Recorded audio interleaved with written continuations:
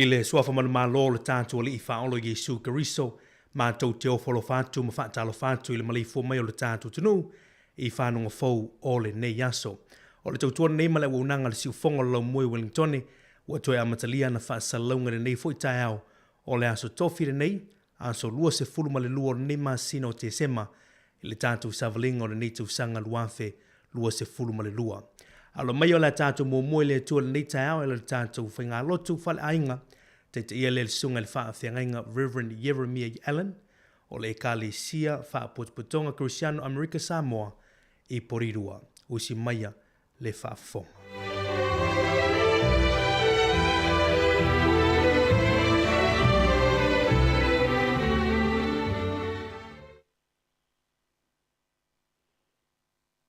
O le tapuinga I le tua. Ia maali e fo I a te oe upo lo ngutu. Ma mawhauwhanga I lo loto le ali ie. Tau papa ma le na te tongi o raina au. Sia tātou talo. Le ali ie lo mātou o tua. Mātou atu whātasi ma lo atu nungu le nei tae au. Sia mātou sula ina le alofa. Ma le anga lei mai o lau fio. Le amatou te wala au atu ai le ali ie. Se ia fio mai lo angangka ia. Tauto rua ina I mātou. A o mātou whaia le nei tāpua inga. Iei ua atu ai me umai lo vi inga. Nei se ia o lava I le whawavau. Whawavau lava.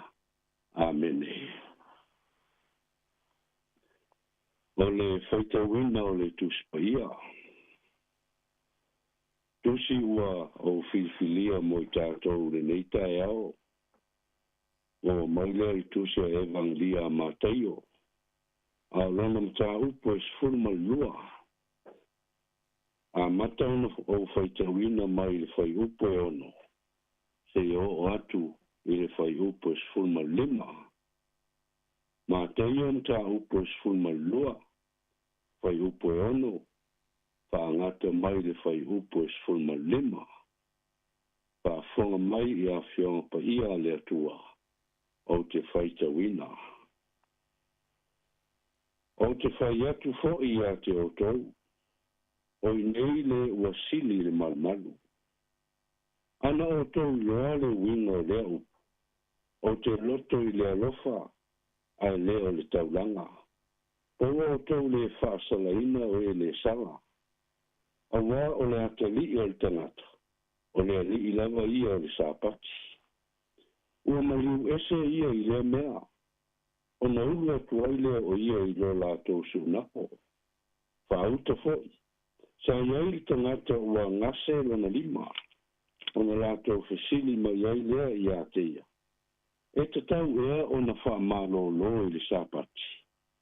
Ina ia lātou momoli I a teia. O na wheta lai atu ai lea o ia I a tei lātou. Oi ea so o tou. E ana le māmo e tasi. A whai whai e pau o ia I le lua I le sāpati. E le tano e iai na awa e lunga.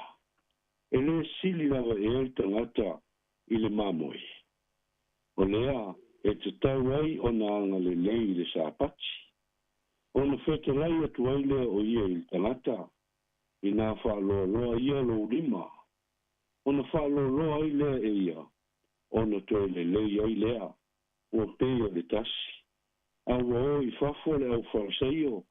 O na lātou tau pule pule ai lea I a te ia.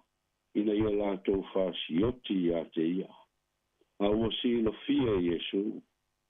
O na maliu ese ai lea o ia I lea mea. O muli mai fo I a te ia le moto tangata e tō tele. O na whaamalo ina ai lea e ia o lātou uma. Ia whaamanuia mai lea tua. I le tātou whaitau. Whaalongolongo ia nā whiong pa ia. Tō mau e pēr ia te ia le vi inga. Nei se ia o I whaavau. O le a maua se matua e taita ina ai. Tātou le nei tae ao. Mai le tusi lea le tātou whaalongolongo iai. a o se vaenga o le fai upo e sfulu e whapea o le fisili. E te tau ea o na whamalo lo i le sapati. E te tau ea o na whamalo lo i le sapati.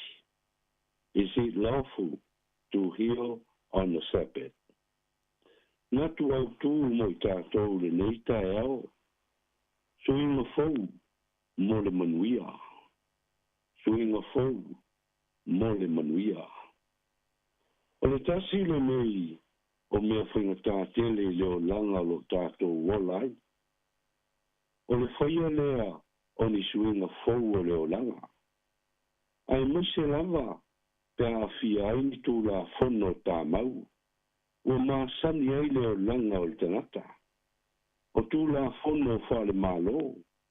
O tū la whono whale lotu. I tari tununga ma whātua tuanga. O lo tātou soifua mo olai o tātou tangata. O le upu moni lava. A o ina suia se tū la whono. O le a tātou wa aia ma whalongo. I le vāvā o. Ma le piso o tangata lau tele. O foi tionga, o solo te, o feese sia inga. Ma isi lava mea maasani e pe o tātou wa aia, ma mori mawina, I nei foi aso. O le sili le atunu. Aisea e tu tupu ai ia mea. Ioe, e whainga tā I leo langa o le tangata, o na talia ni suinga fou.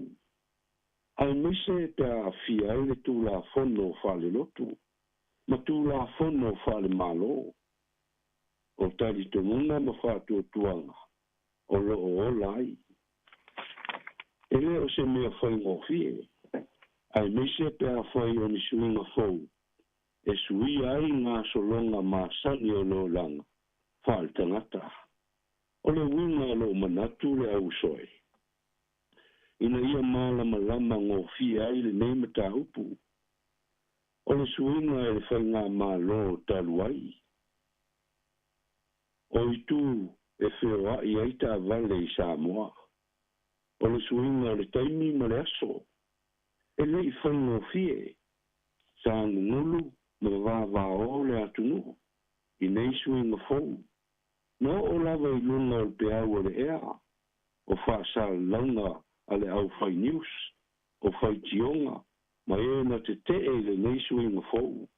Ioe, na vāvā o le atunu, aisea, ono suinga fau. A wāne, a lea ua toafi malie. Ua so longa malie suinga fau, e pe ona iai nei. O le vaai, ma mau ma le tōwha ma mau. Ale malo ma le manuia, o lona atunu maun tangata. Ina ia whaafai ngō fie le whea ngai ai.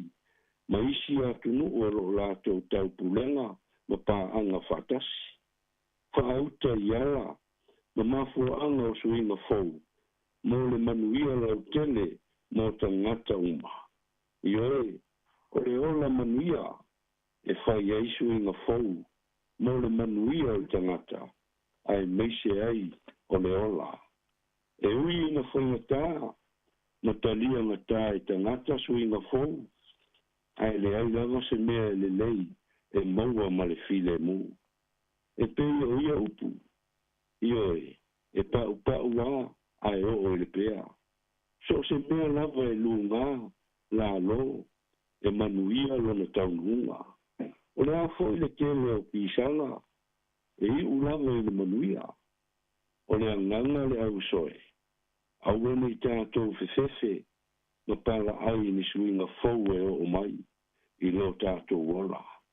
Ai e tātou loto tele, ma omi maalie suinga fau, e o mai I lo tātou wolanga. Ma I tātou mantua, o le mea tāua, ma maua lunga I lo tātou ali I faola, o le ola. E le silia e ni tū la fono tā mau, ai mau pe a whaina I le ola o le tangata. O le fina ngalo o le ali, o le ola. Ai le o le tūla fono. O lana whete leina, ua o sau, ina ia o tau maua le ola. ma ia maua tili ai lava. O le whetalaina lea le ali, na ngulu ai le au whaisaio, ma le au tusi upu.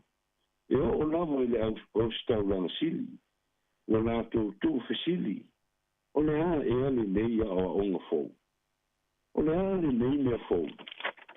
Lea wa o lava i le sapati, ki o solia i le nei tangata. O le sapati e sa, o nanga lue ai se tasi. A ia wha mamalu, ma wha pa ia ina. E mapu mamalo lo o mai tangata, o manu, ma le fuafuanga. O mea umana whaia i le tua. O le tatu nuna lea ma le whātua tuanga. E o lava i le savani, ua whātua langaina. Ua na o le maila e tasi, sa fua lea i le vā o le malu malu, ma o la tō ngā la wapi, po le mea lo no nofo ai. Ai le ngata i lea, sa matua tapu lava o na whai ai, ni wha malo longa i le sapati. Ni ngā luenga lofa, mo ero o popo ngā ma maftia. O lona winga, whaatali, se i maa o le sapati, o na whai lea. E tusa ai ma le tūla fono, e tapu, e matua sā lava. O le fio mai la o le alii, ma whaatino ina na ngā wenga lofa mo tangata. Sa matua ino si ai o ia, e tai o le lotu. Ma fesili ni ai le pule, o ia whai ai ia mea i le sapati. A lea, ua whai ma tātou matua. O le fesili, ma fesili ai le au whaiseio, ma le au tusi upu, po tai o le lotu. E te tau ea, o na wha malo roe i le sapati. O le fesili tau lama, o le fesili tofo, ona o le va'ai le au whaiseio. O le wha malo roe se mai, o se ngā luenga. O lona winga ua soli le tūla fono le sapati. Ai feta lai le li. O ai ea so o tau, e ana se mā moe tasi, ai pa o ia i le lua, i le sapati. E le tango e iai mā vae i lunga. E le sili lava e alta ngata i le mā moe. O le fina ngalo o le li, e tau o na whaia ngā luenga le lei, ma le alofa i le sapati. O le tangata mo le sapati, ai le o le sapati mo le tangata. O le ola, e tā ua atu i le li, e sili atu le ola i le li, na i lo le sapati. O suinga fauia, e le i whaingofie o na talia ina, e tai o le lotu. Whai mai lava i lātou, o le tūla fono, ai le sili ae, le tūla fono i le ola. Ai le ngata i lea, ua sili atu i tai o le lotu, ona soli le tūla fono. Na ona tau sisi le tūla fono, ai le ola, masawa vali ai le tūla fono. Ioe le au soe le meita e ao. E ao ngā suinga fau i lo tātou ola. Ai mese fau i nei aso, ma tū langa o lo iai. Te ele me fau, o te kenolosi whanei o na pō, o upenga ta whai langi, o le poto whasali lau. Ua mo o mi ai suinga fau, ina ia mawhai ai o na tātou tāwili whatasi, ma le sawa o le lalolangi, ua iai nei aso. Te au lea mo oe mau le nei tai au. Le atu nung ue, o lea, te lia suinga fau e o mai. Te lia suinga fau e o mai lo tātou wola. Ioe le au soe, o le nganga mawalunga i le nei tai au, o lo wola. O lo wola i a maua moleri. O le ala le mana whanau mai ai Yesu, le pepe o le kerisimasi, ina ia tātou maua le ola le whaavavau lava. Ma o lea le whaamoe, ma le whanau na unga o le nganga, ina ia whaataua ina o tātou tangata le ola, o tātou maua mai le li. a o tātou wā ngai atu i le ke wisimasi, ai me se foi le fai unga le nei tausanga. Ia whata ua e o tātou tangata. Teimi uma, maso uma lo tātou oranga, lo tātou ora, moleri. I le suafa lavo Yesu. Amene.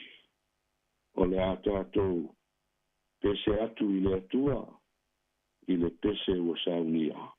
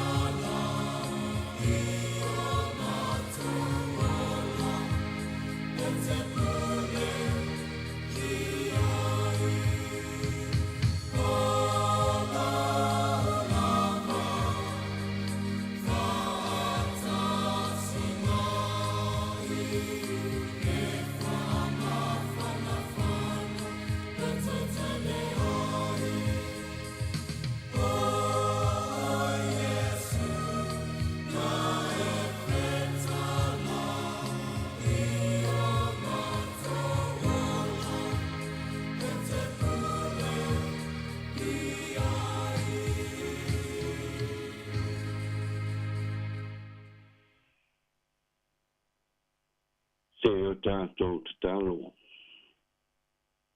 Le atua lo mātou te māpai ai. O le atua o le whawawau lava la o fio. O le atua o e mai le amatanga. E le ai lava so ngā tanga. O wao la o fio. O le atua o le ola. Mātou o atu i o ruma i le neitai au fou. Se o mātou whafoi whaatasi atu le vi inga i lau o fio. Ai meise ai o le nganga whaftai tele i lau o fio le li ie. Whaftai I lo lofa ma lau tausinga ia te I mātou. I mea lo mātou whea ngai ai I le aso ma le aso. Le mārosi o lo mātou mawaina. E whātau nuu ai o mātou tiu te mawhaiwa. Ua e wala au ina ai lo mātou wola. Mātou mori at fōi le nganga whāwhitai le li ie. Ia ua fionga pa ia. Pei ona tō matau ina ai mātou le leitai au. Ina ia mātou whātau wa ina. Tuinga fōu o leo langa. Ai meise o leo lawa e fō ina. Awa, o lea ea lea ngā o le nei lalo langi. Pea mātou maua, ai mau mauai lo mātou ora. Lea li ie lo mātou tua. E tele ma tele, mea e au ona mātou whaafitai atuai I lau fio. Lea li ie. Ai whaasi sili le mātou whaafitai, I le neitai au, I le taulanga o le whautanga. Lea na e saunia, o lo maliu whalawa au I lunga o le sātauo, mo lo te tu manu malo, ina ia le whano I mātou, ai o mātou maua le ola e whalavau. Ai pangā lea le li ie. Mātou te o atu fo I le neita e au ma le nganga whamawa lalo lava, I lau fio. Mātou te tau tino atu ai, o I mātou o se whanau anga sala I o luma. Tele ma tele mea o mātou whaia, e le tusa ai lea mo lo whina ngalo.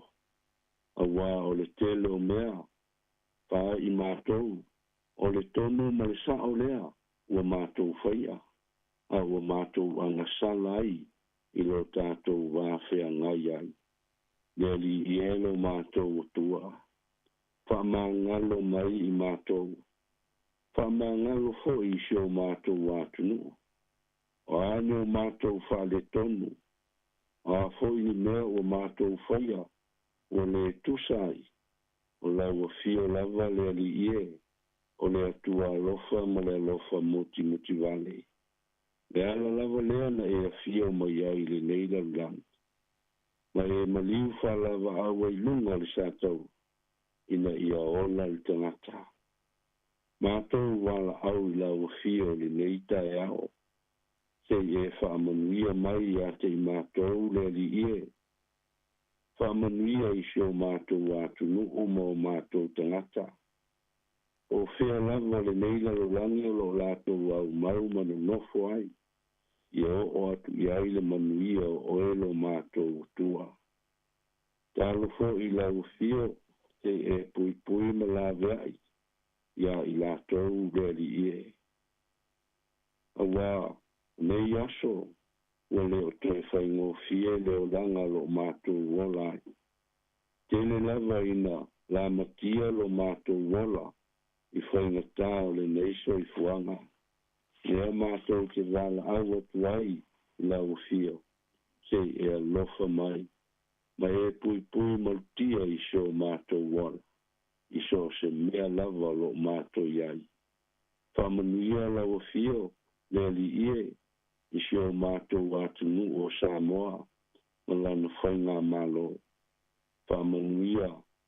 Ia I lātou lo taita ia le malo.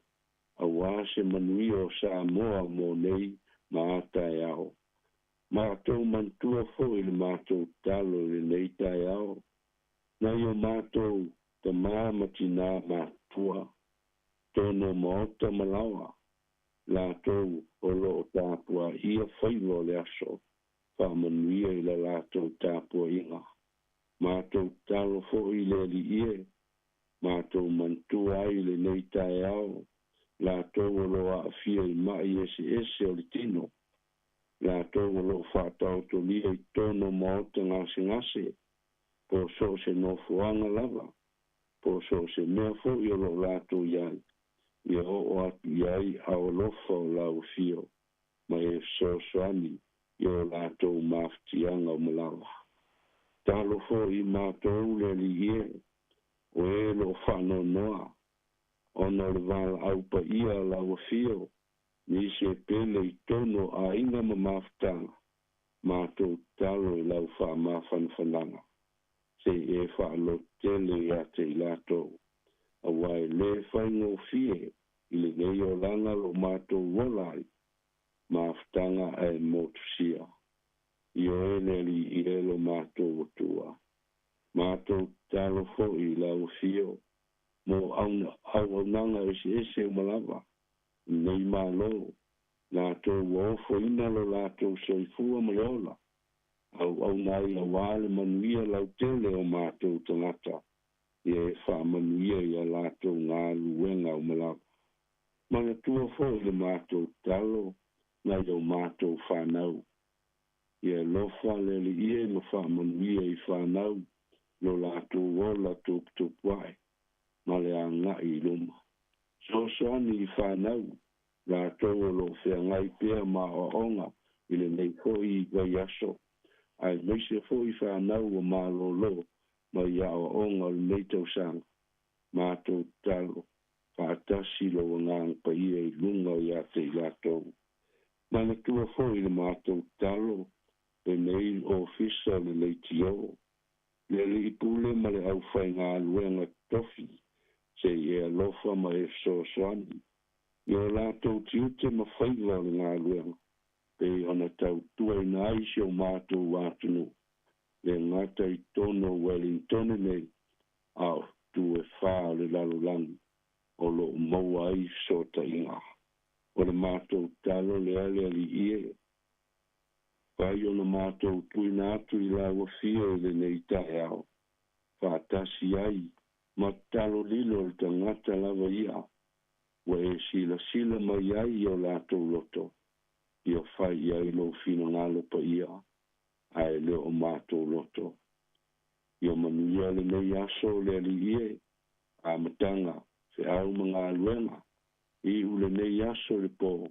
Ia lo tu mau pea le lofa tu noa. O la wafia. I lunga ia te mātou. I le suafa lava. Le atua te maa, le alo malangang pa ia, ua mātou talom wala au atuai.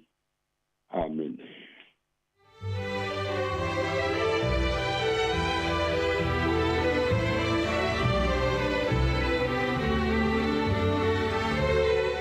Ia o le nā ua whaafonga le tātou tunu ure nei tai au I le tātou sauni ngā lotu whale ainga na teita ia le sunga I le whaafengainga, Reverend Jeremiah Allen, o le whaafengainga o le Ekalesia Whaaputputonga Cristiano America Samoa Porirua, I le nei fo I tai au, mo le atuela ngang whaafutai whaia o masua le tātou tunu, mo le ngang whaafutai le sunga le whaafengainga, ono le tāpenanga mātongo while upo le atua, le uto matawina I tātou le nei aso, o le stalo I whamanuia tele le atua lau sunga le whaafengainga whaapele wharatua, meise le no whaalo le tāpo inga le Ekalesia, manuia tele le nei aso.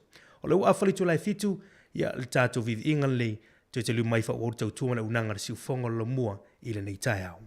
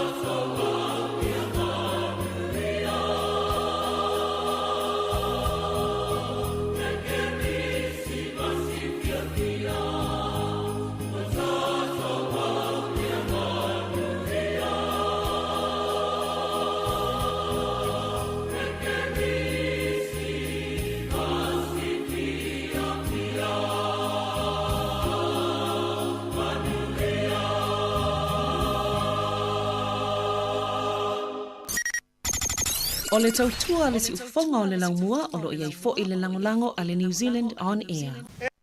Ta lofa Samoa o tō whinga pule ai le tautala e sero whiwhia po kalame ale au boys a tau le tai au. A mata mele a whalifitu tō whāso I fua a tau le tai au.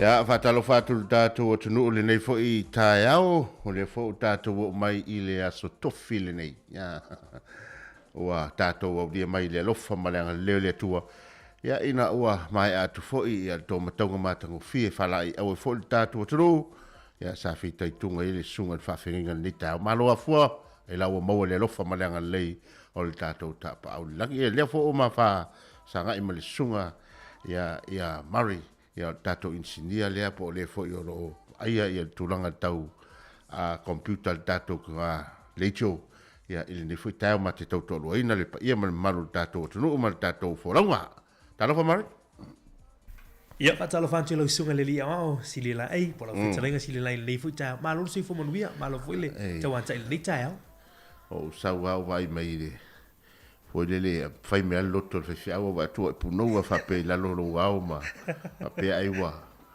yese me wa ela ngona le foi te ya le o te mai lunga ya la foi te talo e ya ma a wa fa ta si ta po inga tau ya malo a mal tau ia manuia la fa tai ma le foi le tau le fa malanga le tu ia wa fai voi sina le van tale to sa tau tu le tatu tu lunga tatu ko flam atul tau ia o te le foi le fe su inga man tu le mana ia o le whainga o tato ngaruanga e se le mana. A tai fo le li pole ma su ia inga o tato ngaruanga. A wai le ase me e se fo le le male. Ma le tau mo tau mafa. Ma le kuwa a. A wa a alu verso a to o la la ve tau mafa na sa pasuia. A lo no winga. Ia e umai fofa pe ai so nei sa pasuia. Ale aso ese o lo tu kare ve ling. La tu le solua o sau fo i ese eu sau le foi le sua vai o fua oli ma le miti e fa pena a wa ia to pi fa pena le su ingol da to fa ngalu ina ia sui ya leo ya wa le to inol da to tu ya leo wa ia tu ya pe mana ia sa tala isto ina na alu pa e so vai puta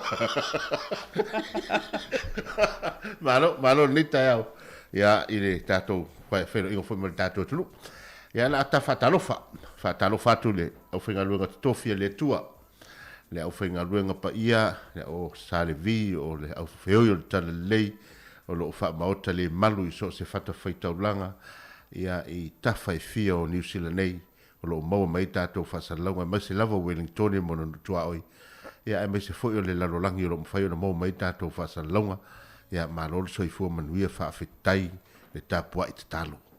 Whaatalofa foi le loa loa tātou tunu i ta mamtina mātua wala whai mai whanunga le lei i le nei tai au mātango fie. Ia, malo lava le soifua manuia malo langi mātafi. Whaatalofa foi le mamalo le tātou tunu o lea foi ua fue whai atu fi au mga luenga māsani. Ia, ua lava le tausinga o ainga me se foi tau whai uinga foi o ngā luenga nei tausanga. Ia, malo le ngā lue, malo le whaatotoa. I la tau foi o lo nafa matiu te mawhaiwa i tono mauta malawa. Ele ainga o tātou mātou tausi. Ai mai se foi o le tausinga o tātou whanau ma ainga. Ia malo lavare. Le on sai. Ia malo le whātoatoa. Whātalofa foi i tawhai fia lalulangi. O lo maua mai tātou whasalalonga i lunga le Facebook ma le YouTube. Ai mai se foi o le tātou app. O fia lava o lo mau mai tātou whasalalonga. Mātou te o wholofa whātalofa atu. Talofa lava. Ia pe o lewa o malinei teimi mare umar ta whātalofa. Ia te tonu ia o le foi la tala me fa solo foi ia tatou programe ia awalava ia le tulanga o le tatou programe ni yaso atal taiao ia foi staimi ia foi se suinga mo tatou ia ai se tatou watu tala tau ia manisi vainga ia ona tal fa solo ale tatou programe ma fa no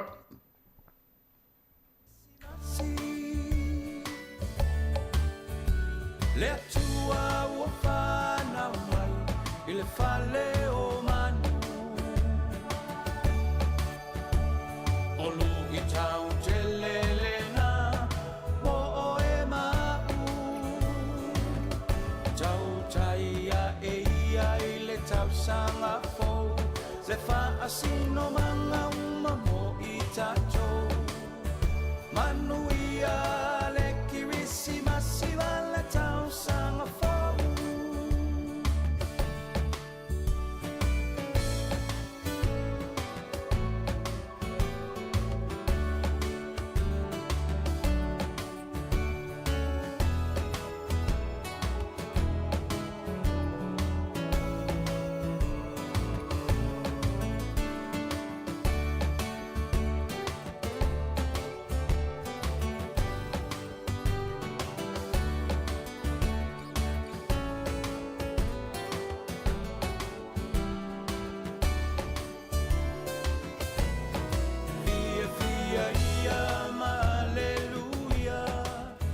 Tamalea valo ia elona ua le malo o ia foi o le mesia le mea lo fasili la valena le taualunga o le netau sanga o Yesu o le pepe la fola Fia ia ma alleluia le tamalea na malo ia elona ua le malo o ia foi o le mesia le mea lo fasili la valena mo e ma ui le netau sanga o Yesu o le pepe la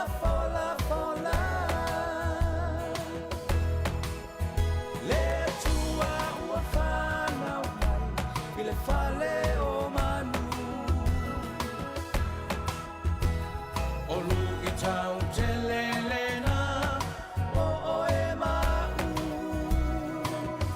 tau taia e ia i le tau sanga fo le fa asino manga uma mo i tatou manu ia le kirisi masiva le tau sanga fo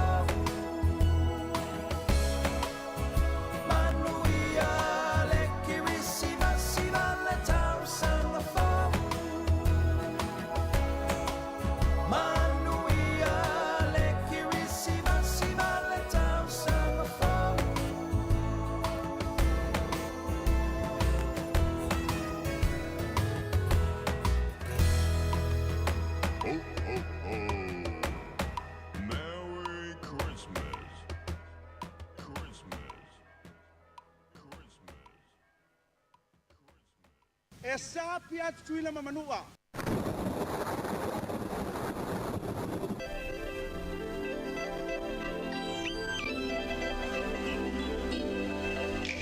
Ia ole so inga foi le nei o le tau e pe foi ona ye le nei aso ia o sina tala oto le nei o le tau wa foi le whenga solo inga le tātu o tunu ia ole tau mai Taranaki tatu amata mai Taranaki ia mai i tu malo uma Wellington o le tau i Taranaki e luas fuma le lua le ema fanfana fuma le ono le ema lulu ia e to ulu wawa solo i le timu ia e suru foi le la inisi o teimi o le tau i whanganui, luas fuma le whare ama whanwhana suma le tolu le ema lulu, ia o le nei fo iaso e to uru wa solo fo i le timu, ia ai tere lava ina la. Ia so mai manu atu i Palmerston North, mauna nutua oi, luas fuma le tolu le ema whanwhana fuma le tolu le ema lulu, ia e pe fōringa mai e malosi e ti munga le nei iaso, ia e tau wa aia fo i le mato le la e le sultele, ia whapena fo ia kapiti, ia mona nutua oi para umu, e whaasolo mai e otaki, e whaasolo tuai ia masawi waikanae, ia o le ea ma whanwhana lua suma le lua, le ea ma whanwhana suma le tolu, le ea ma lulu, ia e to uru wawa solo fo i le ti munga le ne yaso. Ia e whapena fo i o na o mai Wellingtone, ia e whapena o na aua oa le ne yaso, ia e to uru mali e fo i le timu sfulma le valu, le ea ma whanwhana se fulu ma le tolu le ea ma lulu. Ia o leo te lenga fo i o New Zealand atoa, ia le fōringa mai, ia mai lawa i nunga i le motu i mātū, ia o Aukilani, ia whapena fo i o na uru wawa solo e le timunga, ia whapena fo i o na o atu lusu ma lima le ea ma whanwhana ma le sfulfa le ea ma lulu. Wha solo mai ai, ia i le nuu i luatu i kalei estete, ia e whapena lava fo i, ia o le pi fōringa mai whapena lava le tau i le tele o pitonuu o le tātou motu nei, ia mese foi o New Zealand. Ia se vangana ia whakatane, whasolo mai Gisborne, ia se i whaao mai lawa i Hastings Maneipia, ia oro mānaia le suru mānaia mai o le lai le nei aso, ia walfe ngā soloa ia le tātou watunu. Ia, ai mese foi o le tala le tau mo e, foi e fia e whango ngota. Ia o le tala le sua le tai i Wellingtone i le i tu la 10 minute te ele ono nei le tai au ia lo no winga e pe le tai i le te au le fa na nei i le afia fil afo le fa ento e sua le tai i le ono e tau se fulu i le afia na nei ia fa pena fo i le vin ma anga ia kui Foxton ia e pe le tai a sua le tai nei le te oliva ia ona fatu a to es pe le tai i le tu lai tolu i le afo tolu ana nei ia ona toe sua le i le lufu lima te eliva il po ana nei.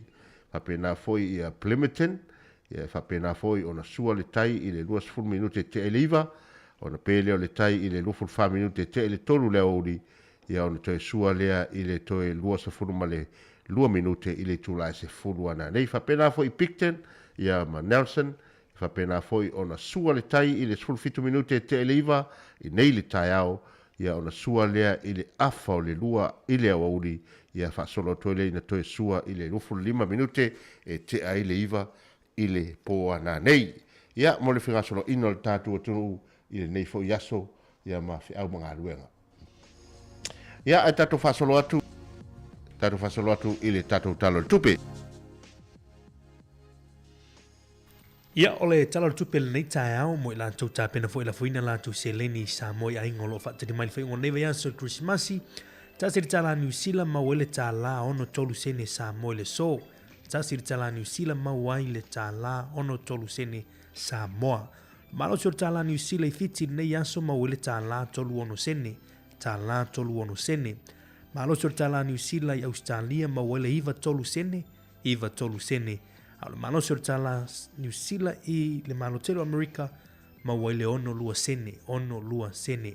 Po Samoa la vei nei aso tasir tala New Zealand ma wale tala ono tolu sene Samoa. Manuia la fuina o tu seleni ainga oflo vatali mai i le nei fo i Kirisimasi. Tai.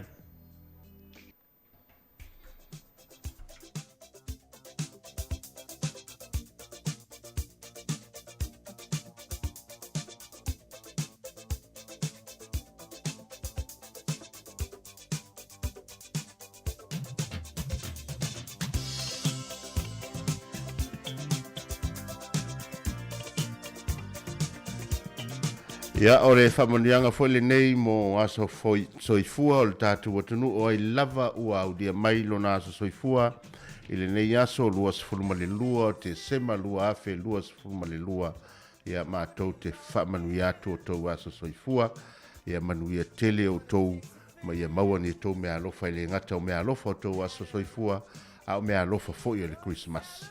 A wane i ngalo le tātou emaili le na e la foi na mai e tātou whamanianga aso whanau at samoa.captorino.co.nz ia ua lava o tau whamanianga mo tau aso soifua. A ia manuia tele lava o tau a le tusi le nei ia e whaala i awe fo i le mamalu o le tātou o tunu o whamanatuino tau aso soifua.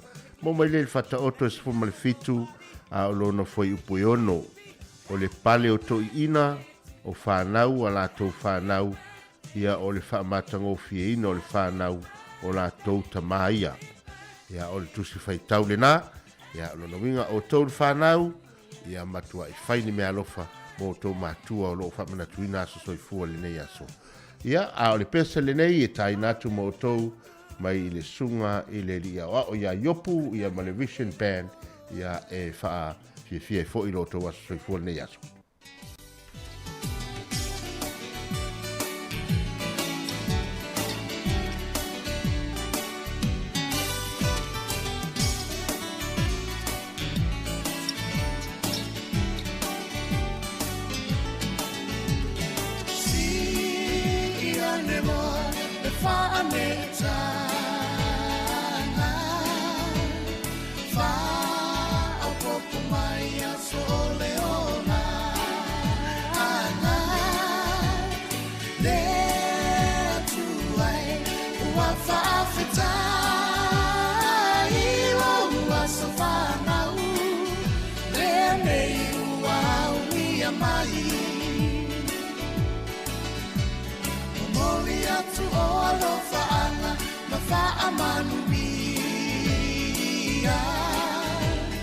Happy birthday to you all, dear Manuia.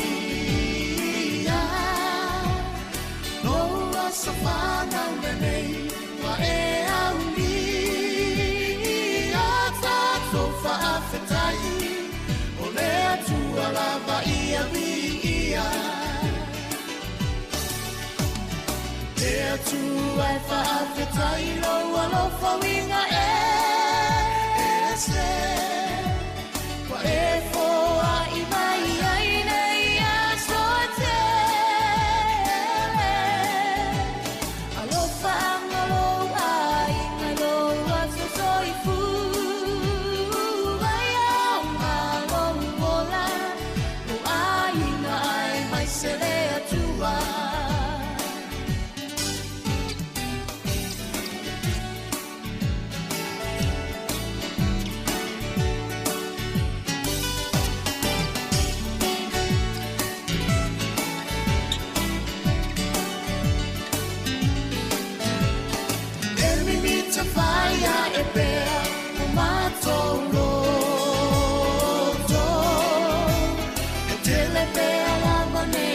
So to e fa po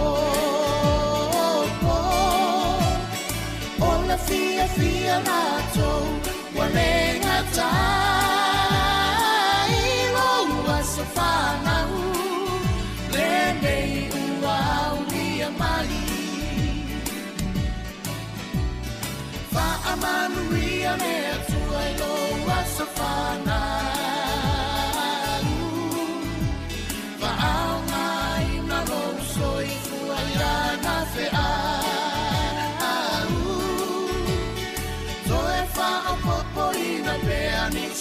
so se te lo fa anga mo ole ele umayo ai na pele there to I fa afetai lo fa winga ese wa e fo ai mai ai nei a so te alo fa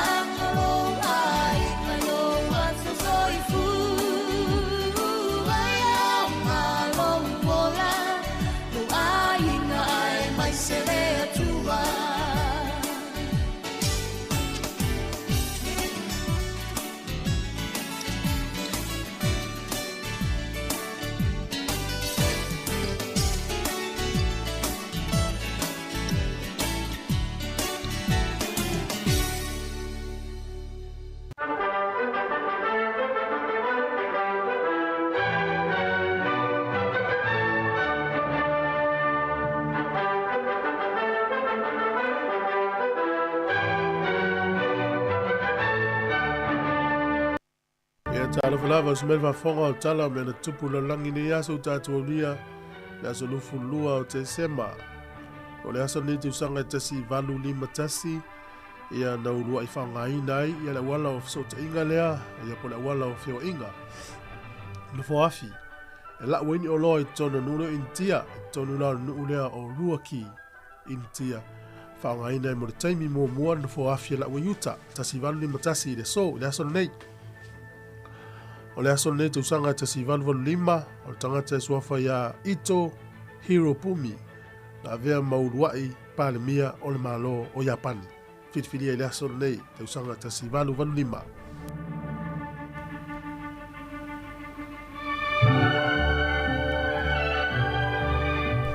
O le aso nei tu sanga e tasi iwa o ia na teu el whaavai o le malo Croatia le lava o lo whaanga te mnei. Tu sanga foi le tasi iwa o le aso nei na whaamai a le yel tuto tasi ia o motu ia le Pasifika o Marshall Islands.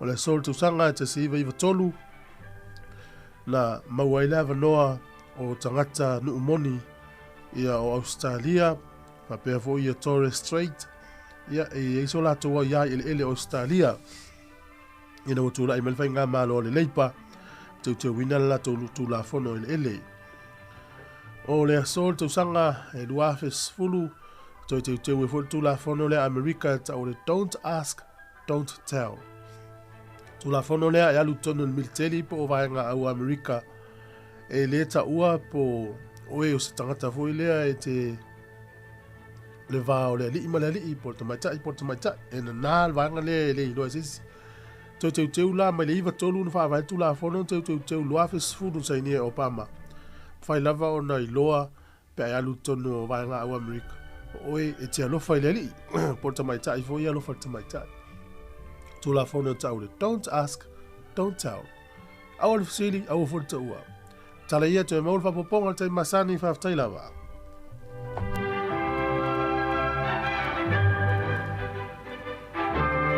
O tanto minuto lima minuti al tano le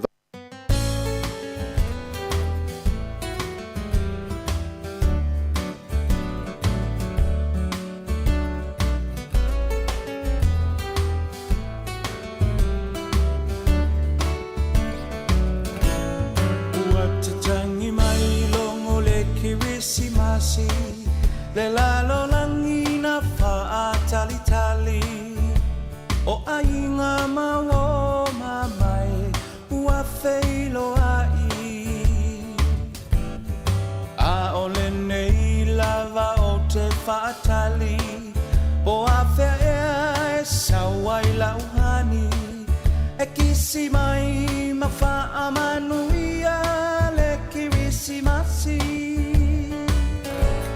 ua tatangi mai longo le kirisimasi le lalo langina fa tali o ainga mawo mamai ua feilo ai a ole nei lava o te fatali po a fea e sawai lauhani e kisi mai ma fa amanuia le kirisimasi le atua ua whanau mai i le whale o manu olu i tau te lelena mo o e mau tau taia e ia i le tau sanga fou le wha asino manga uma mo i tatou manu ia le kirisimasi wale tau sanga fou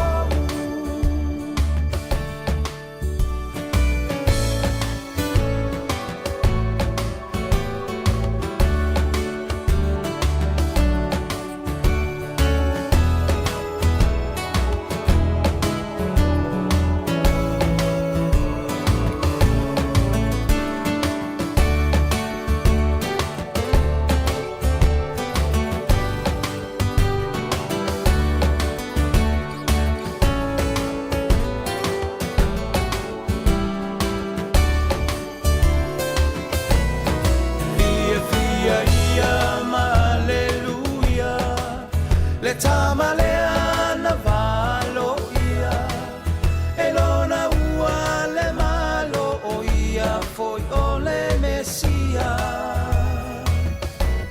le mea lo fasili la valena le taualunga o le me tausanga o Yesu o le pepe la fola fola via via ia ma alleluia le tama le ana malo ia e lona ua le malo o ia foi o le mesia Ya, o lea ua tātou o mai tonu lava I li tūlai valu li nei tūlau li tai au. Ya, malo fo ile fo lau tātou. Tunu e usa mai al whaafonga. Ya, o le tau e awin atu neo tātou telefon.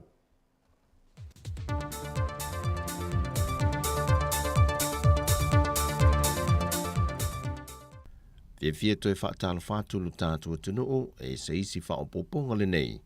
O tala mea lo te tupulu tātou tunu I Samoa. E se fulu tolu miliona iwa sa lau limas fumaltonu wafe mali iwa sa futasi tā la.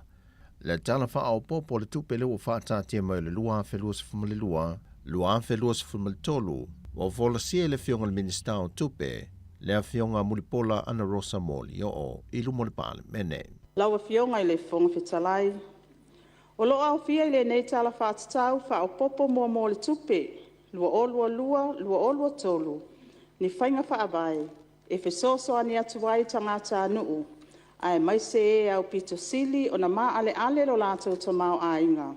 A wā le tali atu wai ia fianga o le siitia o le tau o le soifuanga, mai au fiai vainga nei. Mua, lima sfulta la wha opopoina le pensione masani, mo masina o aperila, me mayuni, lua olua tolu. O le neifso soani, o le afa manuei nai umatangata fai pensione, e tusa lea, ma le sfulta siafe, tolu se lau lua sfulu. Lua, lima sfulta alafa o popoina, I le fsosoani mo tangata, e iaia a fianga tu mau o le soifua, mo le masina o aperila, ma me lua o lua tolu. E wha moe wha matu inatu le nei wha mama abenga, mo le toa lua afe sfulfito tangata, o loo anga waa I le nei fsosoani ale malo. O le asa lusu tolo Januari lua o lua tolu, o loo wha moe wha matu inatu wai le tului wha apitoa, e lua pasene, e le wha aputu ngā tupe, mo le lumana I manuia o Samoa, po o le nupi wha. O le nei wha mama abenga, e tusa, ma le 10 miliona tāla. E whaapopo atu I lunga o whaamanuianga, sa whaatinoina I le amatanga o Iulai ma te sema lua o lua, ma o le a whaamatuina atu atoa I le au whaisawhanga. O ia tupe whaopopo, o le a whaatupe mai le iwaenga in sau no le fionga le minista. O le au te lenga tupe alu whaopopo, o loo whaatarasanga ina e tusa ma le 10 tolu tesi ma le 1 miliona, mai whaatupe ina lea mai vaenga nei, mo mua, ono tesi ma le 1 miliona, mai tupe maua whaopopo. Tasi tesi ma le 1 miliona, mai tupe whaamea alofa mai paanga, o loo whaatupe sa oai poloketi, mo ati nae. Fitu tesi ma le 5 miliona, mai tupe whaatatauina, o le atoe fitu nai. Le tala whaatatau le tupe, mo le tausanga wha le tupe, o loo whaangasolo nei lua o lua tolu, sa tu whaatasia, ma o loo whaatinoina ma le naunau tainga, ina ia toi whatu, ma whaama ite ai le tamau a inga o sio tātou watu nuu, I le nei vaitau. O le alangolango tele, e le tala whaatatau whaopopo mo le tupe, nei ngaluenga whaama ite, e tawala atu lea I le whaavaina o ni ala fua I whaatino, a wale tali atu I afianga, ona o le whaatupla ia o le tau o le soifuanga. O te fia I whailo atu, o loo solonga le lei pea, le whaatino ina o whainga whaavai uma, e pei o na fuafua ina mo le nei tau sanga wha le tupe, ma o loo whaamauina fo le tūlanga le lei o tupe ale malo. O le a ngā lulue sa so o tau au le matanga luenga o tupe mana paanga. Ina ia au sia tau nuunga mo o mia. A o le i maea le nei tau sanga. Le fionga minista o tupe, le fionga mulipola ana Rosa Molio. O se tasi unga fono le kapenete lan fontanga le neiva yaso, wa toi filifili aile sa avea mōmōma ofisa sili o mtanga luenga o whaam sinonga, le tō wha papali i John Time le langi a whele, na te toi tau aveina lea tūlanga tofi, o le avea le mapula sili o mtanga luenga o whaam sinonga. Wa yel whaatua tuanga o le kapeneta, wa lava le tumayo lea tamali o lea tunu, e whaatino i ngā luenga ma o nanga mtanga luenga, le wasilia mal se fulto sanga o tautuai o se ofisa sili langolango, au le itofie avea ma ofisa sili o le pūlenga, mai le tausanga e lua fese fulmaleono e o mai le lua fese fulmaliva, ma mō tu si ailana au onanga, e ni tu o inga sa whaasanga ia te ia. E le pepo whaamtalanga mai le malo, o lo umia le tamali ini wha ailunga ma ulunga mtawaloa, mai le Universite o Tako, ma o le teminei, o lona tausanga whale le wha ailunga o lo ia suesueina o le Bachelor of Law, mai se tasu Universite i Aukilani. O se tasu tō whinga kāpeneta neiva yaso, wa whātu langa i le pūle sili fau o le SQA, le ua wha maunia mai le so opo le malo, wa wha maunia ai le filifilia le fionga i atu pae pira peilua, e a vea ma pūle sili fau o le pūlenga o wha ilonga matuspasi tau waloa Samoa, le Samoa Qualification Authority.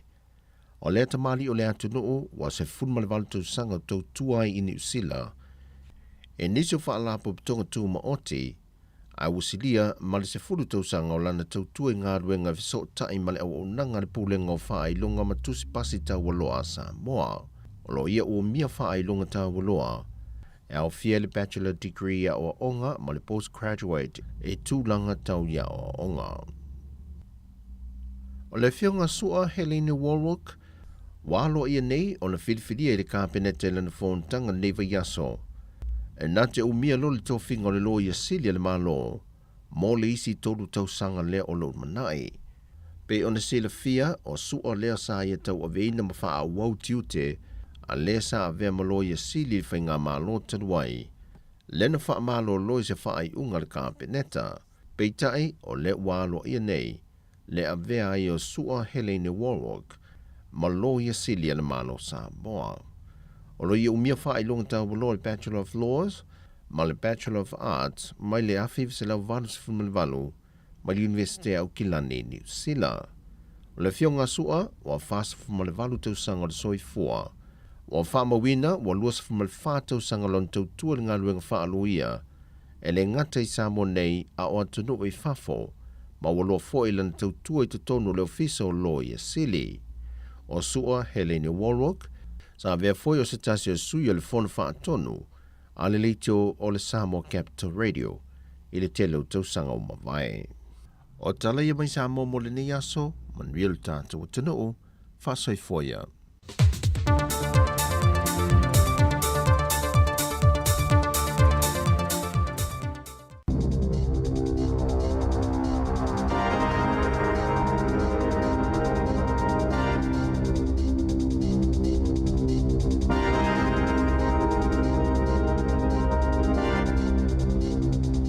Tala flaval whapoponga mo mo tala fōma le si ufonga le la momo le nei tai au o le asolua sifululua o te se malua a whelua lua.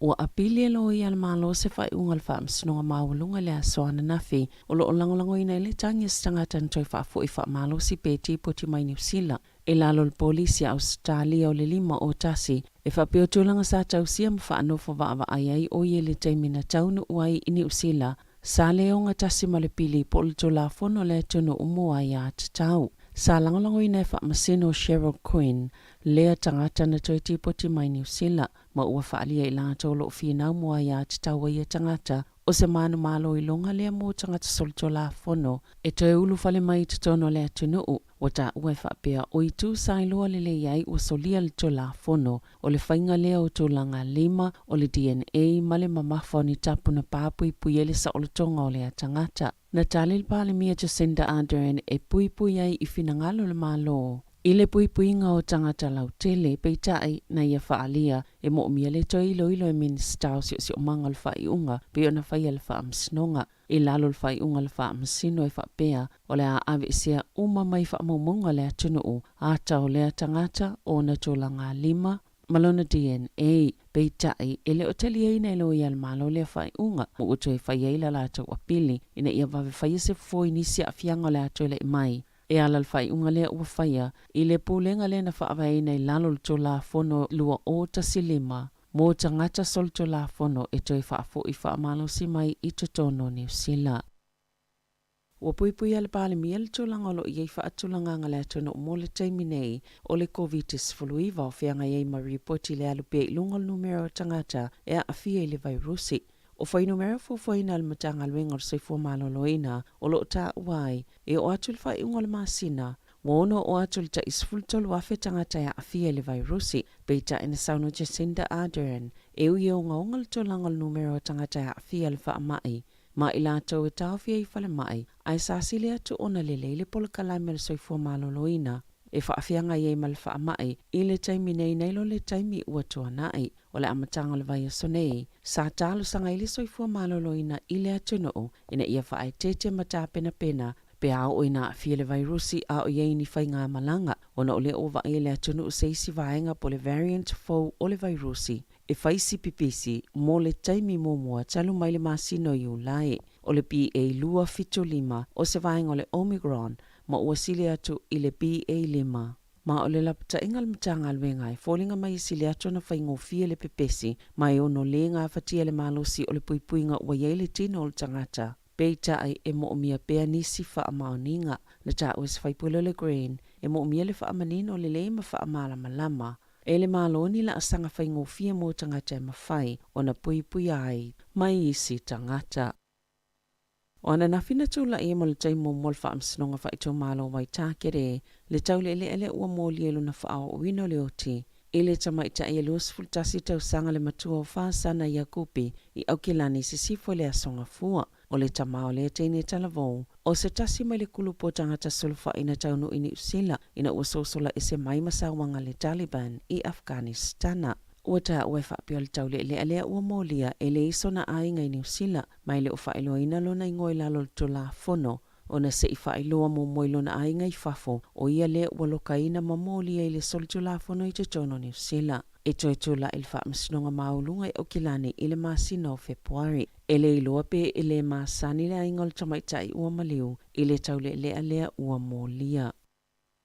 E to oiva tangata e awhi ni tupulanga sto ono ua lokaina nei leo ma ua maua fo i mani ta avale se lua ini ngau inga na tutupu i Hamiltone. Sa lokaina leo ni tupulanga sto tolu ona o se ngau inga li tau na nafi. Ma sa tula i whaamsinonga tupulanga i Hamiltone i lea so lava na nafi. O se tasi o ia tupulanga na whaia fo i eini simolianga ona o se whainga i whaangai ta avale whaaleanga matalepe i whale loa. Ai ave oloi se fale whaatau ava malo si Sandwich Road i lea songa fua. E to awhani ta maiti lalo ta isfultolu tau sanga le mātutua na tau fia malokaina.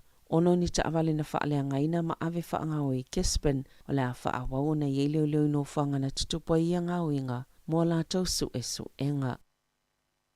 E tasile tau sanga ma le masina ma le afa ua whaafalipui e ni se tangata whaingaluenga na ia ave ina le silia. Ma le whaasa fulu afe tā la o ni tupe wha amaupo deposit mō ngā luenga whauwhale sa le i mawhaio na ia wha amae aina. O Sakari Max John Shaw, lua iwa tau sanga le matua na ioio na molianga i se fulu. Mai whaasa fulu wha afe ma le se fulu tā la. Na whaatonu wina e toi tutongi o se taubi mo e na afia ona o ana ngā ioinga whaasolto la fono. Sa whaalia e whaamasino Jim Large i oamaru ili tō laulongo le whaasalanga na nafi. Sa le imana o whaasise ina ni whaamoemoe ngā tangata na awhia mai solito la whono shua e whaapea mawhaiona toi tutongi ato la tupe. O loo nofu ai tā lafo ile atau le aia i lātou, ona ua titele ana ai tā lafo ile mawhaiona toi tutongi. Sa whaalia fo i le whaamasino, e iei fo ei tā lafo shua le whaamasinonga mō tangi a tangata mō whale no fo mau tutongi. Mai iei fo isi ana ai tā lafo ile matanga luenga o anga fso tai, pe tu salia maleono se fulu a whetā la. na maui whaamatala tangata na fia ona o amio ngā shoa, sa le mawhaio na maua se moe le i le pō, ma sa maua fo i le loto popole. E se fulu a inga na fia i whainga pi o lea faufale, ma sa o lava fo inisi o lona a inga, na whaamatala ina e whaapea o shoa o se tangata pepelo, e ave shoa le tauala ngā luenga i tangata, o na whaile ia i e te tauna tutongi le tupe whaamau, e umane e la ititi lava le ngā luenga na te whaia, o isi taimi e le e alu e whaise ngā luenga, muso to e whaafo i tupe tangata, ma fiu e whaafso tai, e ifo i taimi e ave le tauala ngā luenga i le tangata, ma whaatonu e tutongi le tupe whaamau, e umane ua le toe wa aia lava. Sa misi i tangata whaingaluenga po o ni social workers o na whaalongo mai loa. Ni tūlanga na sawa i na isa tamaititi lalo i fole 5 tausanga le matua i Hastings, masai una whaaleanga i na tū mawailo na whaai ai. Taluai e le whaatasio na whaau o 5 i ai o na mātua, pei o na maua se ilo i longa. Na whaasalaina le whalipuipui le tamal tamaititi. O Whare Ramsey, lua walu tausanga le matua, ma le tina whai o le tamaititi, Larissa Wainohu, tolu tausanga le matua, i le masina o Kitopa. Ona o whainga wha o 5 i le tamaititi e whatausanga le matua, i le masina o Januari loa whelua sfulu. Masata oto ai i le whale mai o le Starship, na ta ue leo i lea taimi, i fōlinga mai o le amatua o ngaonga a fianga o mana o ngā wha apitoa, e a fie le tamaititi, ma whaaleanga ina tū mawelo na whai ai, ona ole tū ngā o na manuanga. O se te malu a Festival Valu, na tauli mai na ile oranga tamariki polo matanga luenga mō tamaiti, la la tō ripoti mō moini a tūnga lunga, e whaatatau ile tamaiti ti peitai. Ina ua mai ani whaatala noanga male ainga, na whaiese whai unga, e saunga le mu laval tamaititi ile ainga, ma sa le isinga yuinga mo miele toi whaia iai, ina ua mai ale ripoti lona lua, na toi ave atua i tangata whai ngā luenga o social workers, se isi whaalapo tupotonga ngā lulue male ainga peitai, sa whaia fo ile whai unga e le mo mia ina i se isi ngā yuinga e whaia iai, ina ua mai ale ripoti lona tolu, na mana oile oranga tamariki a siasi le ainga peitai, o le taimi lea na whailoana iai. Wa yele tamaititi le whale mai, ona o se manu anga ilo na ulu. Lea na whaia iloa le ripoti lo na whaa. Na toi ave itua ma ave nunofo maisi tangata o le ainga. Au whanga solo le ilo ilonga. Sa mawe le suenga i tutonu lava ia le oranga tamariki. Sa yeni whaatala noanga na whaia. Ma sa ngā lulue whaatasi ma le ainga. I le whainga o whai unga. A sa yei fo ine vaenga sa te tau na whaalelea. E au fieile iai o le leo le tamaititi, i ia whainga whaai unga, peitai ele iai se leo le ainga o le tina amoni o le tamaititi, ini whaatala noanga na whaia. Sa whautua ina le ripoti le whaionisia o onga mo le au whainga luenga. Ina i o lātou vave sila fia ni sawanga, ma ia iai ni fuafuanga mo le saunga le mu, ele o maua e tamaiti, i o lo o sawa ina i tutono a inga. I ta alonga, e fōlinga whaata ia le whaala patupatonga a whelete a New Zealand whai unga le ali o lo umia ina le matatia. O le selau mita New Zealand o Eddie Ose i Nikatia e sa ili avanoa i le taalonga la kapia Amerika. Na whaamania le taule le ilunga o penga whasota inga le asoa na nafi. E whaapeo le a awai le aula kapia le University o Hawaii sa whaasilsila fo i le University le atala ilunga o alatou upenga whasota inga i se tali le a whelete a New Zealand na whaailoa i sa latou whaamtalanga pupu e whaapea. Whaato a o lātou tauli mai na se whaamani ngala tamai o lea fuafuanga o Osei Nikatia. Ele i maua se avanoa lātou te tala noa ai i ai le tamatala vau e winga ilo na lumana i pe mwhena whaapopio na tau wā i ta alonga tau Victoria New Zealand. Sa o uina le kolise Scotty Wellingtone, masa ia whaalea o ngā ina le matati na whaato uina ilo na tama i le lua sifulu valu tau sanga utua nai, i le sifulu te simale o valu se kone, le sao sawa na tamu e isu e ngā sampino a wheletia lalangi, le ana whaiei Amerika i le masina o Iulai. Tala whauia male si ufonga le lau mua, mo le nei vaenga le tae au.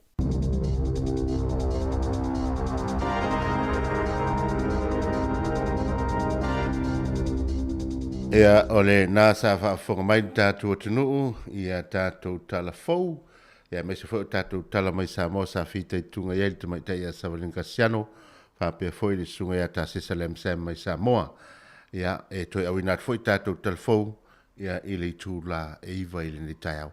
Ia alepe e fōlinga mai ua fia lava, Ia e te tau fo i pe an fatu tai au fai ama i fa swing o leo. Swing o leo ia e mana ia fo i fa fonga le tatu o tunu. Ia le tai au ia leo fa ta si mai le sunga ia tu fue fiso ia mai tatu fa salonga mai i tatu lau mo i Samoa. Mare ne tai au va ia tu ese fo ia le sang fia mai tau su Samoa. Io moni lava va tai talofa tu foi malo si foi li tai au. Ia, o te whatalofa atu i le nei tai au fou, le lofa malanga le o le tua, i le whafonga le tunu, welenga tu foi lea, ia o le lua paase lua, ma lor soi fua nei fou, talofa lava mai Samoa. Ia, ma lor soi fua manuia, vai atua, o wawena e puta mai, ia. Ia, whaftai o leo maua foi se nei taimi e foi sila toi ma whafonga tu tatu o tunu lo si fonga. Ia me se foi o la to foi la ngona le nei taimi. Ia e toi tu ina tu ai tatu fasalau i Samoa i le tunu e pele i loto ma ngangol tatu o tunu. Ma lo se foi manuia o fea tonu le ai te sa fai me nita au tu foi. Tai, ia, ma lo lava le soi fua mau malange ma, ia o leu te fasalau atu tua mauta al malo, ka loa lua sila mai nei i le terminate. Ia, o le lua tu tato fasalau e tua o le whanau al malo. Le ana tonu le sa fai talo kono le beach volleyball. Ia, i talo ma fai e pasi ke sau te le sa fai. Ia, ma le lua tu tato fasalau. Ia, tai hao mo. Ia, a lua sila mo te lona mani no mai ai me tu na o tau tua. Na ia tau di tai o nei o lo fa malu foi e inisi o taimi e timu ai o inisi o taimi e malusi sevili ia pauli mai tai di sami ia le taimi nei la ia le ua duas fumi o te te malu tu sa tatu te malu tua ma rai o le tai ma malu sevili a no la fa se fa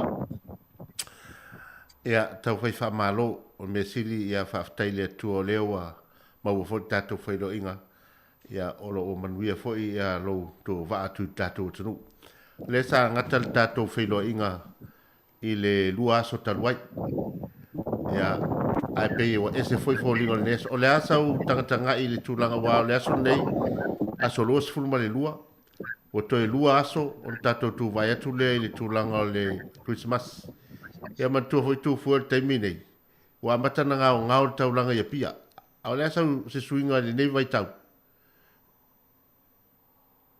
minei la mtu apa tu ia tauranga ia pia le le tai ao mo te ose mai mai tele anga i mai pia nei walta to programa ia o matou tau mai la fa tu pe vola le Western Union o te pau tu pe matou tau mai la wala te le lo pola le tai mi sa tala ini ai mo te o mai o afa fitu ala o ki we fu tanga tele fa to ka fa le tala le valu ia por afa valu pole ia o le tulanga na o ia e ba tawina fa le vai tau le polo ko o wala no tele o tanga te ia fa tau e mo tu fu tele na wa fu ta vale ta tu ia pe o le tulanga na o ia i ni time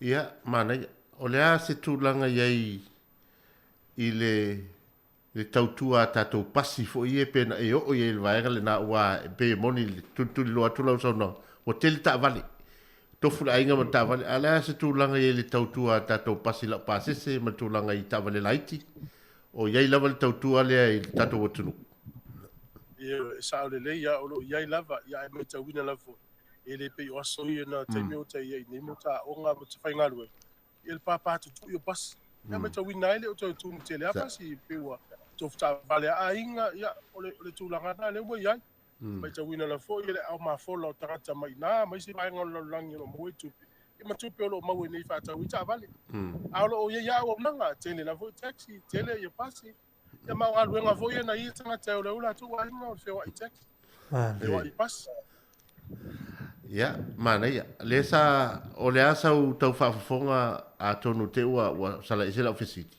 wa le te ina le sa le fatoa umatu ne telefo ta sesa o le asa u whalongona i nisi fo i tala noa i pe o fia tu langa le limas futa la le u wha popo pensione nei to ina ta ma tua me se fo ina to lo ia mana o fapito te loe lo fai tau le deus na po ko la o to lo lo mit boy lo to mo le si lima suta la fa po ya la nga lo mutua ele tala pensione isi masina le o fa sole si ieri o i da nga lo tala nga lo pensione le fa te fa putu e ia so timu ya na tua le ia Ya te mine o te lo le te ia sola ia o no le mo te malanga ya timulo.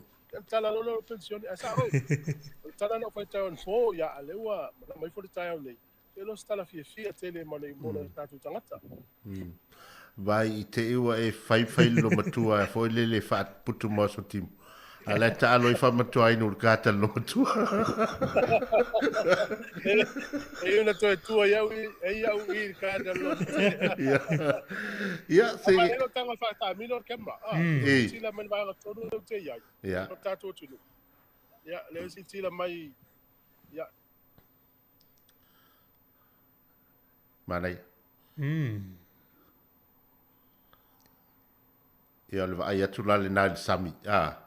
Le pitanga lu mal sami.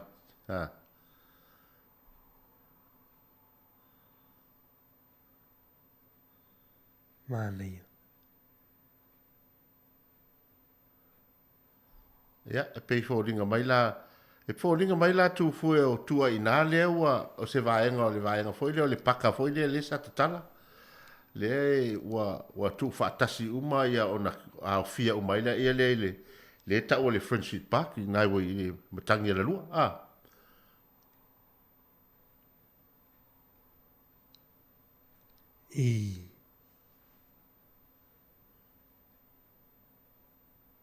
pe wa vea foi le fatamilo le kema tu fu o le mo mai tato le leo ya e mana ya se tu atu pese le se to fix man tato leo tal no atu le sunga tu fu ya no mai fu pe ole tu langa na ia man tu e vanga po no po ya lo ngala uta ape ata ngata na fola ya lo lapis ya mana ya la mato mo no ta ya mo uso ya na mato e mai vai i mfa tu por kala ya o mai lo woli ia ai uma lapis ia ave i pinsi e tu ai fa au le ia no fonga le wala foi nga solo mai nei fa na mo tu tele nei yaso o le ase tu langa ia fa tai mo nanga luanga mana ya man tu fo e fa tai tai ngale uma ina ia masa nei fo le va ai le tatu tunu ya awal fa mama ina ono fonga na wasa na foi sa mata mo so le vale le pakalina o se no fonga mana ia tele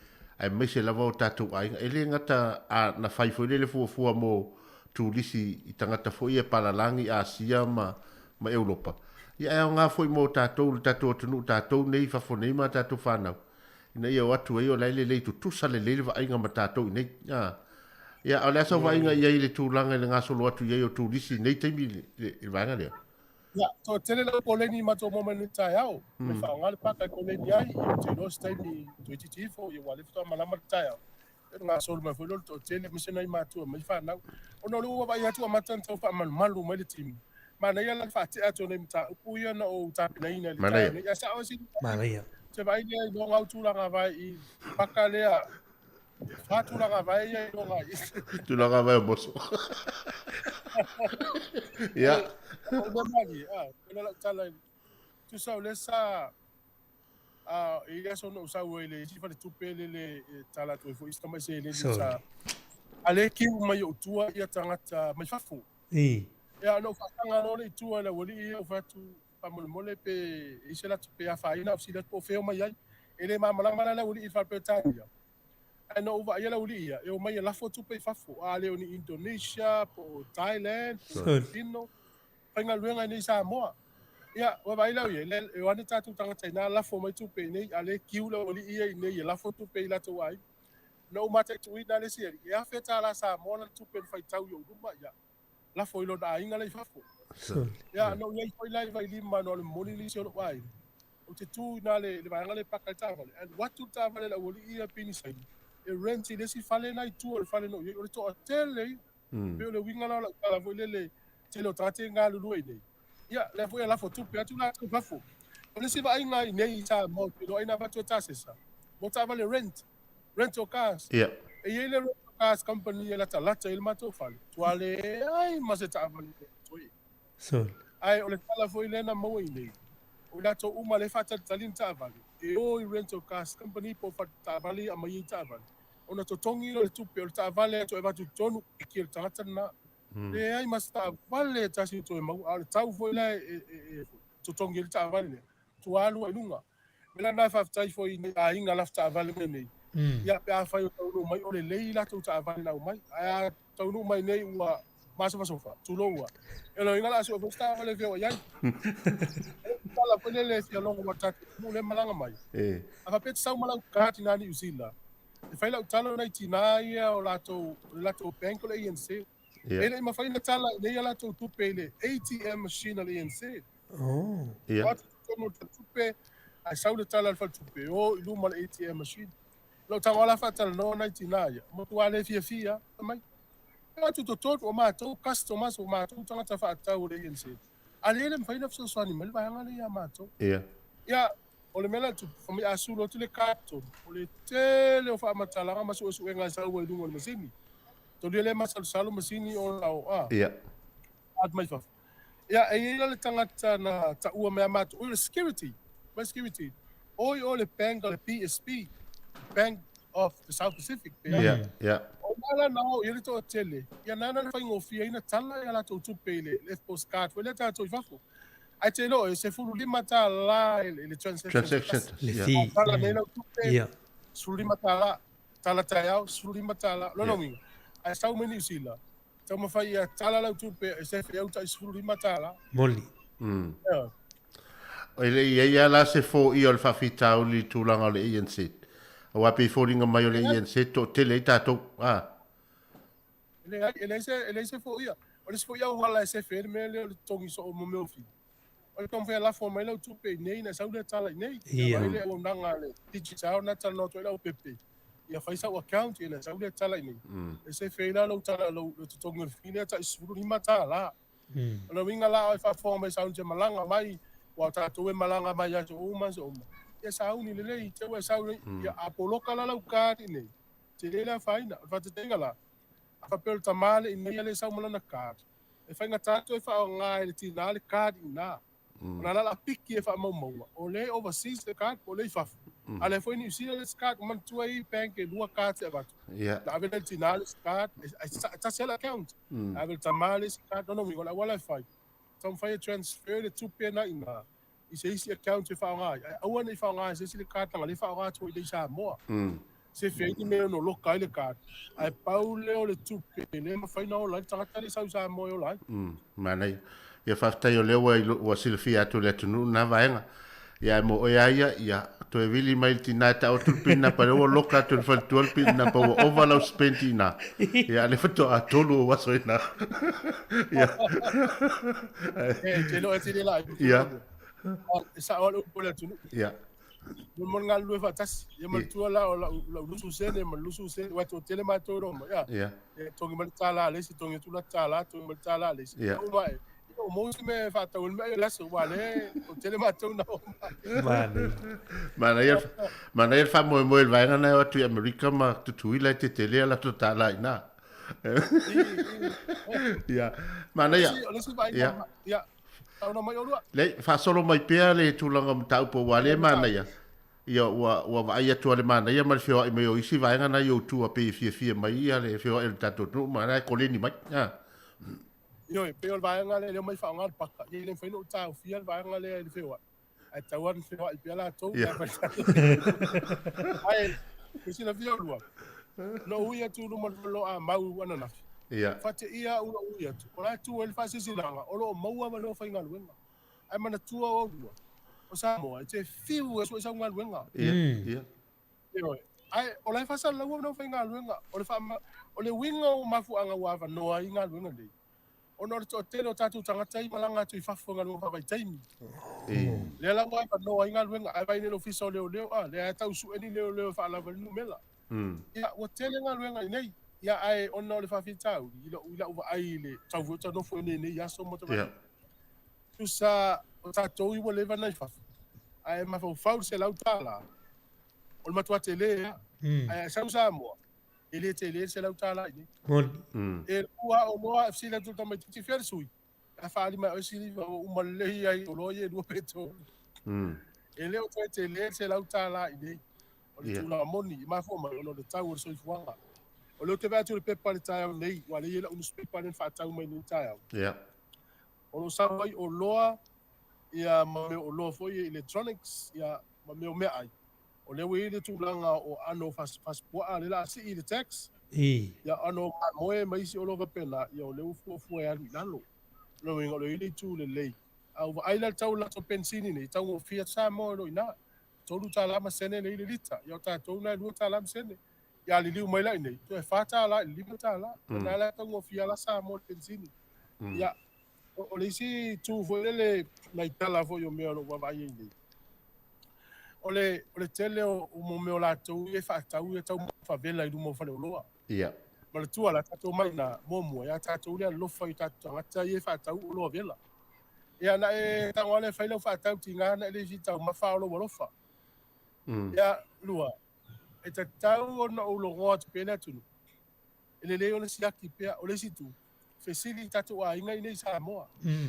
ia ni tatou a nei sa moa lau te loa le ia ila tau e fa tau ia tau mafa pe vai salo su poesi ko pai fa ausi ta mo fa penale tfa tu ia wala ula te no le o le winga la tala fa tau la vai salo na fi ono lo fa ile spine fa tau vai salo no be fa oval tu pe yo mo la lo fa ta au no tu le fali ele o se ni un fa il vai salo area o le susu ma le seto ia o le tanga la pata ia tu no usau foi la ia pia fa tau tu no fa ausi tasi ale to fole se uso le fe mena le tala e ia putor ko pai soli o ta moma o fala o mata ia no fa tu la ulia o ke pua a pan ke o lo umaya se matua se lau pasene ni sila fa ausi ia a o meia sa ta to mo mai ni pe ta to mai ale o me fa tau nei ate ai tu tau ma fa tu pe te o te ai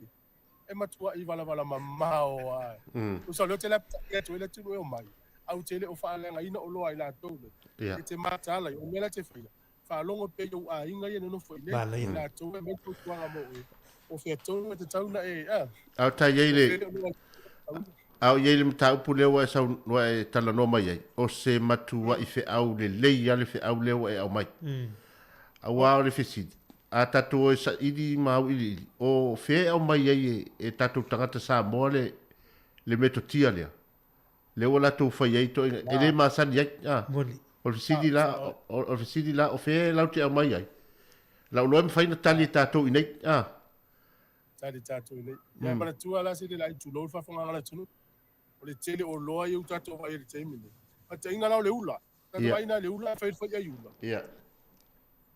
ele o ula mena wa ma fa ya ele ta mai asia ona tu fa tasi ni o loa e fa wele o loa tu fa tasi le pauta male no mix le pa vi filoi ai fa na umai le o loa sa o le ya la o meto tia umai le fa ani te tu sai mele ta o le fa fa mamango no fa mana o ele mana o ye le o loa e fa ta quality le la tu la ye ta tu tanga malanga mai fa fu fa longo pe u tu ai ngai nei o la to mai fa tu anga o loa e fitau tau le niu le wei wali mata la ngai lunga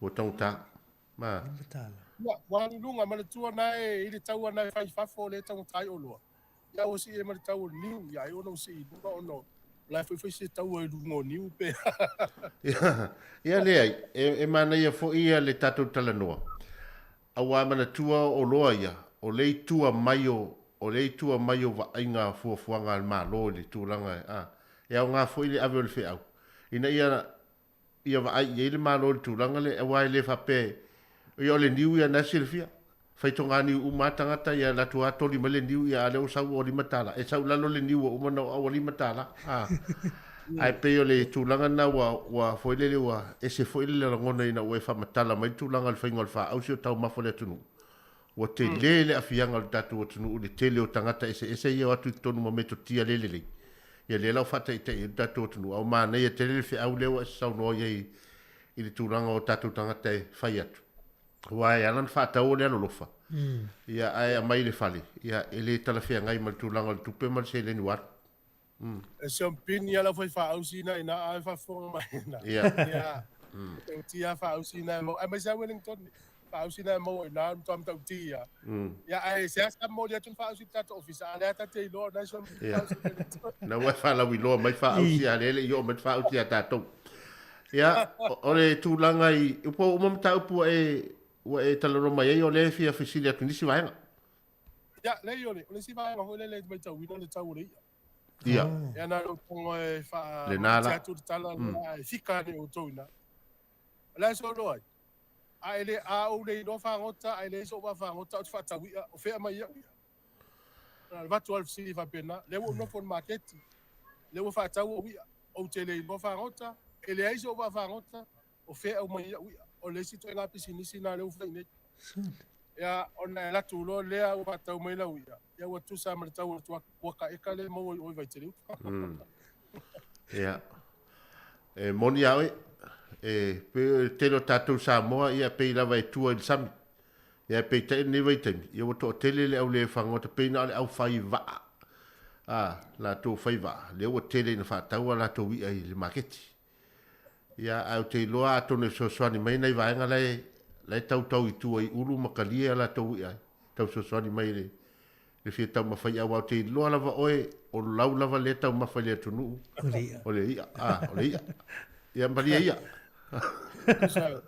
Ai mama tu sa fa te inga fa pe o rua tele nai te rua i loa fa ngota ia ona la tu le wa fa tau mai ai au rua ona usau lo le alua u fa tau o tau mo ia wa u pe o tau lo ia te suta la tau ia la tu lo fa tau mai usau lo le u fa tau tu ta ta lima suta la tau ia o so o ve meto nga bisi sfo le wa e sa le si la fa ngata o fa lo te tele ia i nei supermarket i nei ia te la tu me la tamai slice fo lo apopo le asipik ai le la tu fu mai pe fia suta la kilo al sili o fena la tu au mai ai ane palini la tu ba faut ya fica la o tu na o le sila tu a pisinisi le wa ai le o le la tu le fata o mai se o le fata ai le lo faut e fo so ba faut a wa lu la lu ma ta mu ma na ia foi nam tau pu longo ma o tau foi tau fina fa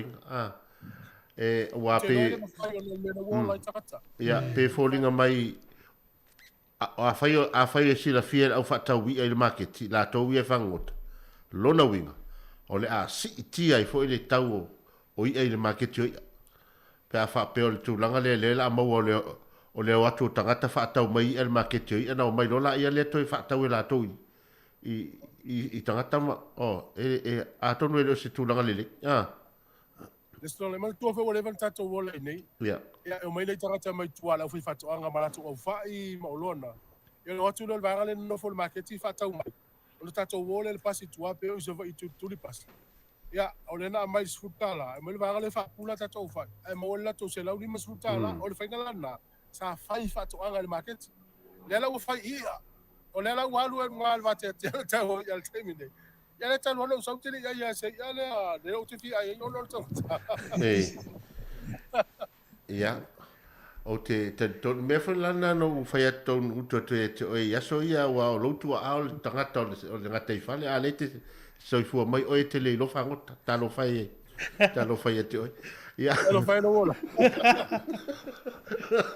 ya ya le no foi na to no pot fa lau o fa solo ma fo fo ngai sa mo e se lo no foi de sa mo metal no to fa la tala no to no ya tamai va tu se lo vai termine ni usila pe ua na o pese ke li si masi au te fi fa no ai o ma fo ya sa mo ya so le titi mo fa tai le no foi de si au sa ni e tau le o le pese ke li masi la fa no o no le o mai la tu no ana no fo e pese ke li si masi a to al va termine ya yo swinga la na le wa ia to na tu ia ua ese to nei va ngana pe sa ta to mai mana tu ele fio no winga tau no sa ni de mai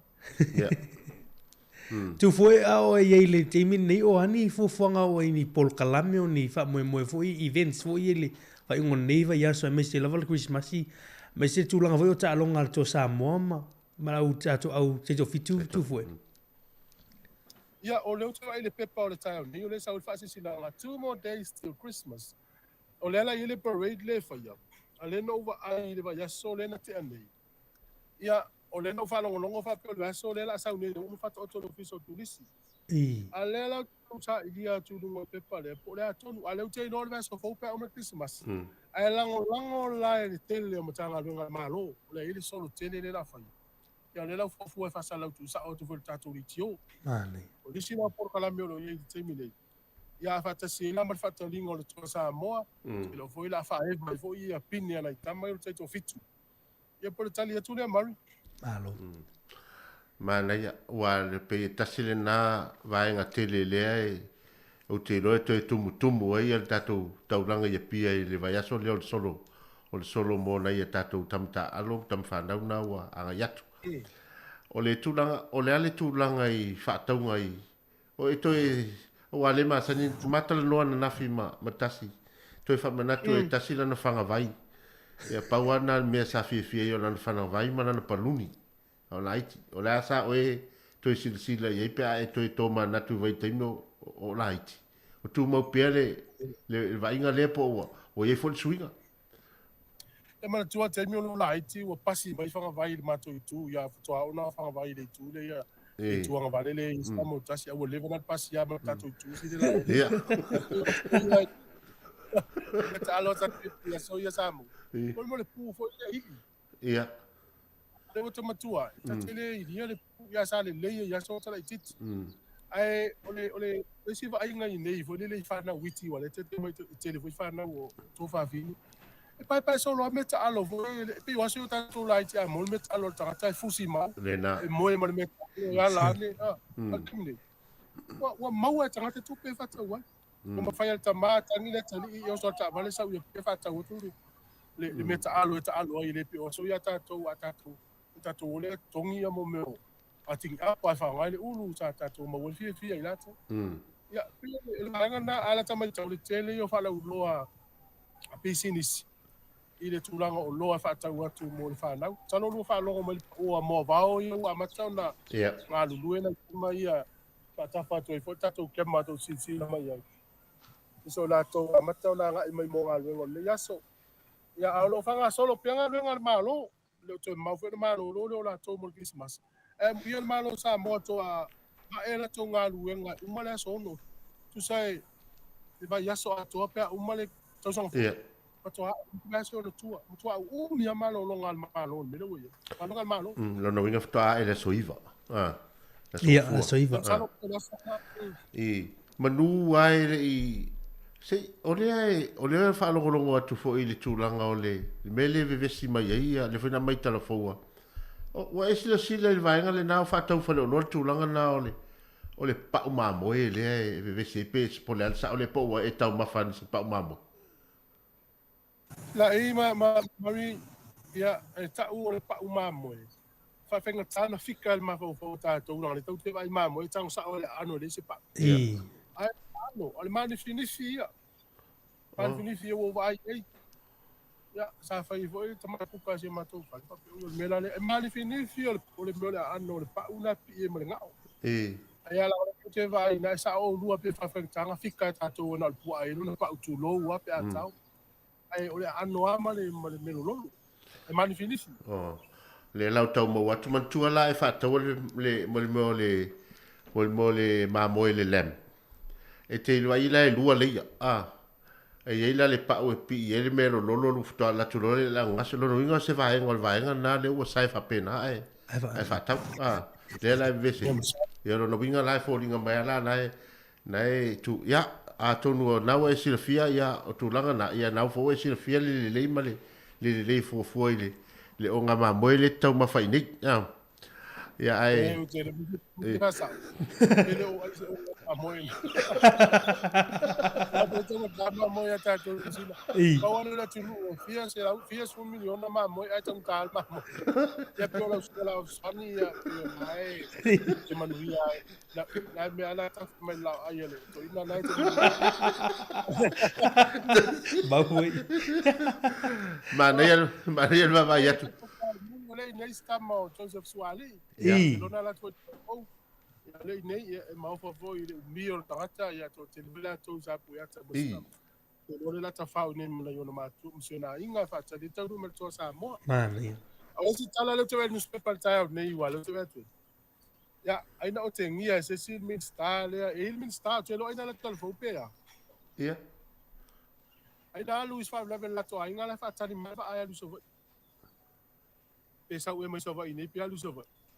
Fa tani tali me lo le va se la tu la na sunga na lu le va. Ya la o te ngia la ta le la fo ringa mai o le u fa to se la me sa fa. Ia. O to pe o mai o tatou ya so ya u lo to fi le Sa. pe ale o te pu le me o ma sa mo ai le ai.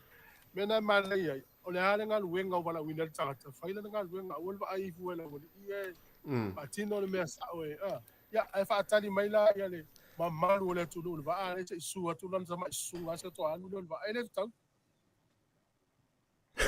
Whaftai. Lea wai, tasi lea wai nga mana i o lau ni poti mai. Wa lewa o tonu wa le to inga whainga le whai ei ia i nei New Zealand. Po le ale mawalunga o el Minster fai mai te mawalunga e fai rosa me se wa afia le maro le tunu. E te taua o na nginga lau fato ese. Fato ese. Ia, lea lau o. Whawhetai o leo fo ia e whainga maa lover ka peneta le vaenga lea. Langa le mea lea ia iso se fai pulea. Po lea e fai pulea loa pe fo ringa mai o le va al maro e taun whaatari mai sei. Se ia luatu le leia lana sunga fito alu le va. Ja, whaftai. Le te tewe ala tūn whatatali le whatu sengu. Ai te tau a o upo tau talai tau sa vali. Ele ese la tau, ese tangata lau tēne. O la tau au auna la tunu. Moni. E vai mai la tunu. O la tau au auna la so lo mua o na whaila le tunu mo tau sili tū la whono. Ia, kone e tūlanga le tau e pia na iene teimi ia ma tua matanga o fia le tau. O la wingo la tūmu. Ia lau vai tū le tū le mtua tūmu mai fo yata a vali lai tū. Ja, te lepa te rofi si tila i tai munu ua ni liwa te kiama. Maneia. Leia. Eo, ia lo kai atu nai tai sabu. Ja. Ia mo whare la tu mai tai o. Ja. Pe ese si vai te rofi si mai ai nei te ua.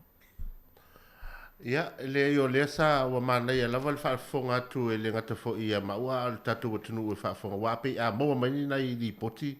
Mani nai wa ainga li tatu wa tunu te minei.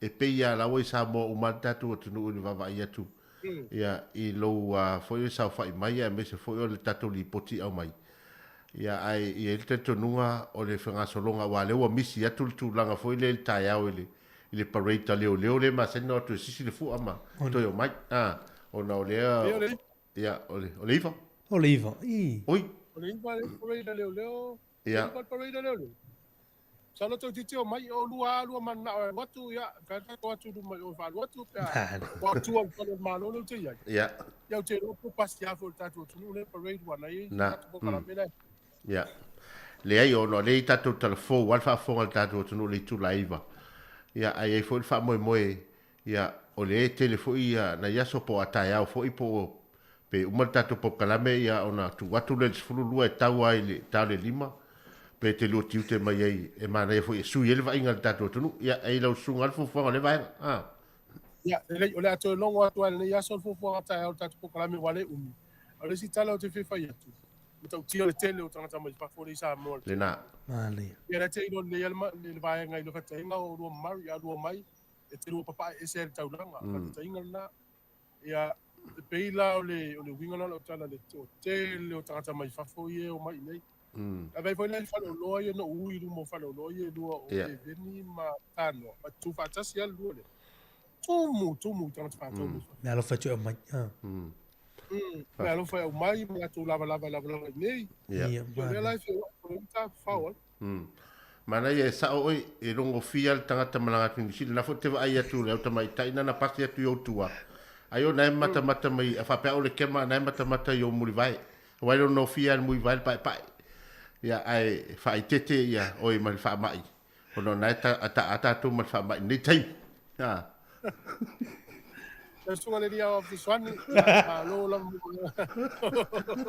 mai ngana te mo na ya por tanto tu no ya pa manuia le tu ya so fu ai malanga mai sa mo tu na ta ma fol fong vai voi le a we te ni pa tu lo wa te unga se nga stes al tu lang o tau le ten tu ai lang le ya tau te lo te mi timu ya ale ai e ma tu le vai tau wa fa ni o sa mo ma pas ya le lo fangia le tu ni vai tai mitar sia ya wane ia fa ni vai tai no tatu ya ya lo fa tele tu manuel le tu ni ya so fo la fianga ya yo stato ripoti ya tu na mai tu o le fa le malo po le fa tu pe tu tonu central bank Samoa ya le yo tu tonu wa i te mai ya fa ftai tu fu ma le ripoti matango fie ma le vainga matango fie ya manuia fo ia la singa ma fe au te ne ya so lo fat fo le au so to mafuta ya ma aveni tupe mana itam ya tato fta pa fe fa no longo atu ya po dal tato po kala me mai au lo mta sesa a o ye tato tunu manuia ne yaso te ro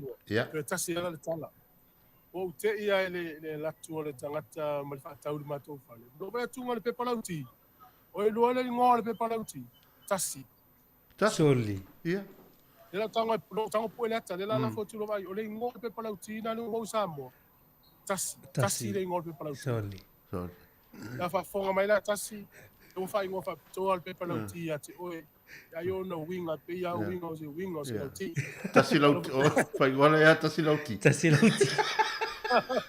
ya pase o lo tele fa ya sei po vai bela tu ya lauti le pe tasi dai na ni ya tasi le pe palauti le ko ya tasi ya ato mai le sa mo to ye mai mo mai su era le pe palauti ngai no ya tasi ya to ba te ia la pe ha ya tasi au ne yo ti ses ya o ele fa te ia au te no ele ya le pa so foi yo mo dei time ya so fo mai manuia pa so fo fatu foi ya pa so fo Morile sao male falele sa chulu chulu itao sa mole falesela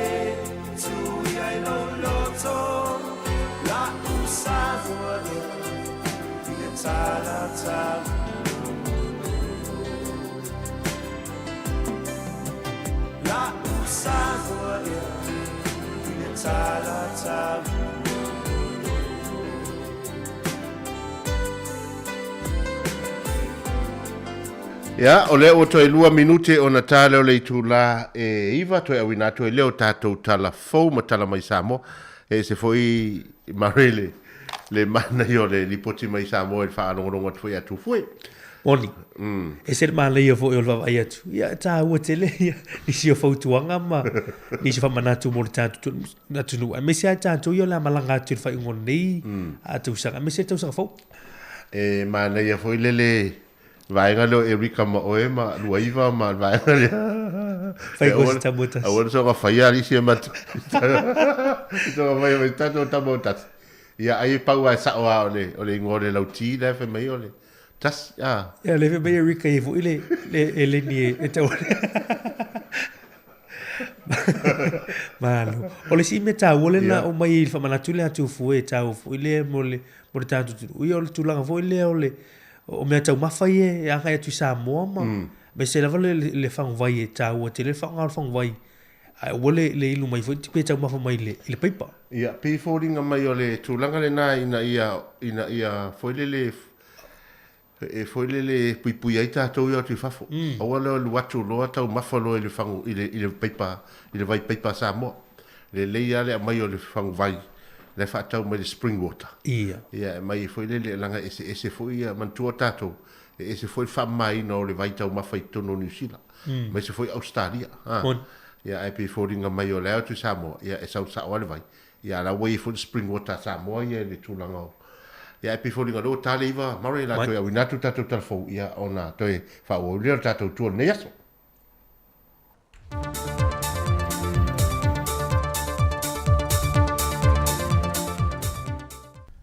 Fia toi whaatala whātulu tātua tunuu e se isi whaopoponga le nei o tala mea lo te tupulu tātua tunuu i Samoa. E se fulu tolu miliona iwa se lau limas fumaltonu wafe mali iwa se futasi tā la. Le tala whaopopo le tupe leo whaatātia mai le lua afe lua se fumalilua, lua afe lua se fumaltolu, o vola sia le fionga le minista o tupe, le fionga mulipola Ana Rosa Moli o ilu mole pale mene. Laua fionga i le fonga fitalai. O lo au fia i le nei tala whaatatau whaopopo mua le tupe, lua olua tolu, ni whainga whaavai, e whesoso ani atu wai tangata nuu, ai mai se e au pito sili o na maa ale lo lātou tamau ainga. A wā le tali atu wai ia fianga o le siitia o le tau o le soifuanga, mai au fia ai vaenga nei. Mua, limas fulta la whaopopoina le pensione masani, mo masina o aperila, me mayuni, lua olua tolu. O le neif so soani, o le awha mani ei nai umatangata whai pensione, e tusa lea, ma le sfulta siafe, tau se lau lua sfulu. Lua, lima sfulta la whaopopoina, i le so soani mo tangata, e iai a fianga tu mau o le soifua, mo le masina o aperila, ma me lua o lua tolu. E wha matu inatu le nei wha mama avenga, mo le toa lua afe sulfito tangata, o loo anga waa i le nei so soani ale malo. O le asa lusu tolo Januari lua o lua tolu, o loo wha matu inatu wai le tului wha apitoa, e lua pasene, e le whaaputu ngā tupe mo le lumanai manuia o Samoa, po o le nupi wha. O le nei wha mama avenga e tusa ma le 10 miliona tāla. E whaapopo atu i lunga o whaamanuianga, sa whaatinoina i le amatanga o Iulai ma te sema lua, ma o le a whaamatu ina atu atoa i le au whaisawhanga. O ia tupe whaopopo, o le a whaatupe mai le iwaenga in sau no le fionga le minista. O le au te lenga tupe alu whaopopo, o loo whaatarasanga ina e tusa ma le 10 tolu tesi ma le 1 miliona, mai whaatupe ina lea mai vaenga nei, mo mua, ono tesi ma le 1 miliona, mai tupe maua whaopopo. Tasi tesi ma le 1 miliona, mai tupe whaamea alofa mai paanga, o loo whaatupe sa oai polo keti, mo ati nae. Fitu tesi ma le 5 miliona, mai tupe whaatatauina, o le atoe fitu nai. Le tala whaatatau o le tupe, mo le tausanga wha le tupe, O loo whaangasolo nei lua o lua tolu, sa tu whaatasia, ma o loo whaatinoina ma le nau ta inga. Ina ia toi whatu, ma whaama ite ai le tamau a inga o tio tātou watu nuu, i le nei vai tau. O le alangolango tele, e le tala whaatatau whaopopo mo le tupe, nei ngā luenga whaama ite. E tau wala atu lea i le whaavaina o ni ala afua e whaatino. A wale tali atu i a fianga, ona o le whaatupla ia o le tau o le soifuanga. O te fia e whailo atu, o loo solonga le lei pea, le whaatino ina o whainga whaavai uma. E pei o na fuafua ina mo le nei tau sanga wha le tupe. Ma o loo whaamauina fo le tūlanga le lei o tupe ale malo. O le anga lulue sa o tau au le matanga luenga o tupe mana paanga. Ina ia au sia tau nuunga mo o mia. A o le imaea le nei tau sanga. Le fionga minista o tupe, le fionga mulipola ana Rosa Molio. O se tasi unga fono le kapenete lan fontanga le neiva yaso, wa toi filifili aile sa avea mo ofisa sili o mtanga luenga o fam sinonga, le to fam papali i John Time le langi a fele, na te toi tau aveina lea tūlanga tofi, o le avea le mapule sili o mtanga luenga o fam sinonga. Wa yel fatua tuanga o le kapeneta, wa lava le tomai o lea tamali o lea tunu, e faatino inga luenga ma o nanga mtanga luenga, le usilia mal se fulto sanga o tau tuai o se ofisa sili langolango, au le ito fie avea ma ofisa sili o le pūlenga, mai le tau sanga lua fese fulmaleono e o mai le lua fese fulmaliva, ma mo tu si aila na au unanga, e ni tu o inga sa whaasanga ia te ia. E le pepo whaamtalanga mai le malo, o lo umia le tamali ini whaailonga maulunga mtawaloa, mai le Universite o Tako, ma o le teminei, o lona tausanga whāle le whaailonga o lo Iesu e sueina o le Bachelor of Law, mai se tasu Universite i Aukilani. O se tasu tō whinga al kapeneta neiva yaso, wa whātu langa i le pule sili fau o le SQA, le ua whaamaunia mai le so opo le malo, wa whaamaunia ai le filifilia le fionga i atu pae pira peilua, e a vema pule sili fau le pule ngā whaailonga matuspasi tau waloa Samoa, le Samoa Qualification Authority. O le tamali o le atunuu wa se funmalevalu tau sanga tau tuai i New Zealand. E niso whaalapo pitonga tu maoti, a usilia mali se fulu tau sanga o lana tau tuai ngā ruenga viso tai male au unanga le pule ngā whaailonga matusi pasi tau waloa Samoa. O lo ia o mia whaailonga tau waloa, e au fia le bachelor degree a o onga male postgraduate e tūlanga tau ia o onga. O le fionga sua Helena Warwick, walo ia nei o na filifilia i le kapenete lana fontanga neiva yaso. E na te umia lo le tofinga o le lo ia silia le malo, mo le isi tolu tau sanga lea o lo manai. Pe o na sila fia o sua lea sa ia tau aveina ma faa wau tiute, a lea sa avea malo ia sili le whainga malo taluai. Lena faa malo lo i se faa i unga le kapeneta, pe tai o le walo ia nei, le avea ai o sua Helena Warwick, ma lo ia silia le malo Samoa. O lo ia umia whailonga tau walo le Bachelor of Laws, ma le Bachelor of Arts, mai le awhiv se lau vanus fumalvalu, mai le Universite au Kilani New Zealand. O le fionga sua, wa fasa fumalvalu tau sanga le soifua, wa whamawina, wa luas fumalfa tau sanga lon tau tua ngā luenga whaaluia, e le ngata i Samoa nei a o atunu i fafo, ma walo fo ilan tau tua i tutonu le ofisa o lo ia sili.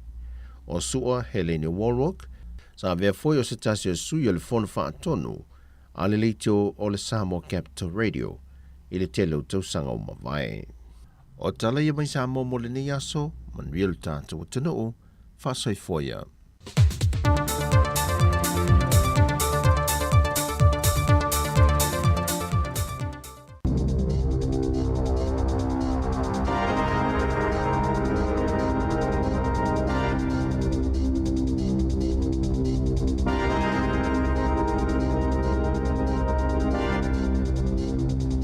Tala flava le whapoponga mo talafo ma le si ufonga le lang momo le nei tai au o le asoluas fululua o te se malua a whelua lua.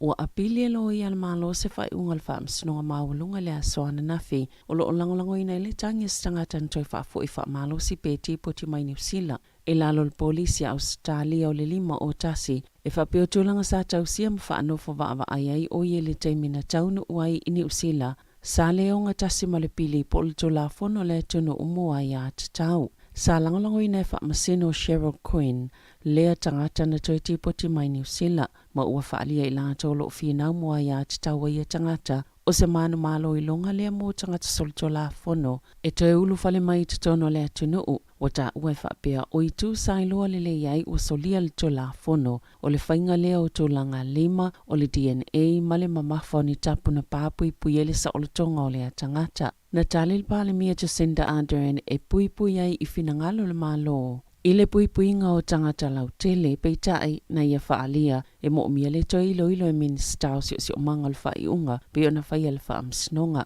I lalo le whaiunga le whaamsino e whapea o le a avisia mai whaamaumonga le atunu a tau le tangata o na tōlanga 5 malona DNA peitai ele o tali eina ilo i almalo le whaiunga mo uto e whaia ila la tau apili ina ia wawe whaia se foi nisi a fianga le ato le mai. E ala fai unga lea ua whaia, i le pūlenga lea na whaawai nei lalo le tola fono lua o tasilima, mō tangata sol tola fono e toi whaafo i whaamalo si mai i totono New Zealand.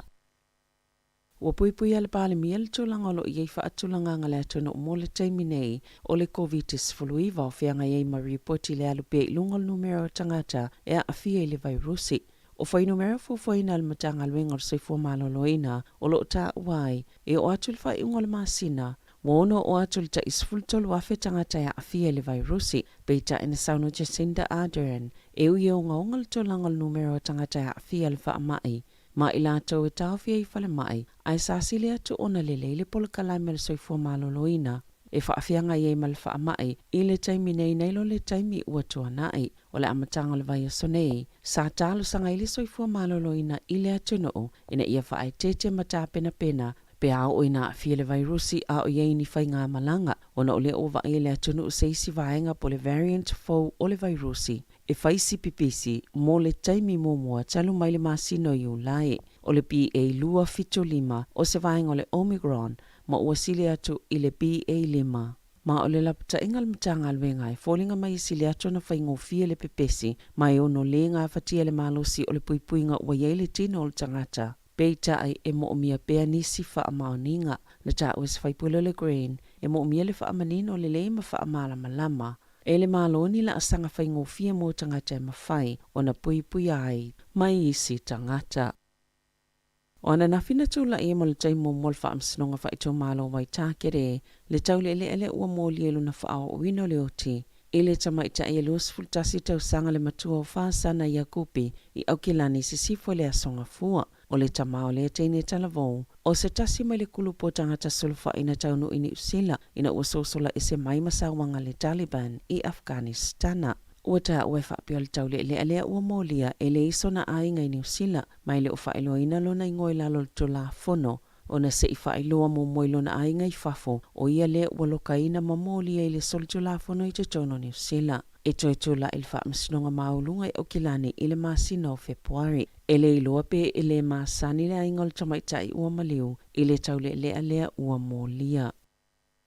E to oiva tangata e au fieni tupulanga sto ono ua lokaina nei leo ma ua maua fo i manita avale se lua ini ngau inga na tutupu i Hamiltone. Sa lokaina leo tupulanga sto tolu ona o se ngau inga li tawa na nafi. Ma sa tula il whaamsinonga tupulanga i Hamiltone i lea so lava na nafi. O se tasi o ia tupulanga na whaia fo i eini simolianga ona o se whainga i whaangai ta avale whaaleanga matalepe i whale loa. Ai ave o loi se whale whaatau ava malo si Sandwich Road i lea songa fua. E to awhani ta maiti lalo ta isfultolu tau sanga le mātutua na tau fia malokaina. Ono ni ta avale na whaaleanga ina ma ave whaangau i Kespen o lea whaawau na iei leo no whanga na tutupa i angau inga mo la tau su enga.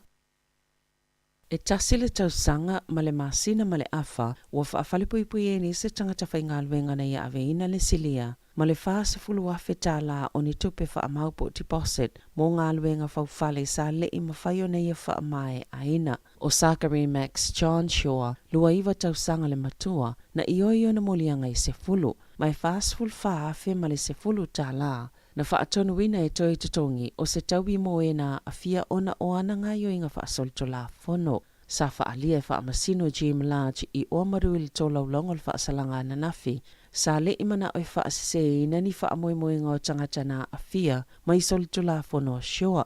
E whaapea mawhaiona toi tutongi ato la tau tupe. O loo nofo ai tā lafo ile atau le ele aia I lātou. Ona ua titele ana ai tā lafo ile mawhaiona toi tutongi. Sa whaalia fo I le whaamasino, e iei fo ei tāla fo shio le whaamasinonga mō tangi a tangata mō whale no fo mau tutongi. Mai iei fo isi ana ai tāla fo ile matanga luenga o anga fisotai, be tu salia maleono se fulu a whetala. Na maui whaamatalanga tangata na fia ona o amio ngā shioa, sa le mawhaiona mau se moe le I le pō, ma sa maua fo ile loto popole. E se fulu a inga na fia I whainga pio lea whauwhale, ma sa o lava fo inisi o na a inga. Na whaamatala ina e whaapea o shioa o se tangata pepelo. E ave shioa le tauala ngā luenga I tangata. O na whaile ia e te tauna tutongi le tupe whaamau. E umane e la ititi lava le ngā luenga na te whaia. O isi taime le e alu e whaise ngā luenga. Muso e toi whaafo I tupe tangata. Ma fiu e whaafso tai. E ifo I taime ave le tauala ngā luenga I le tangata. Ma whaatonu e tutongi le tupe whaamau. E umane ua le toe wa aia lava. Sa misi I tangata whaingaluenga po o ni social workers o na whaalongo mai loa. Ni tūlanga na sawa I na isa tamaititi lalo I fole 5 tausanga le matua I Hastings. Masai una whaaleanga I na tū mawailo na whaai ai. Taluai e le whaatasio na whaau o 5 I ai o na mātua bei o na mau e seilo I longa. Na whaasalaina le whalepuipui le tamao tamaititi. O Whare Ramsey, lua walu tausanga le matua, ma le tina whaio le tamaititi, Larissa Wainoho, tolu tausanga le matua, I le masina o Kitopa. Ona o whainga wha o 5 I le tamaititi e whatausanga le matua, I le masina o Januari loa whelua sfulu. Masata oto ai I le whale mai o le Starship, na ta ue leo I lea taimi, I fōlinga mai o le amatua o ngaonga a fianga o mana o nga wha apitoa, e a fia le tamaititi, ma whaaleanga ina tū mawelo na whai ai o na ole tū ngā o na manuanga. O se te malu a Festival Valu, na tauli mai na I le oranga tamariki po le matanga luenga mō tamaiti, la la tō ripoti mō moine a tungalunga, e whaatatau I le tamaititi peitai. Ina ua mai ani whaatala noanga ma le ainga na whaiese whaiunga, e saunga le mō lava le tamaititi I le ainga, ma sa le isinga yuinga mō mia le toi whaia iai. Ina ua mai ale ripoti lona lua, na toi ave atua I tangata whai ngā luenga o social workers, se isi whaalapo tupotonga ngā lulu e male ainga peitai, sa whaia fo I le whaiunga e le mo mia I nai se isi ngā yuinga e whaia iai. Ina ua mai ale ripoti lona tolu, na mana o ile oranga tamariki a siasi le ainga peitai, o le taimi lea na whailoane iai. Wa yele tamaititi le whale mai, ona o se manu anga ilo na ulu. Lea na whaia iloa le ripoti lo na wha. Na toi ave itua ma ave nunofo maisi tangata o le ainga, au whanga solo le ilo ilonga. Sa mawe le su enga I tutonu lava ia le oranga tamariki. Sa yeni whaatala noanga na whaia, ma sa ngā lulu e whaatasi ma le ainga, I le whainga o whai unga. A sa yei fo ine vaenga sa te tau na whaalileia, e au fiele iai o le leo le tamaititi, I ia whainga whaai unga, peitai ele iei se leo le ainga o le tina amoni o le tamaititi, ini whaatala noanga na whaia. Sa whautua ina le ripoti le whaionisia o onga mo le au whainga luenga. Ina I o lātou vave sila fia ni sāwanga, ma ia iai ni fuafuanga mo le saunga le mo ele o maua e tamaiti, ia o lo o sāwa ina I te tono a inga. I ta alonga, e fōlinga whaata ia le whaala putuputonga a whelete New Zealand whai unga le ali o lo umeina le matatia. O le selau mita New Zealand o Eddie Ose I Nikitia, e sa ili avanoa I le ta alonga la kapia Amerika. Na whaamaunia le tau le ilunga o penga visota inga le asoa na nafi. E whaapeo le a awai le aula kapia le University o Hawaii, sa whaasilsila fo I le University le atala ilunga o alatou upenga o visota inga. I se tali le a whelete New Zealand na whaailo I sa latou whaamtalanga pupu e whaapea. Whaato a o lātou tauli mai na se whaamauninga la tamai o lea fuafuanga o Ose I Nikitia. Ele I maua se avanoa lātou te tala no ai I ai le tamatala vau e winga ilo na lumana I pe mwhena whaapopio na tau wā i te alonga tau Victoria New Zealand. Sa o uina le kolise Scotty Wellington ma sa ia whaalea o ngā ina le matati na whaatuina e lona tama i le 25 tau sanga utuanai i le 10 male o valu se kone le sao sawa na tamu e isu e ngā sampini o awheletia lalangi le ana whai Amerika i le masina o Iulai. Tala whauia male si ufonga le lau mua mo le nei vaenga o le tae au.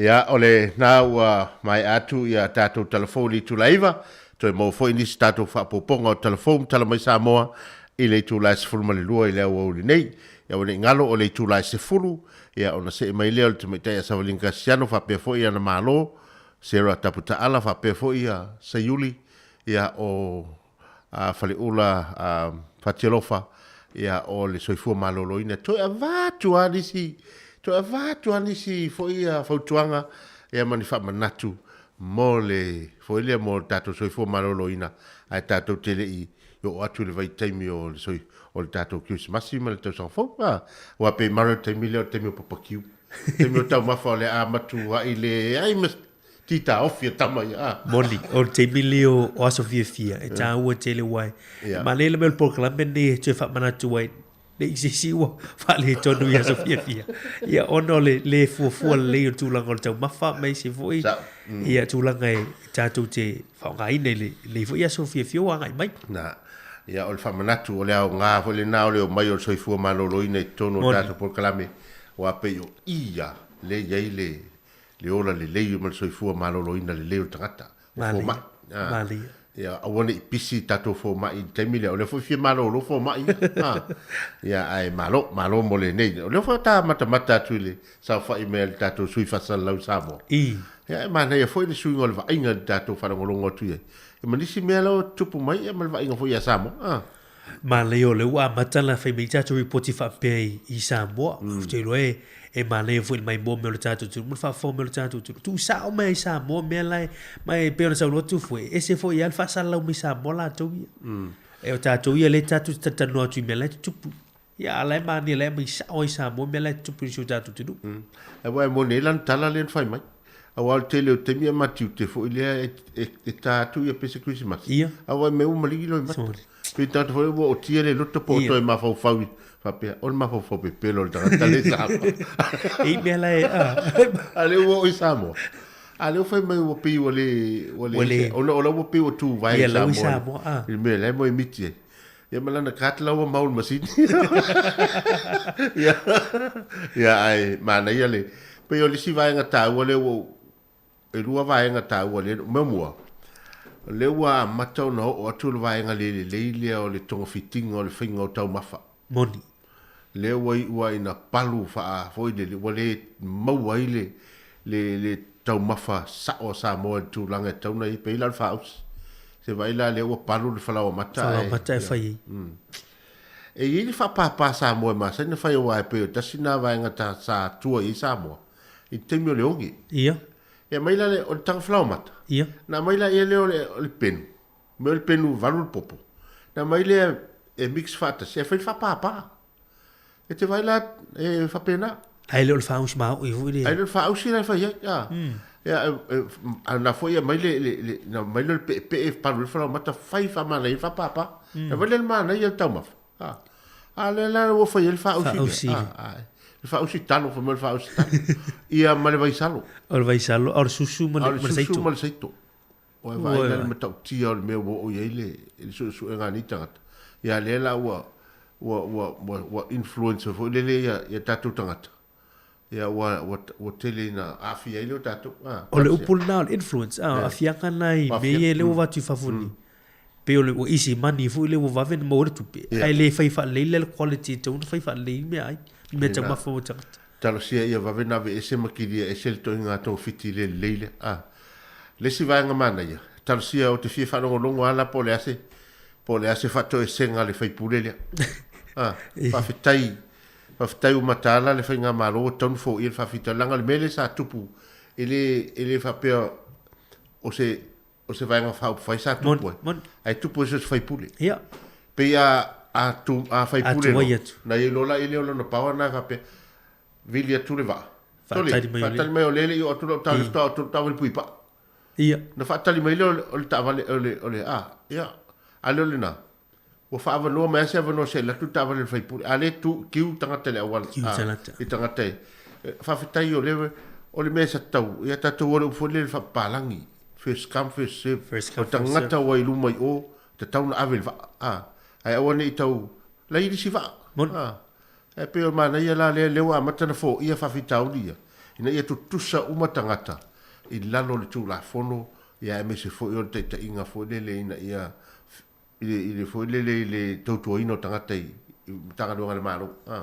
ma ne vai ngale o le mele o popole atu ne ia ile tu langa telefon sa valina le tai o le Omicron le o fa no atu ese foi le PA275 lua fikurima o ape o PA lima le sa ye ia pe o le ua talusia ia ai mo mai se tali le I fo mai e la mai nei ia mai fo se la pata inga mo tatou walanga le tatou te ola fatasi ma le fa mai te mini au tatou le to arno ia ta o te le o tala lo tau lo ngale tatou le tio ele o fa pe o e se fa mai le covid le o fa tu pula ia le tele o tanga tau lo mau fa mai ni ai sa le PA 2.75 lo i te mini e fai fu ia sina va veona a fel tanga te tele il fa mai le o le Omicron PA275 ta wala le matala fai be ia o fi fo mo la to be sa la to yo wo la ngona le mai pe bo fulu wa pena ta wala fa ngau li fo ko pe mala ngai fa ia pe o le la tatu o tu i te mitumtum ai mai se fo telo o tatu tunu le la fa ia ngai mata fanga ia o nala sa le ia ai mai se fo i o tele o fa poiponga a tatu tunu ia oni foi fatasinga ia i maliu ia o to inga fatasinga na o lela pe al fatu tala tasen na Filipin tau o tengi e foi tasi a fa lo tu mai no for fali ale fai mai na ori on tele aliva erika ma o ia stamo o tas ia ai pe o tu langa na sa o e tau ro ana tato fa e tete ia fa ave lo tali fonga pe a fai ia wa fa lo tu ma o il fulu ia po e tali tasi fo tu langa e fa mai nei temi ia pe o nei vaenga na ai tato e fo ia tu sa mo ia tu fu wai talsia ai o taia o to mo me si tato lipoti ia ma tau tu mai mo tato le so taia ia mal tu langa o fo lele ina ia mai pe ni vaenga wa mari matu sa mo wai temi le tala no le tos fu tau sang talwa o to nga so fa pe nei tau langa pia e o tu iwa e o tu iwa fo ni ngona o nga o to yo fo itanga sa vai o le tu pea o tanga te tua wa matana uma fa tau o to yo e o e tuli ia no tua wa tele fa fifianga ia e fa no tua ia le pe o ese tu langa le o ye nei temi ayo no o tele tanga tau o lawa no fo ital fa te pia pero tu langa na o tele tanga te e fa fa tau o tanga tau o fa tari tali se ia pe las for really sto ne fa to fa tau ia malisi tu langa ai lan fa pena ai o le tele ta vale le tele ta vale mon ia wa pe o le to inga va inga na pe la fa te ingo tu ia le pata ma le pa ia ona atava ia soia ia pe tasi ale ai nga ile taina tele ana o tu mai le ia po le pasi e atu le pasi ia le fa fo mai le to wa le to le si ave pasi sa tele fe ia malo le tu mai ale pata e peila fa pena ia a oro ia fa ma fa taule le so le temile vale ai al temile le nei de walo tate wa a no fo fa le pata o tale lua le fia fio so mai ta vale mai le pata sa fa tau to ya le tale e tau nu ai tu ali to tale no bon ia le va ve fe malanga inga mal telo ta vale o swing ara wi le tu ia o matua ai ia ole si wa vai le tu mo le tu o matu langa fa me o le ai ni rentals o le ni rentals ia o matua i lo no winga o si kue ala fa ta o ta valen tu li samo ia mortu morta la le tu ta lo si ia ma so fa tu langa ta fa le o va ele ta o fo fa mana tu la tu li samo ai fa le le vai fa le me o la ngala yo te mini le malanga tu ia e va tu fa lita ele ni me tau o fi ele ni me te sfutala mo me tau ta vale mo ta ta vale ia wa fa tau lo ta vale ne lo sfu wa fetala avisa ia e o samo to ti te to mo le si lo sfu wa fe na fa popole venga samo lu le freight ia male ma me se foi le TST samo ia e tau ta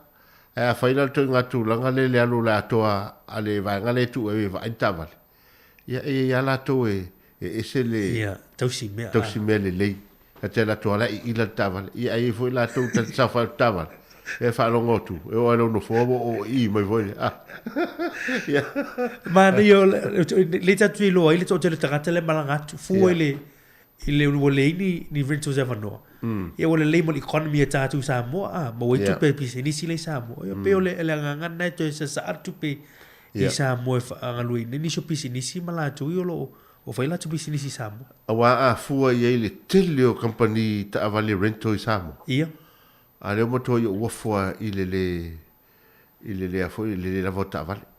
E lis company na maos mas tasi foi o so ave e piki mesan ta vale ma te otu. Toi titi ase fulu ta vale le tu. O ta vale le tu e tom fai fai. O leanga. O ta vale le uma. A o leanga o e ni me o fa wa. Ya o le turang o le fa tali mai ni pato ta vale. Ya ma le turanga foi le otu tangata e so na fai ta vale o ta vale rent. Ya pe ona vaenga na e tau na no fote e tato tunu. O mane foi fa no longa tu tau fai me tu fue. Ya to nei se taimi ya no toi a wai mai le tu fue taimi. Ya le asi a winatu tato peselea. Ya vai foi. Ya tato fulu ya ona toi on tato foi no ile ma savelina ma le proclame on se fu maloroina.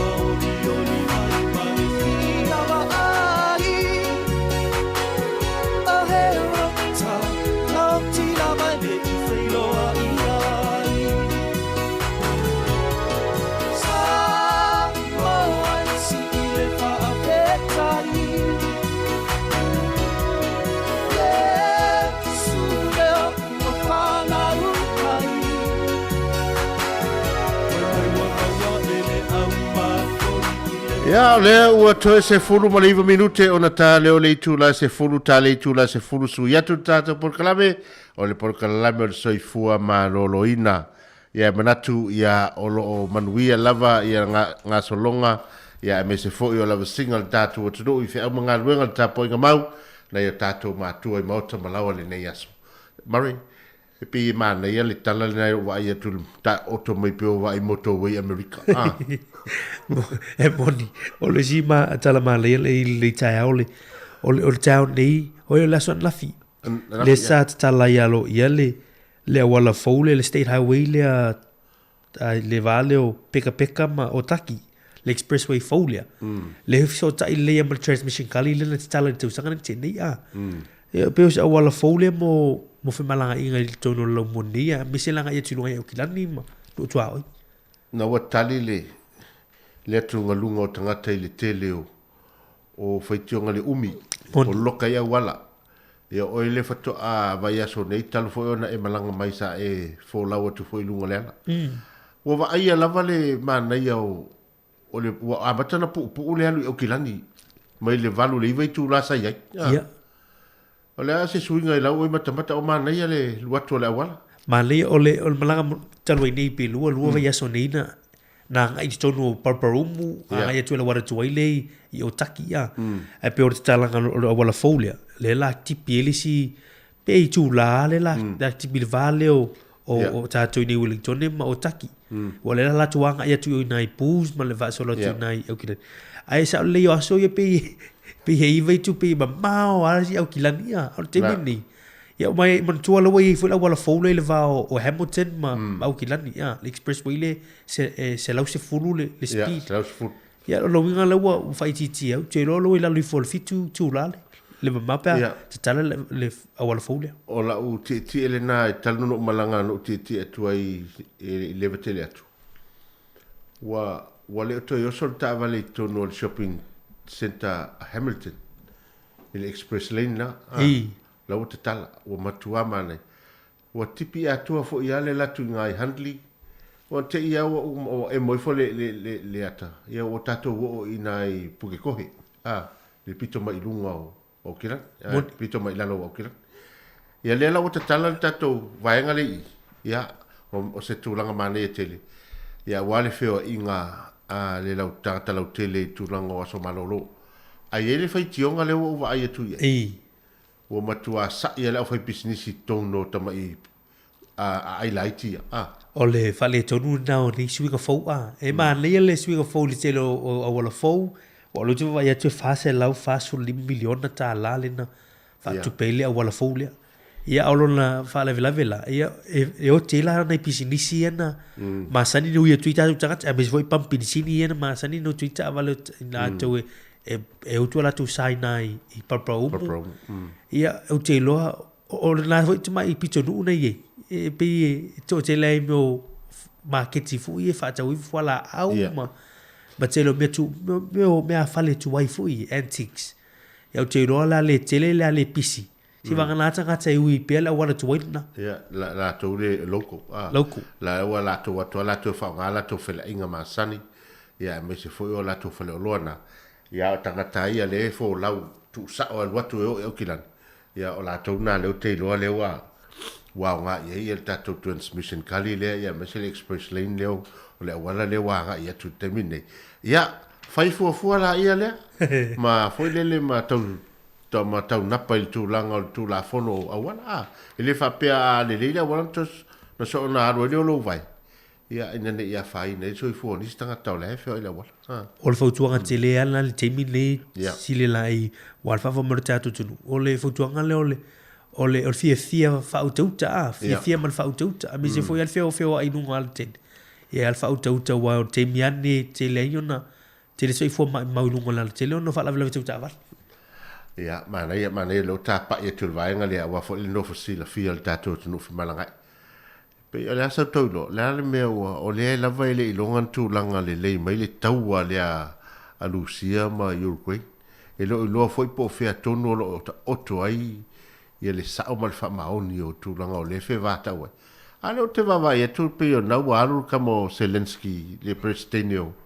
o Uruguay inai i America il fa pa o le me mali la live la tau te mili va peli to mai tau ya le malanga le president of Ukraine Zelensky nai I malortino America ja ni le felo I male president Joe Biden te le fa la fontanga te mini I Washington ai o mali o le malanga fo le president o Lucia e le felo ai male le malanga mai le il pitonu le o Belarus le siete no Belarus le lango la tu ia ele o reso nei foi ia na pola so fora na malanga mai il presidente Lucia I Belarus ale wo so foi il malanga fa fo se ile al presidente pe o laita we ai foi le po ai ia tai ro o te lor tu pe al mele anga Zelensky America bo mieni si au penga mani ni so va nga foi o tu pe fa tu pe tau le o tu le men timin ia wa laita we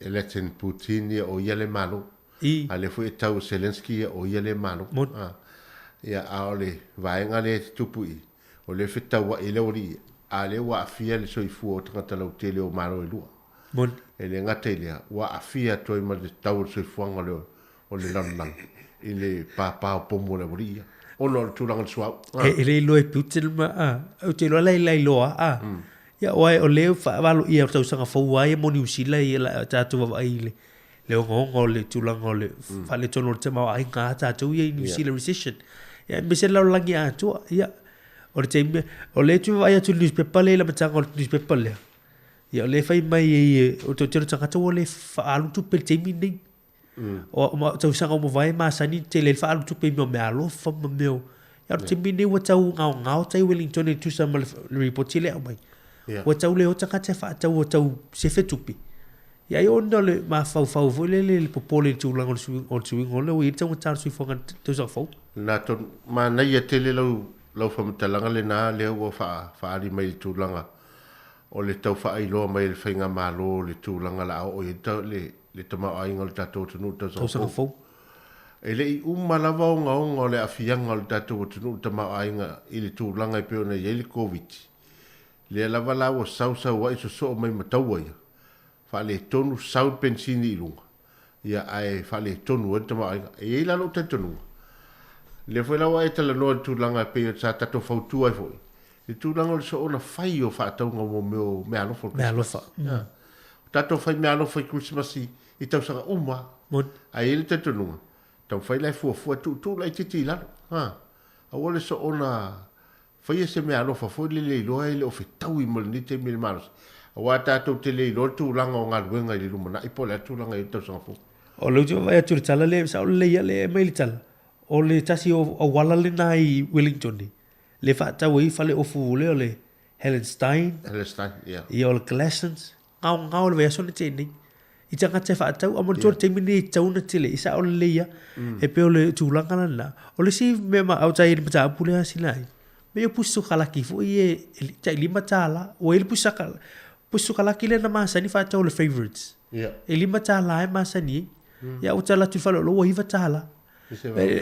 Al pusa la titi ho le o te na la to te lo ia te lo wala lu tu pe na me o somali ia pe tu fai tip ia tau se mai ave se me alo fai ele le maunga o tu ranga le na o le la wa pe o fale ofuna e tele aina ana ta la to material so la to ia le tele ta te vai le ofu me tu fu mitas e na classe ma Helen Stein ia pe o tu a fai la ia wa tele fai me alo fai tanga te mo me o lava ia mon va tu lo la fa pena e no winga wale o to e fa so na fa aluina ia ni tupe tu langa o tau la te mine ia fa o ha tele o futu ai le sa le wala lo ele ai ma se ai ngo tatu ai ma se tatu in samo o le ngasu le fale o le tele o lava ma foisia langa to i titi ava yaso male alo o forward to ina fa tau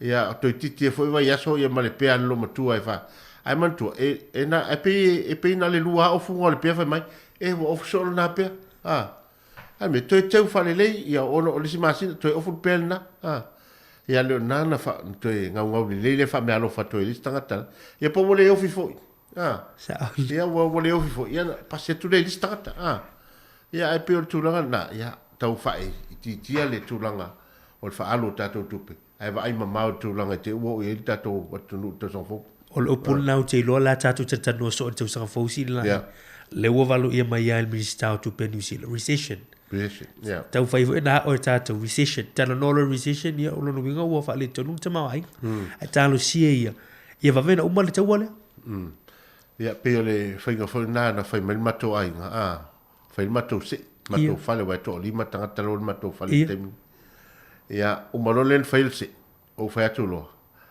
aua ne isiri atu le mea alofa ma le fasu tala. Oli, mali. Ia, o fai ai au. Ia, le ofetua oe. Ia, o le fatau mo se fatu le ai.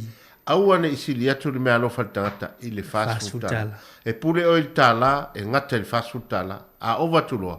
Ia, ua le manai. A mai mali sitio le mea alofa. E fa maoni ai. Ia, ua ne iso ona. O la ulea mai tau. Ona e toi fai foi le sikiusi mas. Ia, moni. Awan me ano fale e ngata i kiusi masin ni. A ia o atu ia Januari. Ia o nai mawale me a ia Januari. A ia o fa umane ia te sema. Ia. Venga nal mato kisi mas. Malia. Lela ia male tina mal fana. Male ele subi ngol tanto programa mo le sifo malo linga wale a lava mai ni tato a sui na tu la i mai e. Ia. E anga mai le tato programa. Ai o le la yel por kalama su fumalo loina te replay atu alfa fo mer tato tunu ya mana ya fa tayo le wa fa malu lot fo tato tunu ya ono tu langa le mal fia wo le fa fa tanu ina tato por kalama le ya ono wo fo vai tawo le pisi ya ali to mai fo mai ya wal to to ina la vol tato tunu lo tele ya la isi tato por kalama to tai na to fa manatu ai ya tu langa so fo malo loina malanga ya to tato tunu ia il fenga ia so marolo wa lava lo so fo marolo au le ngalo la no fale fa manatu fo ala au moni ia ma vai na ita mam tina matua ila to o le fo wa mata on tato o le la sanga e la to tele mana tua ile telo me tupu telo fa lava tupu mai ia o le maliu o fa poiponga le fa na ia ona tele ile ma natu ma fo fa uneta mam tina matua ia o tato fa manatu ia le fo la au to ina le feta ma tanga neve ta le fo tu ia tato pesel nei ia vai foi na to yoro minute ona tale o le tulas fu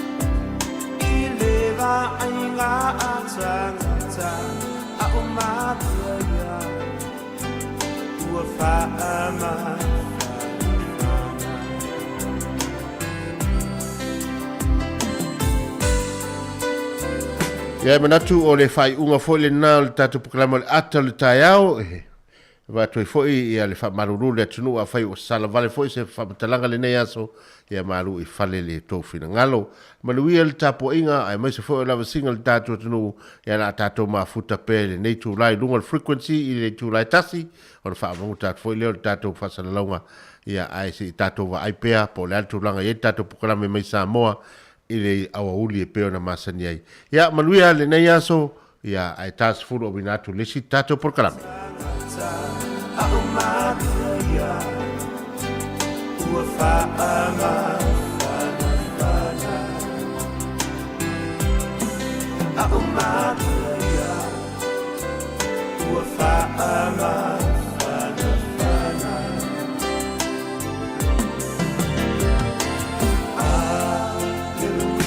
Osana ya banana wa fio mai le tana fa alomo le tala le tuia lo loto la usavoria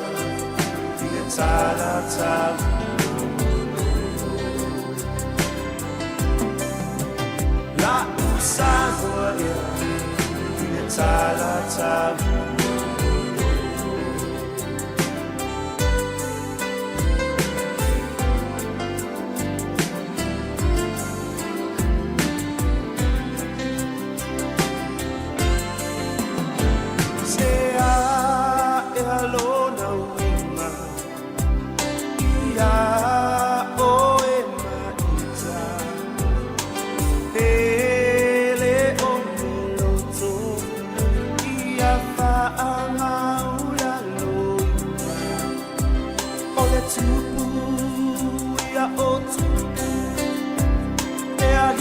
le feeling as I feel my tulona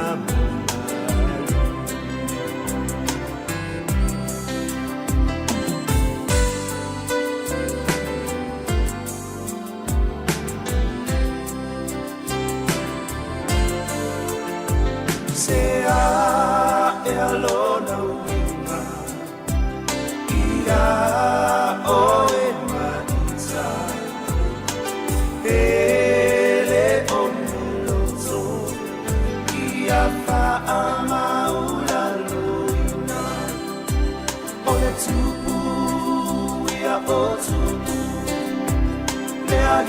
le feeling as I feel my tulona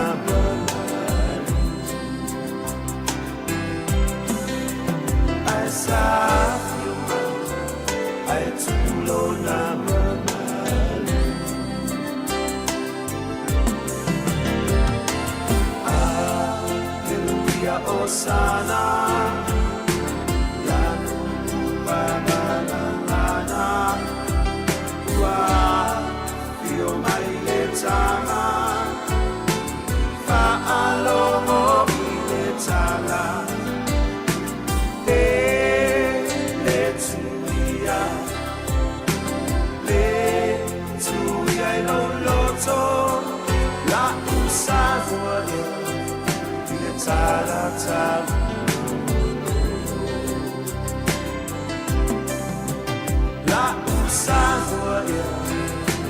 Salata.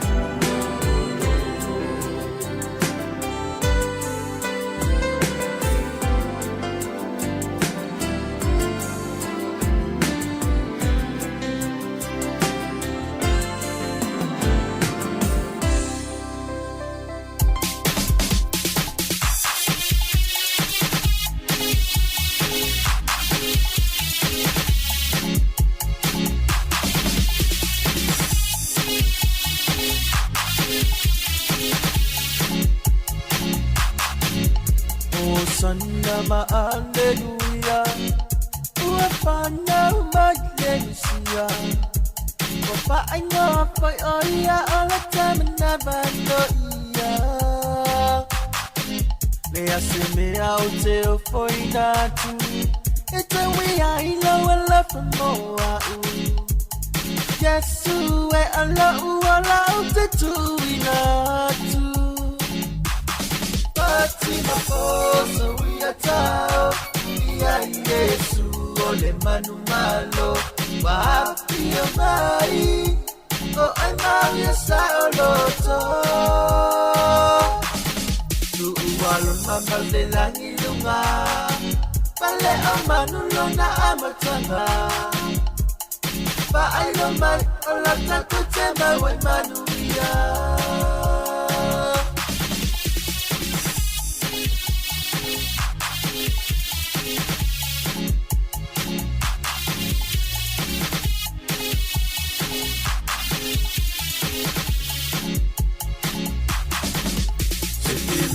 Simana ya pe ama wale fia fia isikama malona aina atoa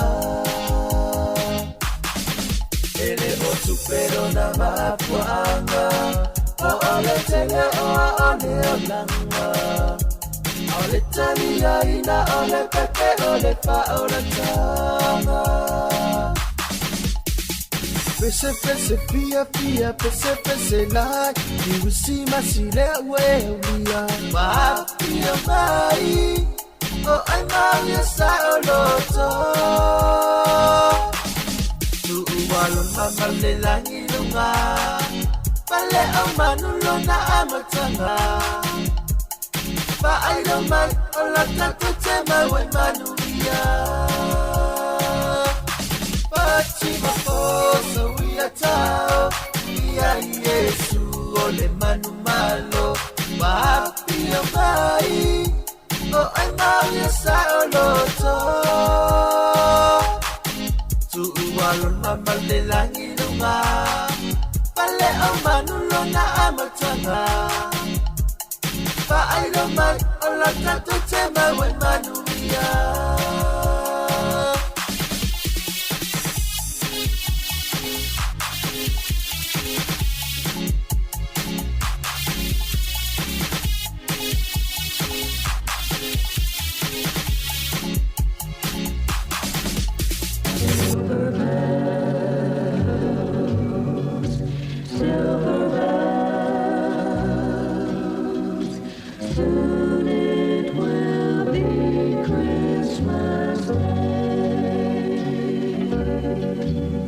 City sidewalks, busy sidewalks, dressed in holiday style.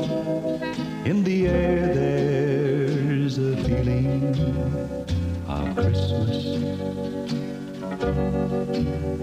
Children laughing, people passing, meeting smile after smile, and on every street corner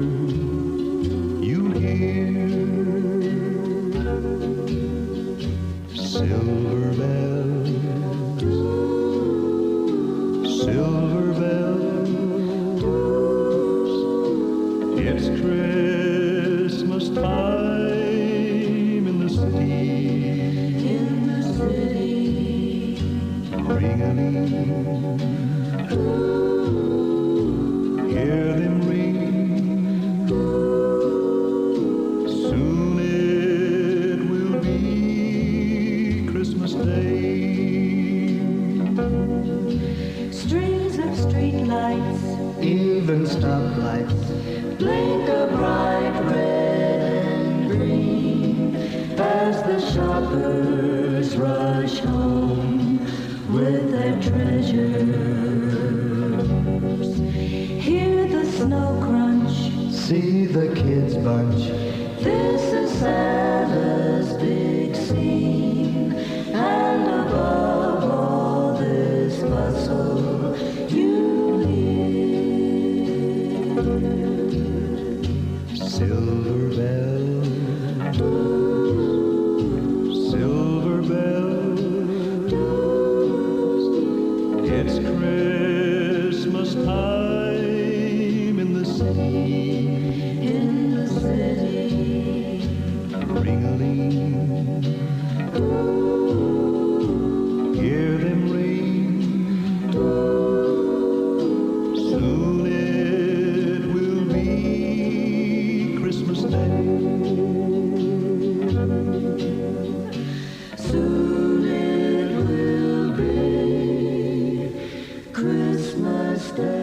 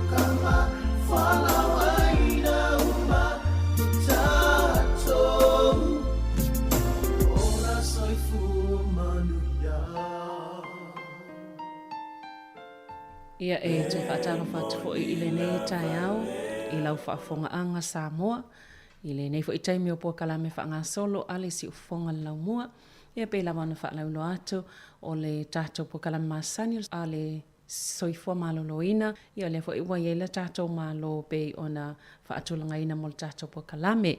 O le tau o nei Puakalame o le tātou ngā loe whaatasi ai ma le pulenga whaafalmai a Wellingtone, ia whaatasi ai Porirua, ma le Heart Valley, ia ma au nanga o lo ngā loe whaatasi e whaalaulol tūlanga o le soifua maloloina ina ia le leile tausinga o tātou tangata, ia o tātou au maua nei atunu. Tai au nei ia o lea ua whaatasi mai le sunga ia po le fionga fo ia le au pepe longo vai Cranger. Pei fo ina tala no atu i se tasi o Puakalame o mawai, Io ia fa ia iona to mai le tūlanga o le wawainga o tau mafa po le soifua maloloina le whaapale ninga. O ia waenga tā ua le o le maloloina o tangata taito tasi. Ia ai whaatalo whātu le nei tai au i lau fionga le au pepe malo lava le soifua. Malo lava soifua, Savanina. Good morning. Malo. Tartonu o le tapo kalamele sa tatal no mua i nai masina fo i utona i atu. Ia sa mawhaiona to e tā. Ia sa iei lava tangata sa mawhaiona tala noa mai ma to e fasili mai le tā ua vaenga iana e sau noa iai i le por kalame fo i pei ona whaatino ina mua. Me se lava vaenga o tau mafa ona e pei e tā ua tele vaenga lea. Ia ai oa mai le ngā luenga ma le au nanga i le nei taimi o le tau sanga. Whaftai lava mo le avanoa e mua whatala whātu i le lau mua. Whaftai mo le avanoa mo whai tutai patu taranoa whaatase le nei tai au mātangu fie. Yeah, the work has been really busy. Qua busy ale nei tau sanga.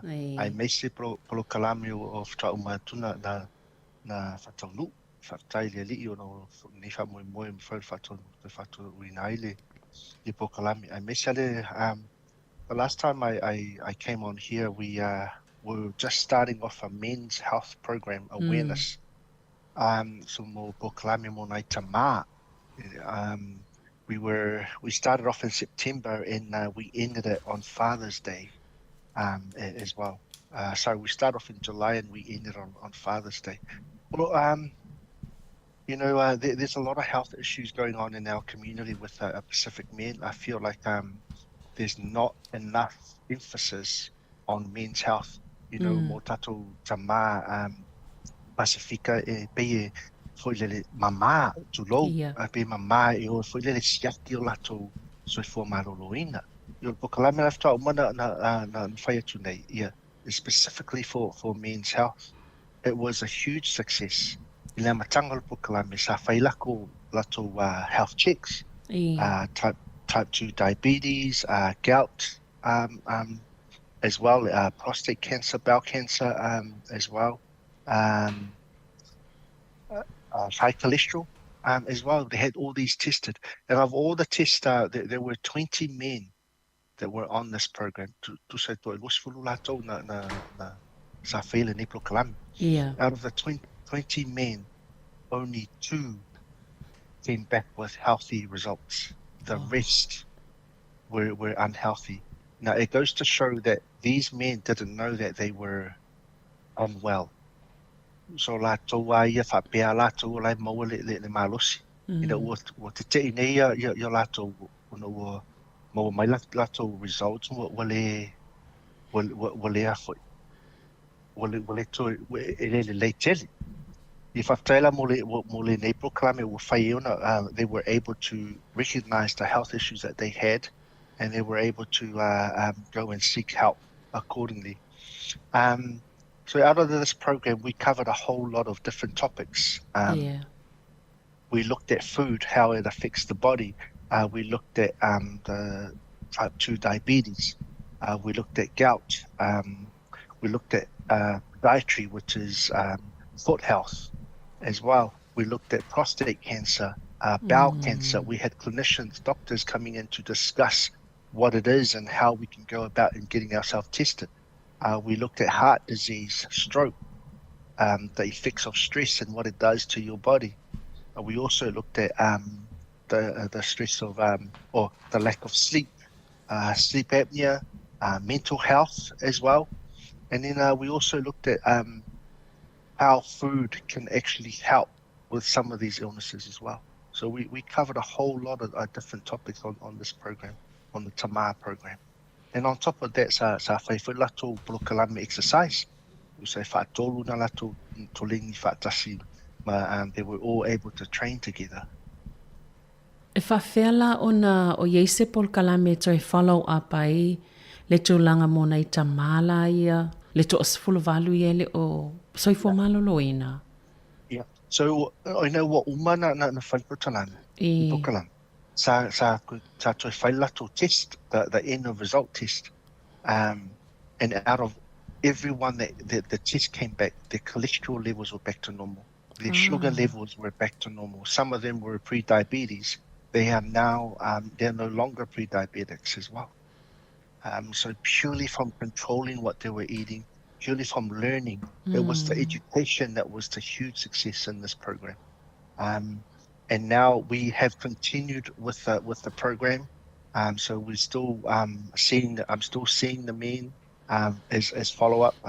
We're still training together twice a week together. So there's that ongoing support to make sure that they're all. It's all about mindset, tatou tamā. It's all about our mindset. Because if you look at it, our fathers, they're the breadwinners of our families. And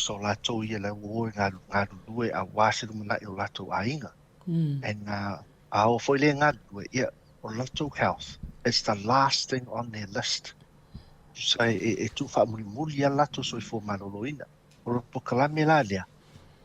We taught the lesson of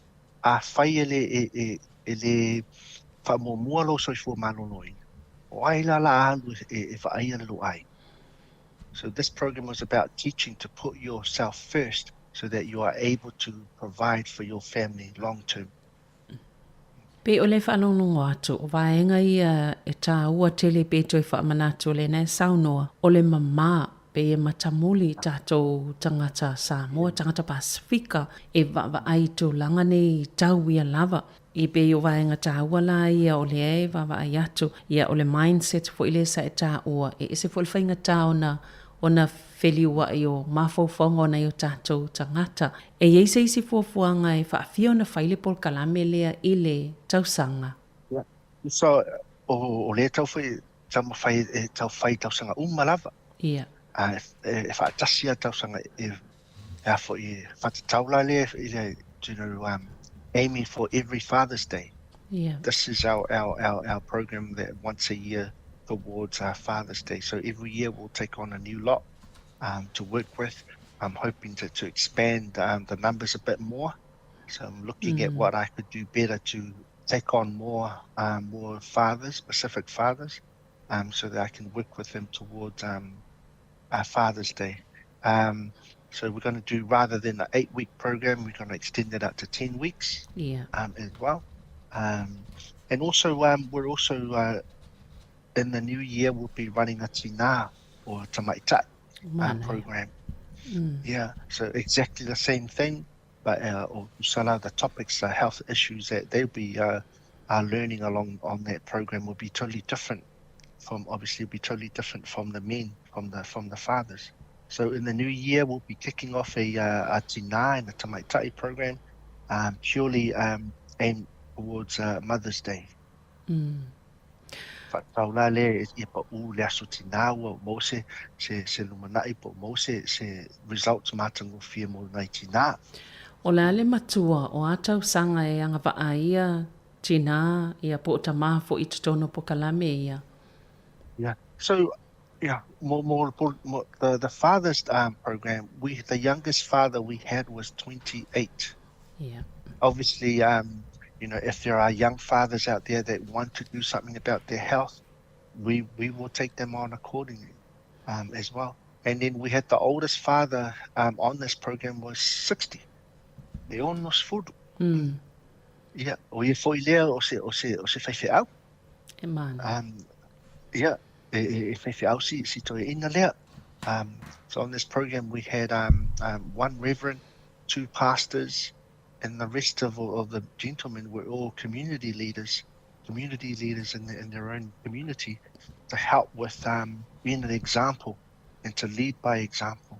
O pakalame lea e na o tutonu au porirua pe o tutonu porirua. We thought we'd run a porirua based program and see what kind of result we were able to achieve, and hopefully next year it'll definitely be in porirua as well.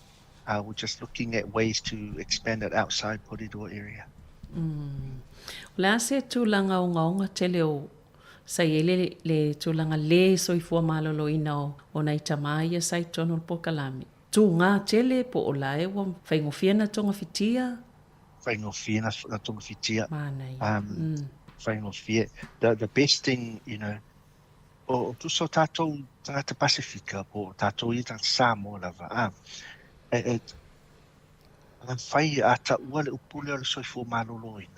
It's not just eating healthy. It's about you look at it holistically. Yeah. You look at your environment. You look at in your household, who is in your house, what kind of support that you have at home. So it's about getting everyone on board in your household to make it work. E le se au ngā whoilele o lai tam whaistoi ina e tausiri soi fō malolo ina. Ai tiro to lua lan whanau o lai ai maile le Kentucky po ai maile McDonald's. Yeah. O Porkalame la lea, it was about teaching the father, like taking that knowledge home and apply it into their household. So the fathers that were on this program, they were able to do that. So whai o lātou na o atu te tono lātou aina ma introduce ya lātou mea sa what they learned on this program, they were able to apply it at home. Yeah. So iai si toi ina whewhi au sa sautara noa mai whamai sa aru langa e Kalesia. O lana launga sa whai. Sa whai lea I le soifua maloroina. Una ua umalana launga. Yeah. ua sui ia lana au lotu ua i lana tuanaʻi e ave le afasā e avatu i le afasā ma tuā sui atua mo mea ai mo fualaau o vegetables mo fruits ia mo meat mo i'a foʻi lele ua le aini mea lololo. Yeah. So I looked at this man, this great man, and he went and preached about. He did a sermon on healthy eating. Mai manatua, you know, o le li lavana o ia lava lea safitalai o tau tino o le malu lea le ali. Your body is a temple. Sa fa o ngā la si toi ina lea le scripture lea. E whai ai lana la unga. E a o ai lana au lotu. Le tā ua o le soifua maloloina. So there he was able to be an example not only to tonu longa aina, but to tonu fo ilana au lotu. Ia mantua fo ilo fionga lau pepe. E pe o ila tau ia e tilo o mai ia i tātou matangata. E pe e sau noa mai loa ia e whaatai ma muli ia o tātou tangata. O se paenga ma neia tele la pe ila le wata ia la ila tau. Ia atono la unga le whaim wha amanatu pia. Le fo wha atino la vai tau mawha e wātu I tono le kalesia. Wai tasia me o tātou langa ono o tātou tangata e whai mea le leie. A sa valvali atona o sina o le asina tau mawha. Ia ai e pe e wa ai wha pia e pe wa le whai mea le anga la ainga o se wa ia le mea aina au mai e maina o laula aula no mea matapela o ia ma o nai si to lo ai pe o le ma nei tele le falong longa tu le napo kala me sa fa tau taia ia le ola tato wa ai ma tato muli ai la vai fa ta inga ia ma sa no ngai au mai fo I le fainga menga pa ia le tu o la to ia sa awai ia ma faingo fia lava ona muli fo im fa ta ia tu ia tato tangata au lot ma lo lava o lo fai o si toi ina le matua to anga lava e afalo le lima le afia o le taiao saulo o le ni fatasi wai fai amatu le ni fatasi manai ka maro loa ia e a saulo ia fa mailan tala au sautonu I au wani ta ua se fefe au ta ua o tusa uma lava tatou ia o ia lava lea e fai ma fatita ina nai tama ia matu te ngā lue fatasi. You know, he leads by example. Mana ia. Wala ume fai tau exercise po fa malo stino na ma sanina. Fa nga yo el tau kalame. Fai tu la. Yo le taiao le aso fua mal taiao le aso ludu. Le afa lima taiao. Ia nai tu la. Ia fai amato toe. Yeah, we share a lot of knowledge about what everyone is eating as well. There's an ongoing support from the group itself and also from their families. There's still the great thing about this program, all the men that are on this program, if they have managed to teach their families about healthy eating from the knowledge. It's the knowledge that our people need. You know, it's not about telling people what to eat, but if we teach them how to eat, they will have that knowledge and those tools for years to come. Malo whaftai.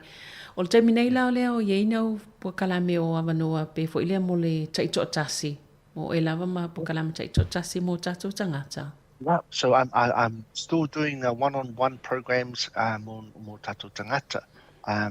There's still we can get funding available. There's funding available for our people to do a health program, whether it's training, whether it's healthy eating. We can sort some funding for them as well.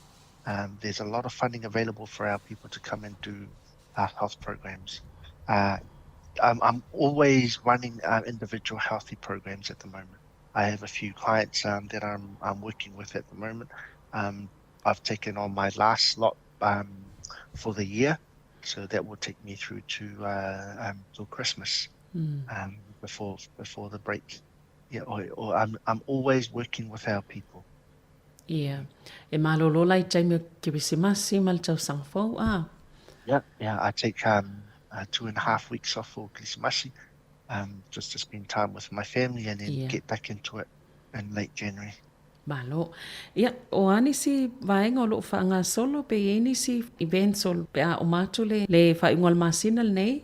Yeah. So we'll be working with a couple of the outlets out there in terms of mental health for our Tamar program November. So we're just finalising our involvement with the mental health in the up and coming event. So I'll keep you posted on the outcome of that. Yeah. O lau pokalamele sa whaanga solo pe toi fia toi tō mānatu lava i ai. O le ale ngase sapi tu silan ta atele iai I fo ile a tonu o te loele mwhena na whailo atele tu langa I le whaamatalanga patino o le pole private information o tangata. Ai whaamatau le ale, wai pe o le singa se e pe e pito ta atele I fo ina yo tātou tangata I le ngata o le suka ia ai mai se fo I o le maingungu. E pe I o vaenga na mwhena pe e sau fautuanga ma sau fisosoani I le to tele ona I tātou tangata mwhaiona no fouta iai ia ma no fo sila fia fo I le tūlanga lea e. So ole ngasi tā tele le iai tuetem e ole mai suka. Ole mai suka. So with the ole bukaimea lea matama, like I said, there were quite a few out of the 20. There were 18 with health issues, but out of the 18, there were at least 10 with mai suka. So they were, luckily enough, we caught it early that they were able to do something about their health.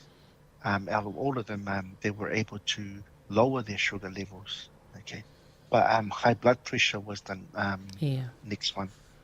Gout, also, the uric acid for reading for a lot of the men was very, very high as well. So we were able to bring all of that down.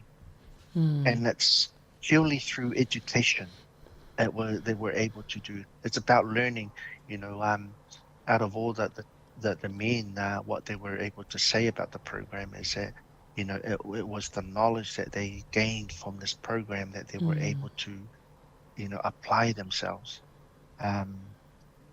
in bettering their health. But the number one health issue that in our Pacific, anywhere in the world with our Pacific people, is type 2 diabetes. And of course, ole mai suka a whai e maua ole mai suka, if you're not careful, there are other health issues that will stem from mai suka as well. High blood pressure, heart complication as well, kidney complication as well on top of that. And loss of eyesight can be one of them as well. So if you're not careful, all your organs will start to fail if you don't get your type 2 diabetes under control. If you're pre-diabetic and you're on medication or metformin or any other medication that you're on, I urge you to get your health sorted so that you can wean yourself off the medication or as well. Malo, ia o le tele yo I tu ai ngā polkalame ese o le ua e mai se fo le social media ma fsota inga whaona pōnei o I tangata whata I tai ia e whaiwhai atu ia ai mō lau sunga po lau fionga leo pepe o sau fautuanga e mo le sa tata noel polkalame mua tulango tau mafa mai se lava le tau mafa le taimile o le ala maltai o le breakfast ia o le to tele o tangata e o ele fai se breakfast ele fai se ti o le tai au ona e pe e ala e fa mai ele o langona se fia ai po se fia tau mafa ia e pe ma nei fo le to e mai o sau fautuanga I vaenga tau ia ina I fa manatu ia mai se fo I pole ali to inga tau mafa e tau I le molo tatou tangata I le no tatou ia I nei atu no ele pe o Samoa ese fo I tau mawhai ala whai mai fia iai. Ai pe o tau mawha le maua nei atunu. Ia ma le tau ura soifuanga o tau ngā nei vai tau? Yeah. So, ole breakfast ma tua tā ua tele. E tā ua tele ana na paisau breakfast ka e ana tai hau. Mana tua. I te mile te moe ai. So if your last meal was at 8 o'clock or ile valu ile fiafi, so when you're asleep, your sugar levels actually drop. When you're asleep, Okay. So in the morning, you need to bring your sugar levels back up to normal. So having a balanced breakfast is crucial to bringing your sugar or your glucose levels back up to normal. Fruit, your banana, apple, pear, kiwi fruit, any kind of fruit, have it with kolesi, or sa whae mo fo'i, ma sau toast, as well. You know, these are the type of foods that you need to feed your body, and able to bring your glucose levels up. Ai mau ai fo'i low energy mana ia fo'i. Tō tele o tātou, whiala mai, le breakfast. So a whaia se tau mawhai po se furulua, po le tasi i le auri. Ie o tu temina matua alu alofia ai. Ia. Whai loa sau mea tau samili nā teimi, ia, matua ai o tia ai fia ai. Pewa overindulge loa, kusa wa tele lau ai, me mōrelu whaile le ai ia pā. Se too long. Ole mea la le fai te lava le tatu overeating. I want it over, don't overeat, because your body doesn't actually need that much. When you overeat, the body takes what it needs and the rest gets stored as fat around your gut area, and also around your organs as well. So it's portion control is crucial. Whai sau breakfast, i le tai au, whai masau snack, whai i le mid-morning, whai loa lau lunch, e o tu teimi lau lunch, you don't need to really eat that much. You just need to eat a little bit, whai lele Yeah, or it all comes down to portion control. One, portion control. Two, the type of food. O atatu me ai tatu, tote ai. Yeah. Back on melo lolo, back on the sugar, back on what's called over processed foods or me foi mo te pio sosisi ma sosisi me fa pena so cut back on those type of foods, but control your portions. Make sure matua mo level paleni the protein or the carbohydrates. Carbohydrates aid me more vegetables or fruits. Those are all carbs, carbohydrates. And see what your fat is. Your fat, good fats. I'm talking about more poly or monounsaturated fats. More peanutty or cashew nuts or almonds. Those are the kind. Or pumpkin seeds. Those are the kind. Olive oil, peanut oil. These are the kind of fats that our body needs so that we are able to control our cholesterol levels. Mana ia te atono lo whaafonga mai fo ia la tolo mwhena mau mai po kalame. Ia masalo mana ia le wha mau vaenga ia. Ia na fofua lele no fole la lo ia ma tosi. Ia pole almea la wha lena sau no mai ia lau pepe. Wha pe ole me aile tauna na o aile taiao. Ia whailau snack aile. Wato tele snack ya skuli mintayo. Aile snack ile. Wouldn't it see the fruit? You put peanutty or nuts. Yeah. So tato tino e mana o miele suka. So e mana o miele suka so that our bodies can survive. But we can get the sugar from our fruits and our vegetables. Those are the kind of sugars that our body needs. Okay, our body does not need refined sugar. Refined sugar. E me ia mo keke. Suka le fa suka ia tatu ki. E mo me ia processed foods. We don't need that kind of sugar. Okay, but our bodies do need sugar, but it can get it from our fruits. It can get it from potatoes, kumara, taro, bananas, vegetables, all fruits. These are the kind of sugars that our body needs. Because all carbohydrates convert to what's called glucose. Glucose equates to sugar.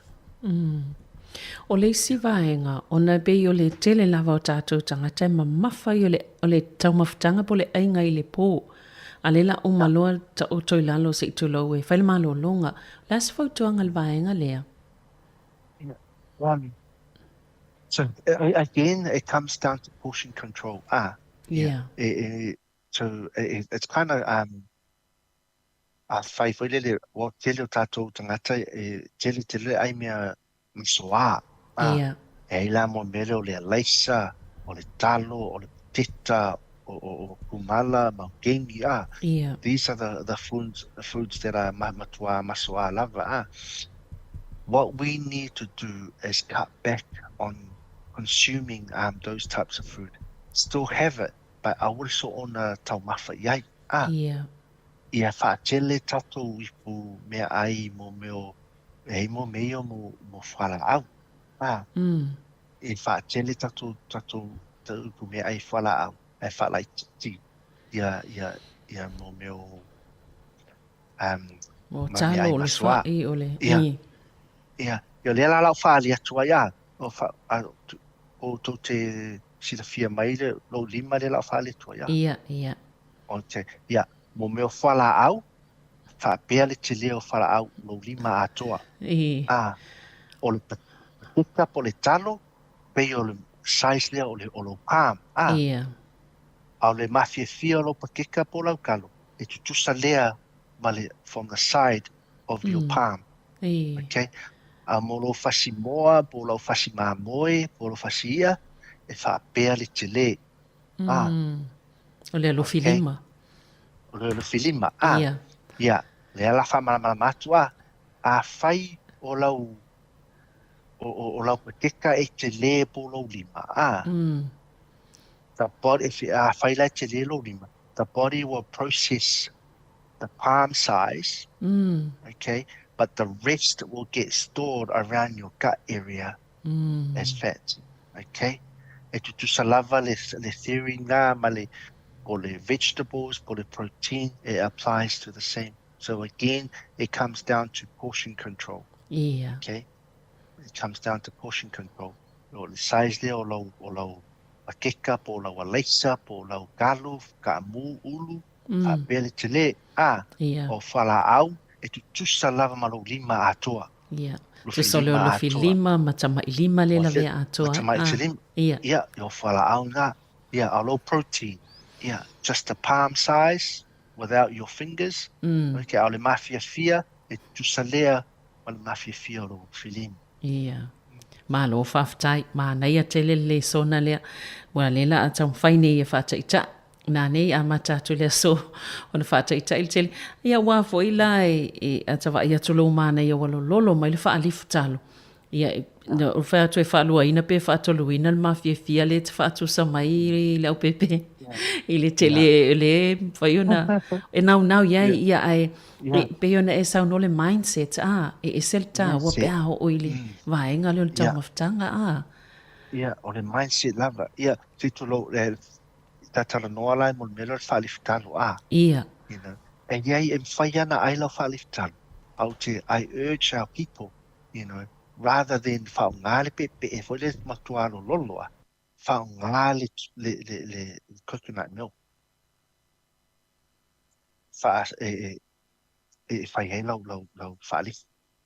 So the difference between coconut cream and coconut milk peole e tutusa lea male miti. Le fai tātou sa moa. Pe soa vaia. Au le se singa pe e fai le soa vaia e tutusa la male miti wa sui I le vai. Au pe. Ia ma tamalo lolo la lea. Yeah. So I urge our people e fai ana na fai lau whaalifu I le coconut milk. But wha sau add a teaspoon of corn flour. Yeah. Wha mafia fia ai lau coconut milk. E tu tusa lava ma le coconut cream. Oh, mana ia tele. Ona e ele aso na whaatau atu le coconut cream le milk. Wa whaile whaalifu. Pe o ile wa se sele pe ele wa mai wa mai le milk le mai le cream. Ia le I whaonga ina. A lea lau whaanongolongo atu lau pepe. E leila e mana ia tele se I whaataita. Ia le wailo atu I fo I le vahenga tāua. Yeah, tu salava. A whai nei lau whaalifkanu po lau whaalifai I whai lava coconut milk. ai mix whakasi ma le cornflour, wha mawhia fia ai la le... E piso so you get whaatoto ai. this, I whaatoto ai le coconut milk. My family or my wife's family, when they come, they think it's pepe. E. They can't tell the difference. Wha pea la tau, o lai tau sami i le coconut cream, ai le roa, o le coconut milk. Wha pena fo I pea whaila uoka, loka ia. E le whaia i le pepe, ai whaile I le coconut milk. Wha pea la tau, o lai whaile coconut milk, o lai whaile pepe, ai le roa, o le coconut milk. E ave foi la o ele avela le cornflour pe fa pe e fai la le me o le ota pe ave foi yeah, just a touch of makwa mix fa kasiala you can chuck it in the blender sui lo le o la yeah ma lo fa afta ia vai la ta wol vai ngale le wai lo ai nei ia mai se fo mole mamalo lo fa fonga le se nga o tau mafa ona a tātou tala noa I nei o tātou so papalangi. E le o mansani la tau I mei e whaonga e whai e tātou tau mawha pei la vaenga wha peol wha alifuma a peol tau a whaile le whanongolongo atu ai lau fionga o le te tala noa ona o le te silafia o lea o tātou tau mawha e tu sai tātou ia mana ia wha aftai la mo le ua o la matan wha tai le coconut milk longo vai ia ma nei e whaina sa whaile matou me ai ma nai ta mai lisi asu. Ta mai e whema kokala. Sa whaila whalai pisu.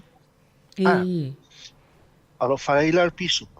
E lua pisu. Sa unofo saka mua I le vaivela.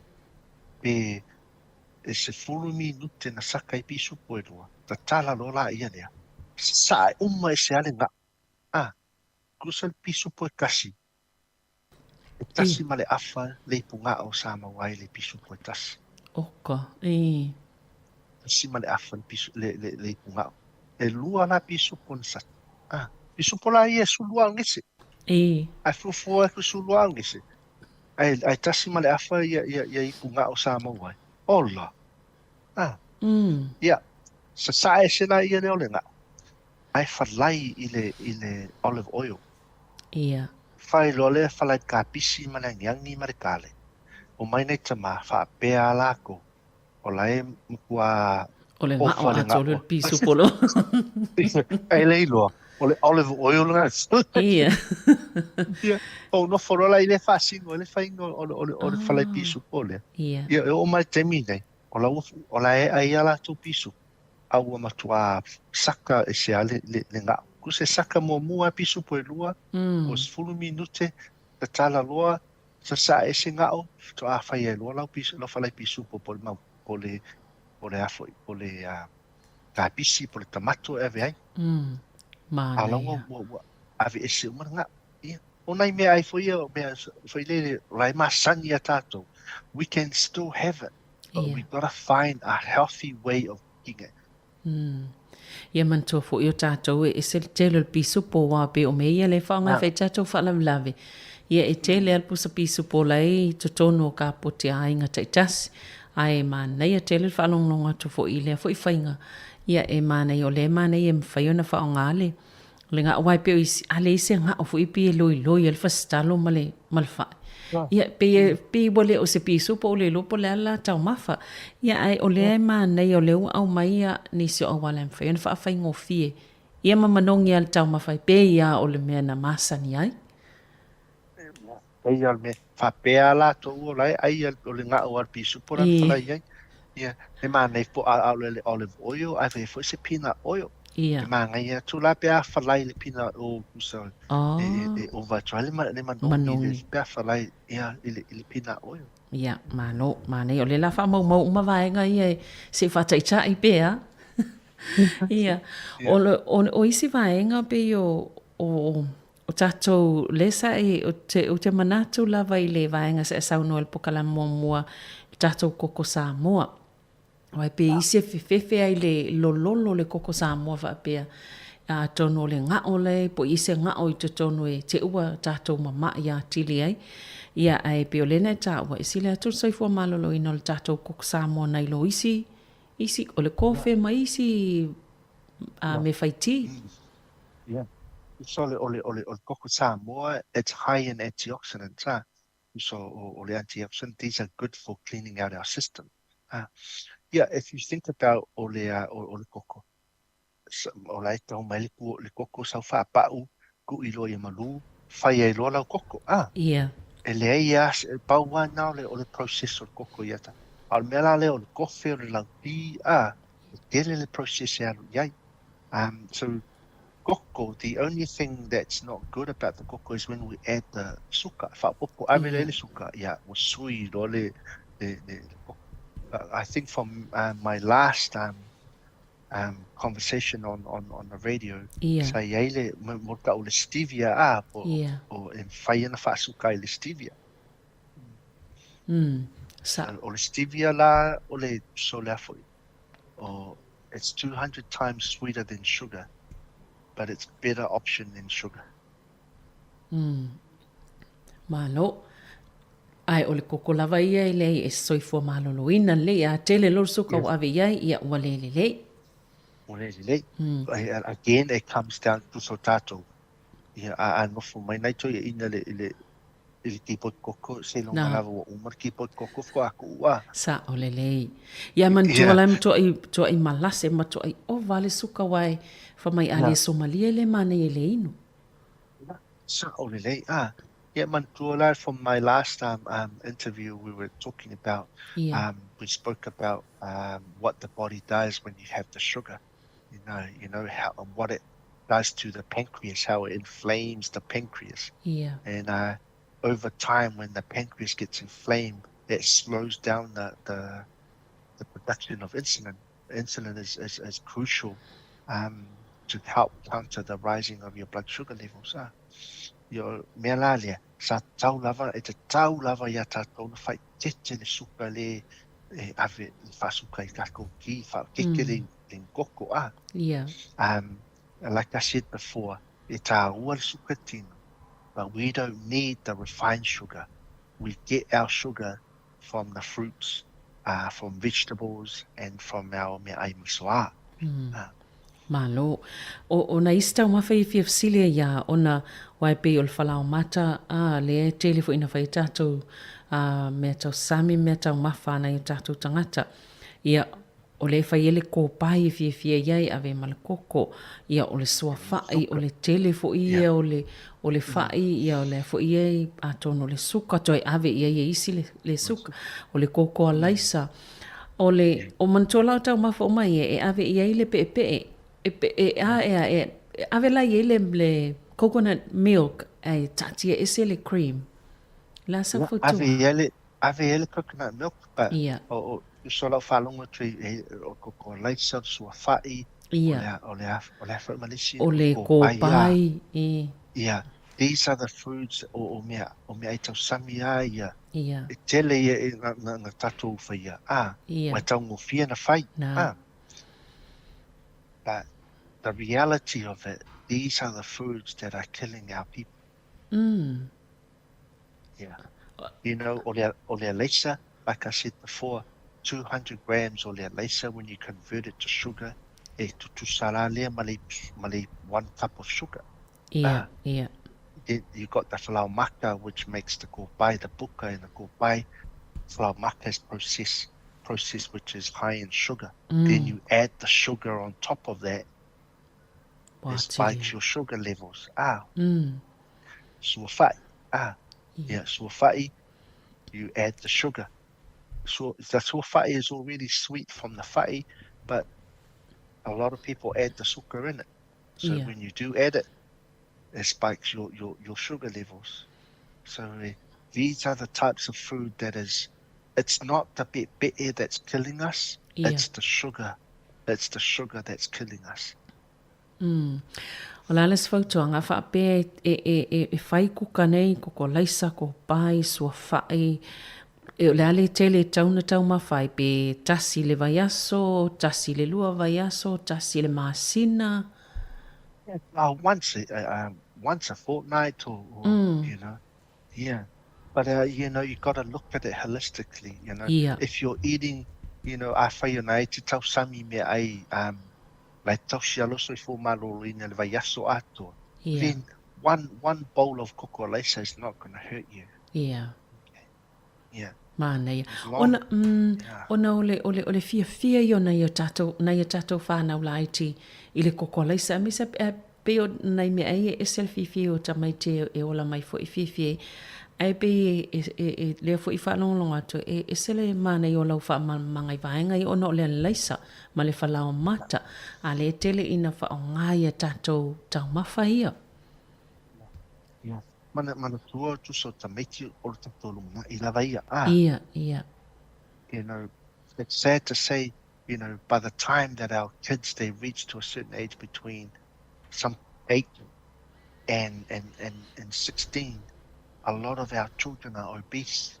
They're from foods that are high in the ultra processed foods, high in sugar as well, and high in fat. Yeah. These are the foods that are killing our children. But not only that, you know, o lea leisa, a whaiwhele tatu tau sami I lea leisa Yeah. it's really high in sugar. Yeah, this is what happens when you eat rice. Half an hour later, you're falling asleep. Or if you're eating food that are high in sugar, half an hour later, you're sitting there, you're losing concentration because you're falling asleep. That's because when your sugar levels are so high, when they drop, it drops below its normal sugar levels. Yeah. Okay? That's where the two things will happen. One is you'll fall asleep. Two, you take a quick nap anyway, like a 5-10 minute nap. As soon as when you awake, your body's going to call out for more sugar. So you have it. You asu lo leisa lo pol ko leisa po lo suafai. When the kid has it, usually they have it with bread, and usually they have it with butter. Okay, and the butter that we have at home is probably margarine, which is not so good. Which is not so good. So you've got your butter, a margarine, which is not good for you, and then you have your bread, which is high in sugar as well. So there's an overload of sugar and overload of bad fats. So, you know, there's a link between ultra-processed food and high sugar food and mental health. There's a link there. There's no what I call empty calorie food, which is leisa, which is processed food. Those are the foods that are empty calories. There has no valuable nutrient in that our body needs. So there's a link between that. Yeah. O le isi wa inga wai pe o tamaiti la, o isi tamaiti, ia, ele fifia ele polesi. Ai, o le ale wa inga I cereals ia wai pe o le mealana le tele na ai e tamaiti pe a whaile breakfast. Ia, ia fo I cereals ta te loe tele le suka pe a. Yeah, really. You know, I in the new year, I would like to do a sugar seminar online through the radio, just to teach our people on the foods that are high in sugar, and to teach our people about what to buy in terms of me tau samira o tatu whanau, ai me se la mea ai avele lunch lunch box as well. So if you're feeding your children with high processed food and high sugar foods, there's no good nutrients that's feeding our brains or feeding their brains. Okay. So there's an expectation of our people for our children to do well at school and to perform well at school. Here's the expectation, but here's another. Are we providing the nutrients that our children need for their brain so that they are able to absorb more knowledge? Mana ia tele wa o le isi whawhitauli. O le fo ia ta o mai reporti ia masaile linga masuenga. E oi whawhitauli o nifo se itulo, nifo whanau witi ia pe o vai so malie matulang pena. Ia tonu e te le si o manga o le ai e mafuai pe atu whaatasi vaenga ia ia fianga ia na ia tatu whanau witi. There's an ongoing issue. I think Misha I Porilua to the Motino Poanisi area of New Zealand, that is affected by our gum disease in our children. But there is a massive effect in our Poridor, in the schools in the Poridor. Mo mea me ai me sumarie. Tele ni forma ma gum disease or hawhia ai le ia tatou whanau tonu au nei Porilor. Ma lo whaftai ia ona atono lo whapea nei tangata o ia lo wha mai o le kōpai ma le so whae ma le kua laisa o le mamai fu i tātou pēha tēne. Ai o le lola poa mea a ai se i tulo ai o lau whautuanga la leo pepe o le fuafua po le hale tele. E le o whapea whaasao na tau mawha ai wa ai po le hale tele te tau na tau mawha ma le pe whaafia i le vaiaso, pe whaafia i le masina. Na tonu lava. E lalo ale o le fuafua tangata. Yeah. It's all about portion control, 1. 2, the content o tatou mea ai e tausami. Tele o tatou a mese a mātua e o mai wa le la vā, le mwhaina tatu na le mausi te me kukai mea ai ia. Before you know it, waru lalo le whātau take away. So, it's about what it is that we're feeding our bodies and feeding our minds. Our brain gets inflamed first from the food that we eat before our body does. Yeah. Mana ia le whaamani nonga vaenga lea ia. Ona o le taimi ai lau whionga longa vai ia o le asau whautuanga ia manisi fwoi vaenga i toi fia saunua iei ia o le i whaamai al tata noanga nei tai au whaafitai lava. Tai lava mo le avanoa Sevelina. I really enjoy coming on here to try and make a difference to helping our Samoan community with more awareness tatu me tau sami tatu ai as well, just for our people. What we spoke about today: 1, portion control. Yeah. Okay. 2, breakfast. Make sure that you're having a good healthy balanced breakfast. 3, cut back on your sugar intake. Malo, So ia saunua lau pepe. Yeah, pauana si vaenga o that I could think of today. But you have my contact details as well. So if anyone that wants any more questions answered, just to flick me an email. Yeah.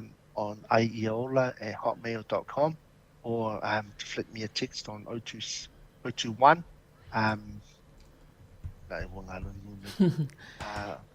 Ia wan lewe uma whailo Ia. Lau pepe mol nei yaso, ia manuia fo ia fo whanga o le a whianga iai, wha ingo le vai yaso, ia mai se fo i o nā po kalami o lo whianga iai. Come down, there's going to be koko all day. Ia. Whasukre le stevia. So come down and enjoy a cup of koko with us. Whaftai lava mo le avanoa Sevelina, ia manuia lava fo whanga o le vai yaso. Mole lei, manuia lava ia ngā benga o mo le a whianga iai, whasoifua ia mo nei taimi. Soifua.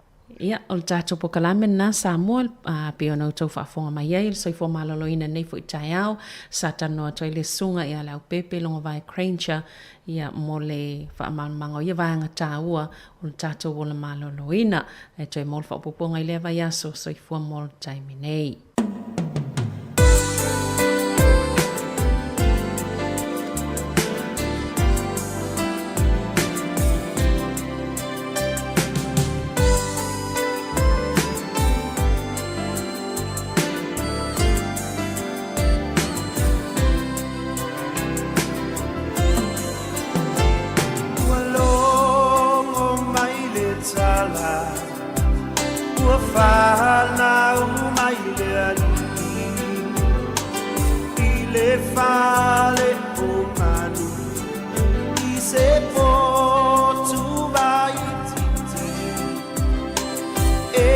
Fa atau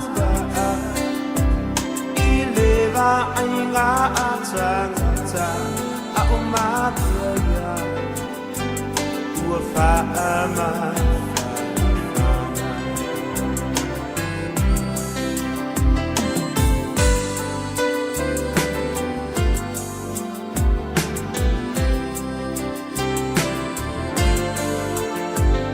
ua longo mai le tala ua whana umai le alipi I le whale o manu I se potu vai titi e ua whaataura I le va ainga atangata a o makia ua whaama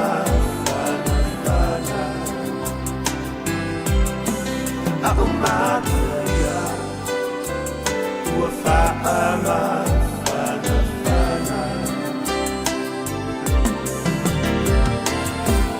Alleluia Osana Yanu Pamana Ua Pio mai le tanga Whaalomo I le tanga Le tuia I loloto La usavoria I le tarata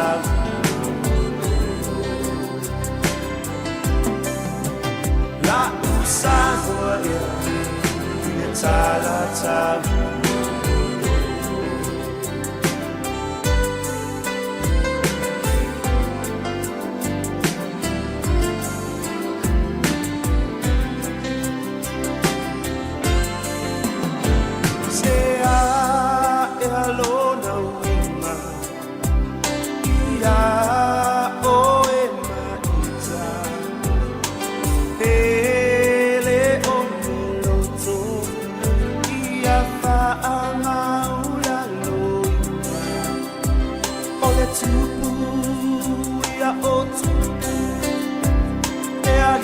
le feeling as I feel my I tulo na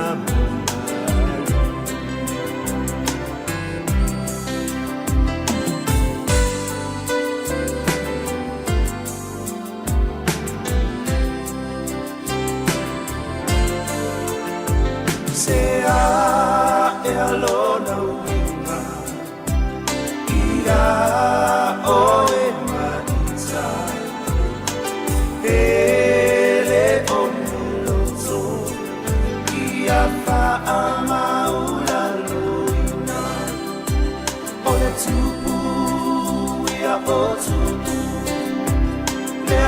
Io le file as I feel my I tulo na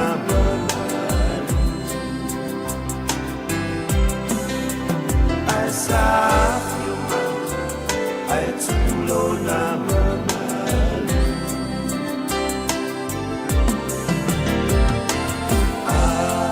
Alleluia Osana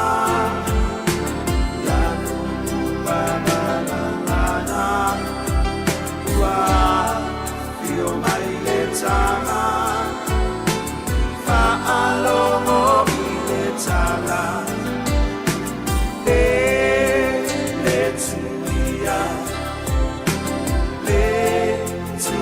I loloto La usavoria I le tarata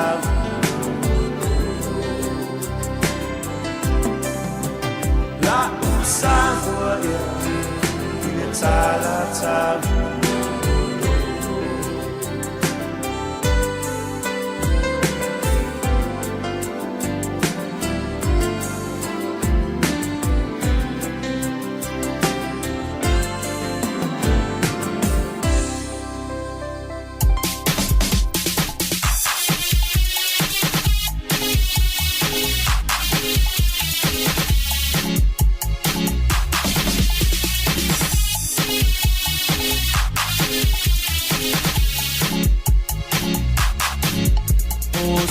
na maaleluia ua pana malenisia wa painga pai oia ola tamana vano ia le aseme au te o foina tu e te wia ilo ala famoa u Yesu e ala uala u te tuina tu Fatima poso wia tau ia Yesu ole manu malo wapi o mai o ai mai sa o loto tu walon mama le langi lunga pale o manu lona amatanga pa ai lo mai o la taku te mai wai manu ia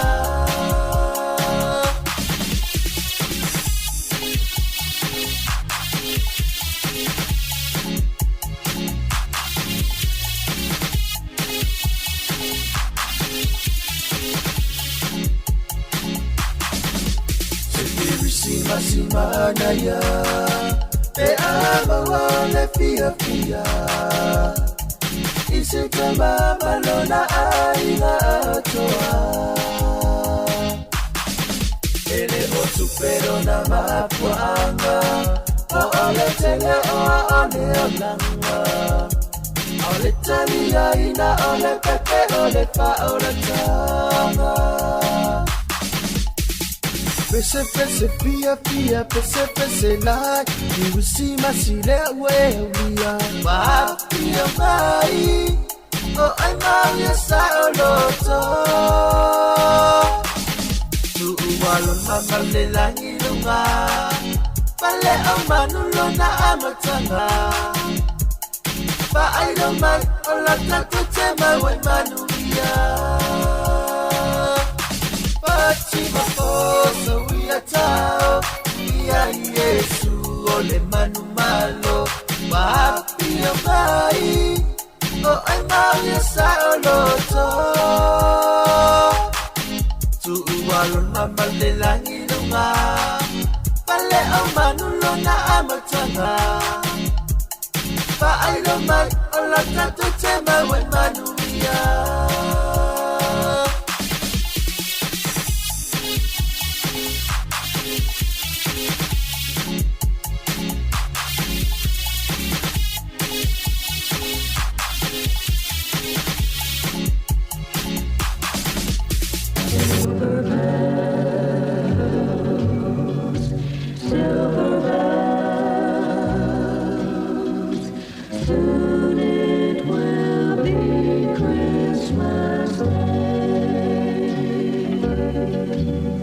City sidewalks, busy sidewalks, dressed in holiday style.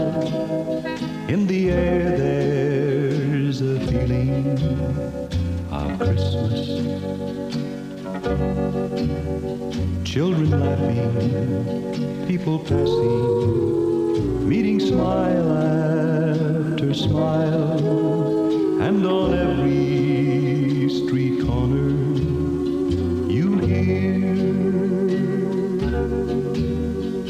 silver bells, silver bells. It's Christmas time in the city, ring-a-ling. Hear them ring.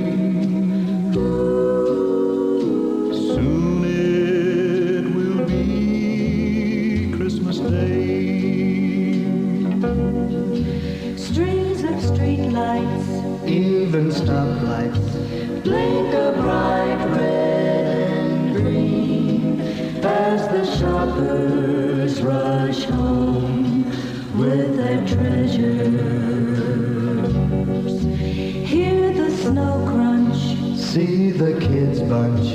This is Santa's big scene, and above all this bustle, you silver bells,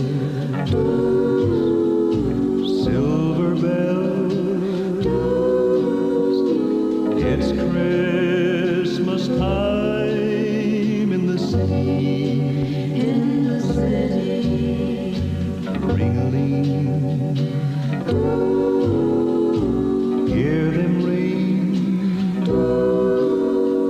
Soon it will be Christmas Day. Soon it will be Christmas Day.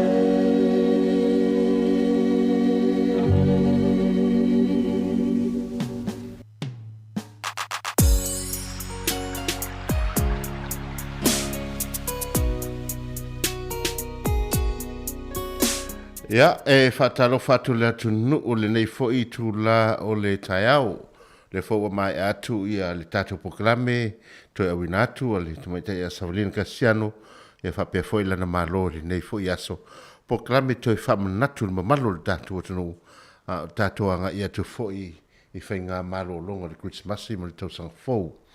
Ia, manatu o lo o manuia la wasinga ma fuafuanga le tato atu nuu I ta mamti na matua, ma tau te toi whaatalo whaatu pe a whai whato aki mai lau le tio le tasi ono te siman tasi whamo ia o lunga fo I o lau TV whapea fo I le lunga le YouTube ia ma tau tio fo lofa ma whaatalo whaatu nei te au ma lor se fua manuia ma lo fo I le whaatoa toa ia o I la tau fo I o lo o tau nu mai whai ngā malanga mai Samoa I le lau mua nei Wellingtone ma lo le malanga manuia ia le la tau le ea ma le la tau le tai ia me se foi la tau ro fai malanga mai lungo le ala tau no mai Wellington ia ma tau te fo lofa fatalo fatu manatu ia o ese foi falongona me se foi fia le loto ina o tau no mai ia o lo o manuia le fataliatu anisio le ainga o loa tau sanga ia o fatu a mafuta fata feilo ai foi ia ono tu langa le vai tau le covid ma le fa mai sa tato fenga yai ia malol malanga manuia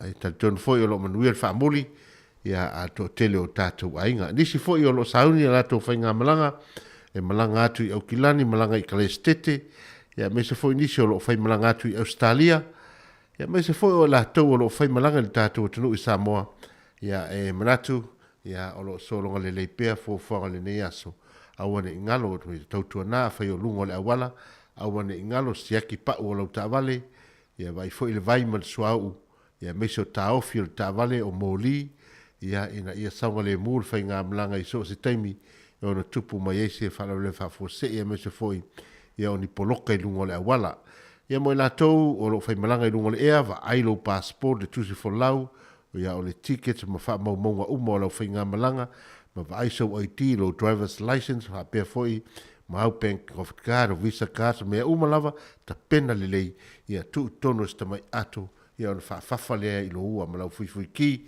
awane ngalo me umana awane fa poleina tato tonu tato sauni uni atu tato te o fai malanga wai lei lava se tasi le fai malanga fia le neva I tau ono le a filo ai mai pele mai ia I lato uma foi o lo o ainga o leva na vala manuia le anga ia tu fai ngā malolonga le nei aso ia me se foi o fainga feo inga fainga malanga fa solo tu peta tu pespesenga su fe filoi ia me se foi o fa fia su fe filoi ia ma fa talo fa foi mo la to o lo tono fa le fainga luenga ma lo le on site tel tono nei mataiao ia e a mata fo na uma inga luenga ia lo fa fia termine ia ta ma fa le lo lunch e ta ma fa to ala lunch e se le manaya ia ono le tau sanga atoa sa e nga pati ai o lo ia tu langa pe ona ye tau singa ona tato ainga ani se to fale moe ma le pese le nar Christmas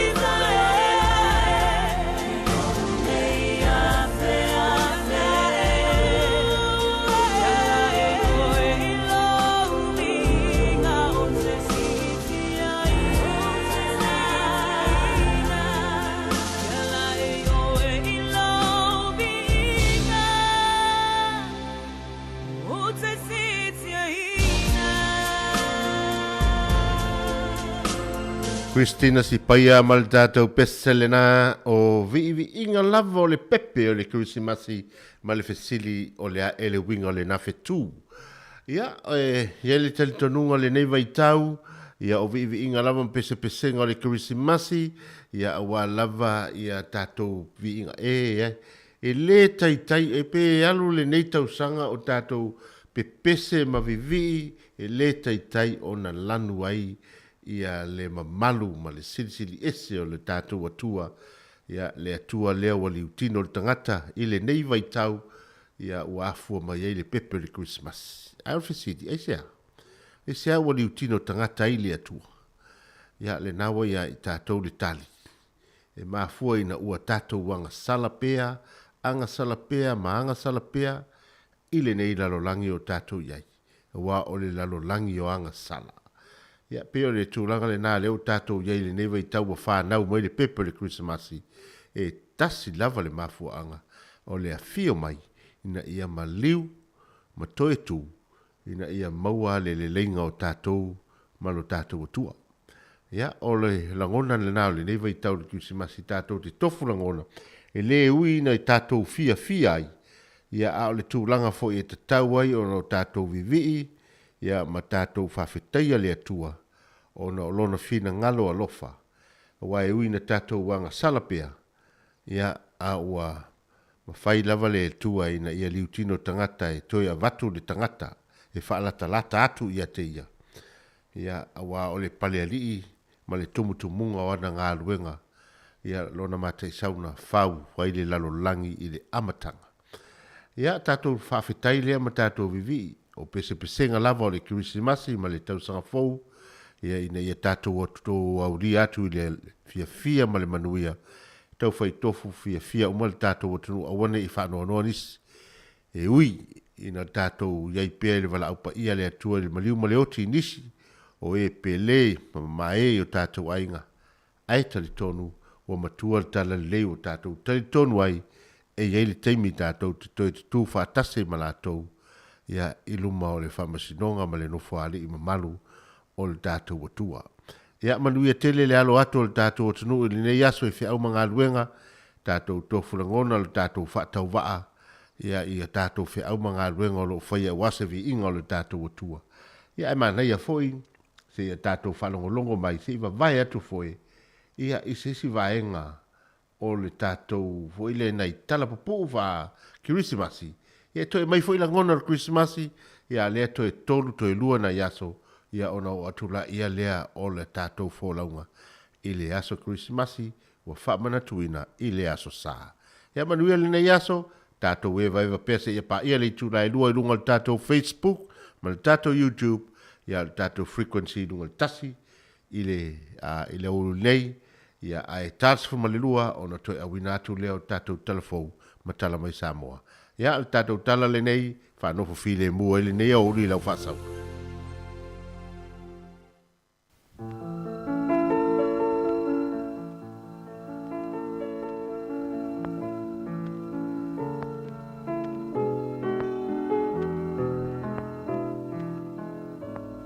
O le tala le nei I se ulunga li I ma le la whanau teine to alua.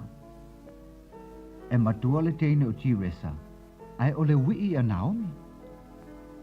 A o maitanga le whawhine I a Naomi.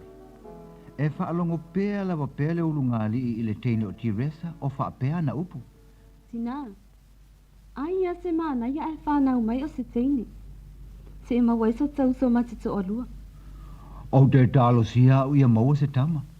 Ai se ani I tama. E wa a whanau mai nei fōi o se teine. Ona tutusa paula fōi le maoe. Na ole ai lava momo I whafo po pole polo. Ai alua ue whaile saka. He ese a ma o kouia. Ala winga ala o lua. Ia le ale mea ole au lua vevesi ai fōi sia uta. O ele tasi a fiafi. Ma ai ole aso lea ole a fōa ina mai ai ele tua le pepe fōu I le ainga. Ma wai ai nele whawhine le whale mai. Ole te au le tu lai tolu I le waweao. Na o lai le tina. Ma ole teine lana tama. Pe ai on ole le ma losi le o le tino le tina le teime na o lai. Na whatua a wane ai lava lana pepe ia teia I le tai au. Tina, ala mai I lunga whaasusu si au tama ufia ai. Na lo longa uma tina whaai lele whaapeali ima tamai tai fo mai le teime o le tai au. Ina ua nofo ane I lunga le whawhine mai lona moenga. Ma te pāne I lana pepe. E whaai o le mea uri, ai to e tupu le patu I lona isu. Hei, tamai tai fo mai, sau, o le tamai lea wai au mai ai ate au. Whapea ai au te valea. Sau ave ese atu nei al pepe lea, ele o pepe lea, avatu pepe. Tamai tai, awai te ino il mea lo whale atua ufo ina mai ate oe. O lau lava pepe moni lan whanau mai lo manava. Oia ue. Ua sili ai pe ana awane I whanau mai le nei tamai titi lo manava. Ta le la va a musia i tai tangata le nei pepe. Matua i mea uli te le nei tamaititi. E ui lava la ile le fia o le fafine. Aina te alava i tua ilona ainga malana pepe. I le tupu a o Naomi tu tono le ainga, e matua le tutu sa lava le tausinga, ma le tausinga o lo whaiele teine matua o Tiresa. E tau fio lolo mai la ia winga le fia le ulungali a Naomi, nairo le teine matua le o Tiresa. E o ile tai au e o ile aonga. E le mana o Tiresa la te sava wali whaatasi ma Naomi. E o foi tu tono le aonga. Wa fa asai Tiresa ia Naomi na ia awa lava ni tautalana ia te iso o se teimio le aso. I le tasi la fiafi, ai fa atu alu e se atu lava le tinao le ainga e whaingalo enga po. Ai wa na o le tama, ia fa pe Tiresa, ma le teino Naomi lo lanto fale. Na sa valia nei lo nei Tiresa, a o solo le lau Naomi. E Naomi, e si liona e alu e su e se ainga e tino fuai. Po oiloa le lei lava le fia o mātua ia te oe. E lei loa po te tama ai, a o lea o tinga ina fua o mātua i sausi. Tiresa lo uso. So ia te whai mai nā tala ia te au. Ai a whai lava o lo loto le nā. Ia wale lei, ai si isaulo tāti nā. Ona o wha ma vaele i ai. Ona o walu ese ai loa lea. E leo sau tina lava. E rei lopo ai son tina ai o lea ua fia tina fua e lo tina. Alu ese ia se me e tino fuai. Tiresa. So ia te whai mai nā whaamatalanga i a te au lo uso. Naomi. Ola ale me pisa lo ngutu. Ola ale me utupu. Malia lo loto tama. Ua o te i le whai mai o Tiresa. Ele o au o so na uso. Ma ua te tau ai ono o walu ese mai le fale. Ua omo na o whai atu lo se tina, e? Se Tiresa so ia. Naomi. Ta poni lo ngutu e. Awa ne e to Italia sa upo Tiresa. A ua whai atu Tiresa ili me whai. Ona whai lea. E te to Italia sa upo Tiresa na walwatu lole o tongi o i fafo e. Nali liu mai nei le Naomi, ma sa vali atu ilona potu maloi mata, ma le tangi masusu. Naomi se teimi o nofo le teine lunga o lona moenga, ma faa solo na mawhauwhaunga. O na mo waile o lona manatu. Ua sili ia o na whaile mana o lona uso. Ma ua ia tali tonu foi. Ua loto foi ai o na matua. Ua mai alea, o na ia nofo ane lole i luma o le laulau, ma tusi lana tusi. E wha amawai atu ai ilona tina. Wa oma le tusi. Ona ia sa wali ane lea i le sulu i lalo o le alunga o lona moenga, ia le tusi le nesa ona tusia mo lona tina. Ona tango ane lole i lana ato ma sa wali atu loa i le mea o ia ilona tama. Ma lona uso Tiresa, ma ona loi mata. Tiresa lo uso. O le a o walu e tusa ma lau whaatonunga. Ai momoli atu o lo faanga isi o utina pe asau. Ele o so kinga lava e. To fati resa lo uso pele. Wa e ino ia te au. Ona o te mea uli. Alui o kinga maka. To fata ma. Fa. Se va inga ina fa mo moi loto. Si nei sa vali atu ma le tangi masusu, ma le lei loa po o fea alu anga iai. Ai mai se ai, o lea ua ngoto le mata o le la, ai ua oli mai le pongi sa. O le te ala ititi o le valu i le po, na maa na vane ai lo le tina o le ainga. O na whai atu lole o lana tau, o na whai lole o lana tau singa. Songa, au mai le suka. Iola au mai la le tia suka i lea. Ua savali ane nei le tene o Tiresa ili avane le suka i lunga le laulau. Oi, a whao iei Naomi. Ai whao whatanga o so le potu e whai mea, o ngai e wa moe. Tiresa, o whea Naomi e sau e mai sau apa whano ma sau e tapena atu mea iei tua. Naomi! Le mea lava le oso e lo wita le wala watu ai le oe mai.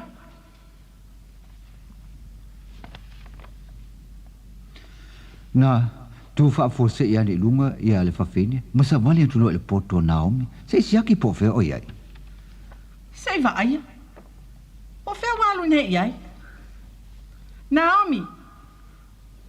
Sunga Naomi. Oka.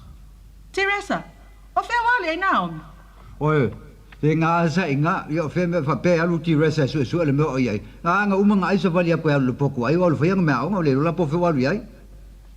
Va aia. O le wale se atoa onga. Ai se i va aia. Po le ale atu se tu mai lalo le alunga. Oka e. Mole tina pele o Elisa. Se i va aia.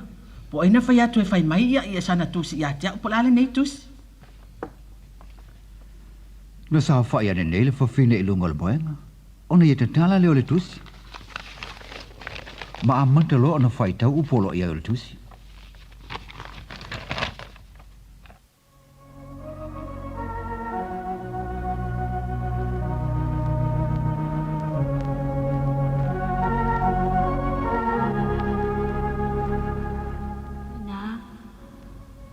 Ia malie lo loto.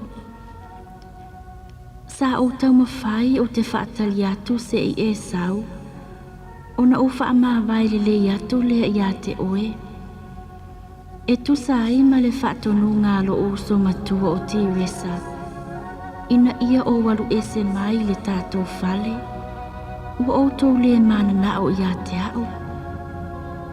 Ma o au foi e le o sau tamamoni. Tina, pe ai se ana e le fasiotia ia te au a o upepe. Po o pe nei, o te leo o mai i le nei mawhatianga ma le matuitui o le malo lu le nei po i lalo le nei la au. Tina, e ui lava e whaapea o le whaatonu ngā tiresa. Ai ua o tali tonu lava. Olo o lua mana o fo i lea ina ia o walu ese. Tina ea. Amu ia se teine i titi e pei o au. Olo o ia ta oto ana i le nei teine e lunga o vai mawhana o lona tina. A o selu e lona tina lona laulu. Amu ia o tau mati resa. O le a o tau momoe le i le mawhana o tau moenga. Ma o tau a ai le ai o ita. A tonu lava o le a mawani nai mea ai apa i te tonu o la pisi. Ma tau te tau whaoina ma ta i whauta te ai. Tō whātina. Le e pele lo uloto ia so uma. A whaita te le to e whailoa e tina. Ia, tā whailoa i le langa. Tō whāloa, o nā omi mea uli. Ua outou ino i ai. Ai o te alofa pea ma le wha maoni i a te outou uma. Ai mai se ai oe lo tina e pele lo ufatu ma lo uloto.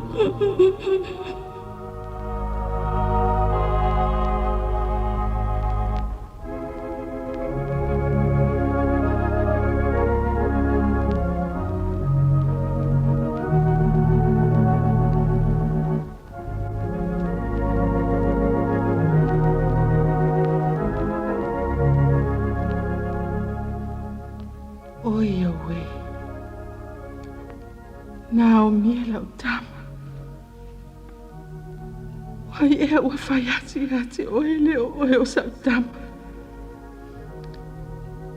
Teresa. Oe po whea Naomi. Ia ua lelei. Aluana la ia lua tena nofo maluta maa lua whale nei.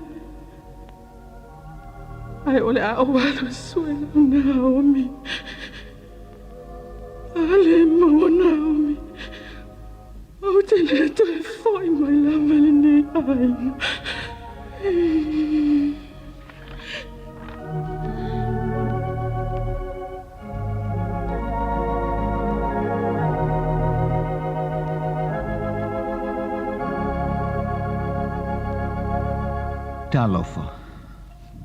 Walu atu nele sa ilinga ile pongi sa le tina.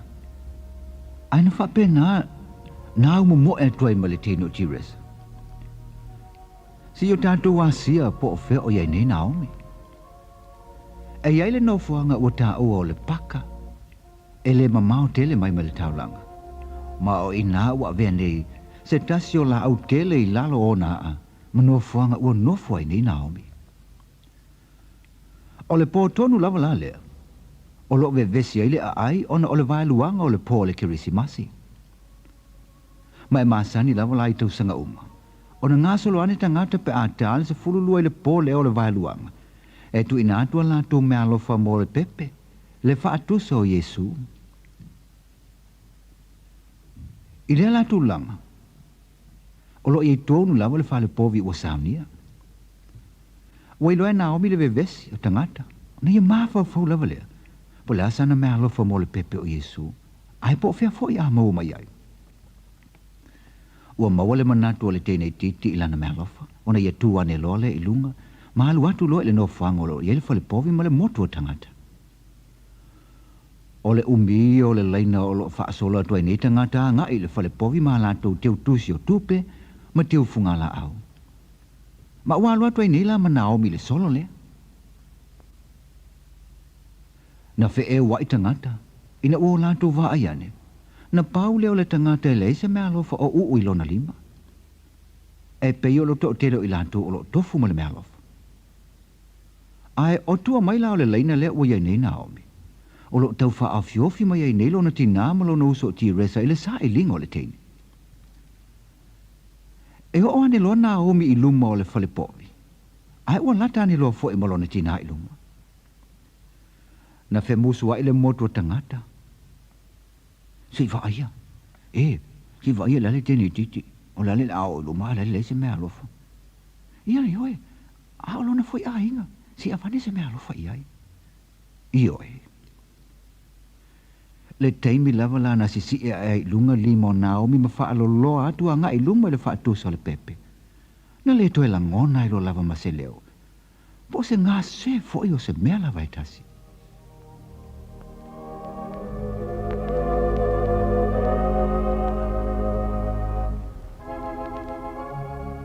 Yesu le pepe o le kirisimasi, le ua tamaiti. Malie lo finangalo. Ua o le maua lava sa o me alofa mo oe. E pe o le te le o me alofa i lato nei. Ai ona ua na o au o se te nei titi ua tu la fua ina ue o umatua ma lo uso. Ona o lo ulano. Ai Yesu ia e alofa matalia mai la o me alofa le nei. O le atu ina atu mo oe. Au te le itu ina atu la o me alofa. Yesu wha mole mole. Ia e wha mangalo atu i o umatua. Ai maise o lo uso pele o tiresa. Ma o la o me alofa le nei. O le taimi lava le nei. O te tuuina tuai mo oe, lo utino, lo ufatu, ma lo uola.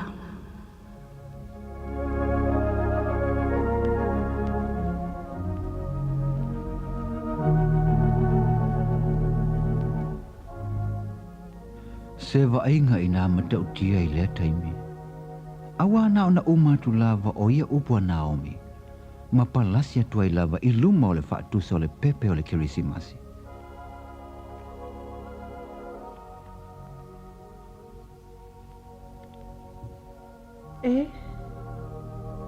Tiresa. E leo lau Naomi e a o lo ta tia mai nei. O e lea li e. O lau Naomi lava lea. Oi Wale po sa iliate oe. Naomi laventa mapele. Watanu lavala umpuna tusi lautusi. Tate le tue feilua e tate feilua e lelang. Naomi. Naomi. Tina, so ia e te tangi. A ua vele nau o le loto o lau tamba ina ia ofo inatu lo na ola mo lo na tino atoa mo le mea lofa i le pepe le kiresi masi. Mai tu ua matapongi ai ia. Ai olo o ola pea o ia.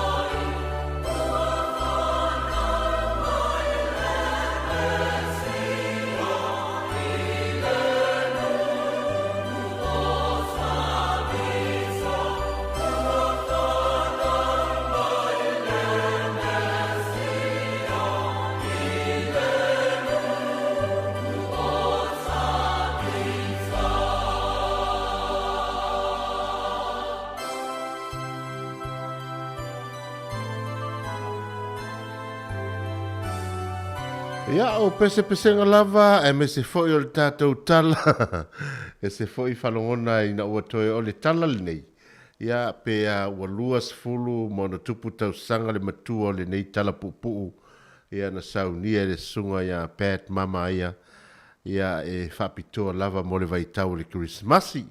Ia manatu ia ua lewa foi na no foi ilo ai le tātou atunu. Ia e manatu e le uma i lava le maali o le nei tala. Ia ma se fe au matango fie o lo au mai ai le whalongolongo e le ngata i le maali o si ufofonga i la tau o lo o whatino ino le tala.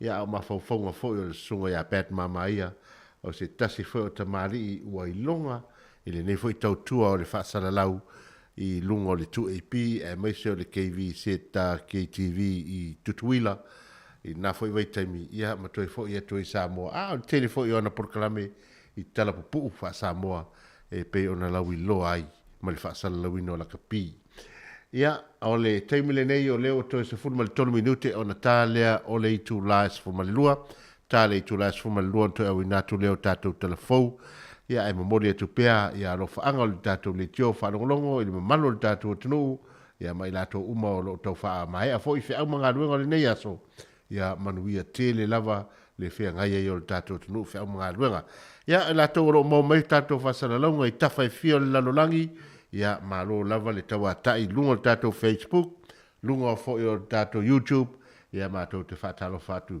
ia Joyce Silva le vo mafuta mai ia whapea foi ia MJ Afualo ia whapea foi Erika Maoe ia mai lato uma le tele o lato o lo whamalo mai lunga le tātou Facebook ia malo o le mwhaito lau lau inatu o tau suafa ia whapea foi ia Sesa Leota si ua ana ia o lo mwhaio le mafuta mai ia Susi Tairao le lo fatu ia mo oil faltua ili ne foi tu la o le aso ia manuia tele lava singa fe au datu tunu ia winatu tatu pesepesega tu fe filoi ia na winatu foi le se tatu tala popo ia i se taimi o mona pe uma tatu telefon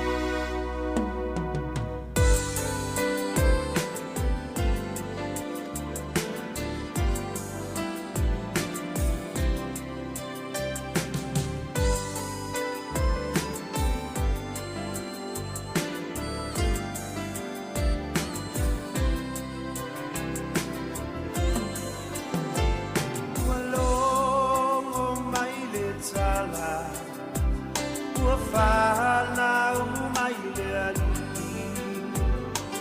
I le whale o manu I se potu vai titi E ua whaatau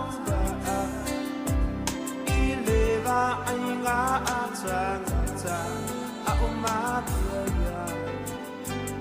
ua whaama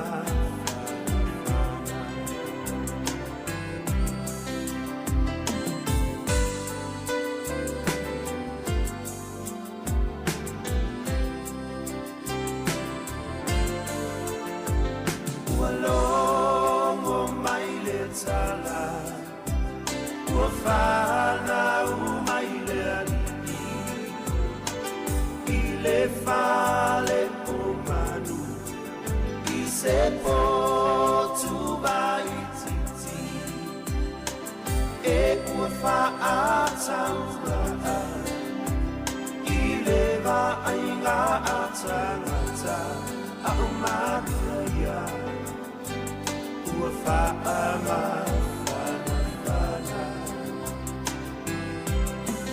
A o matua ia Ua whaama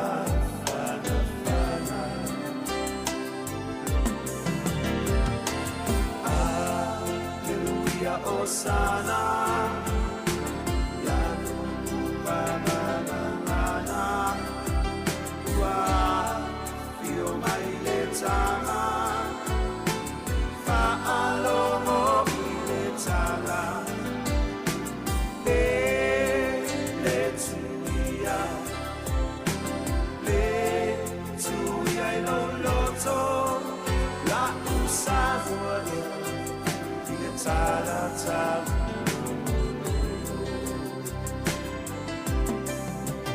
La usavua I le tala tala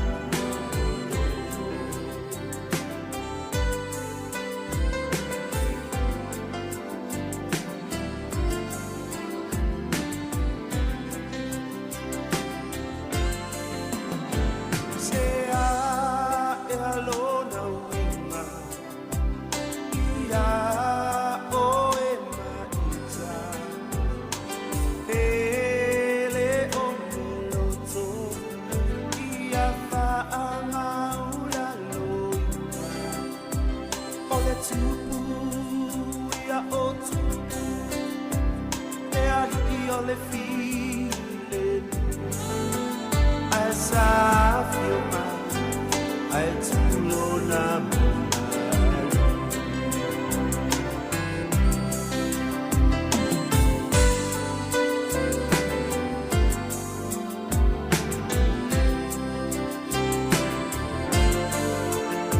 Say I alone winga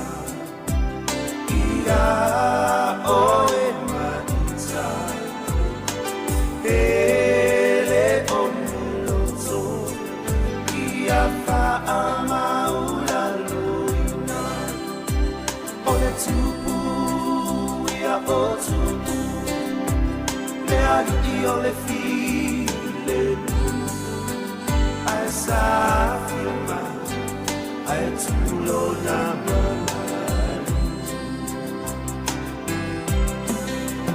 as I feel my I too low number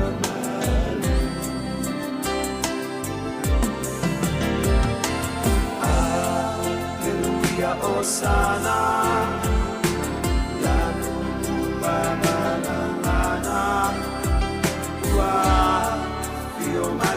Tama Fa'alomo I le tala Le tuia I loloto La usavua I le tala tala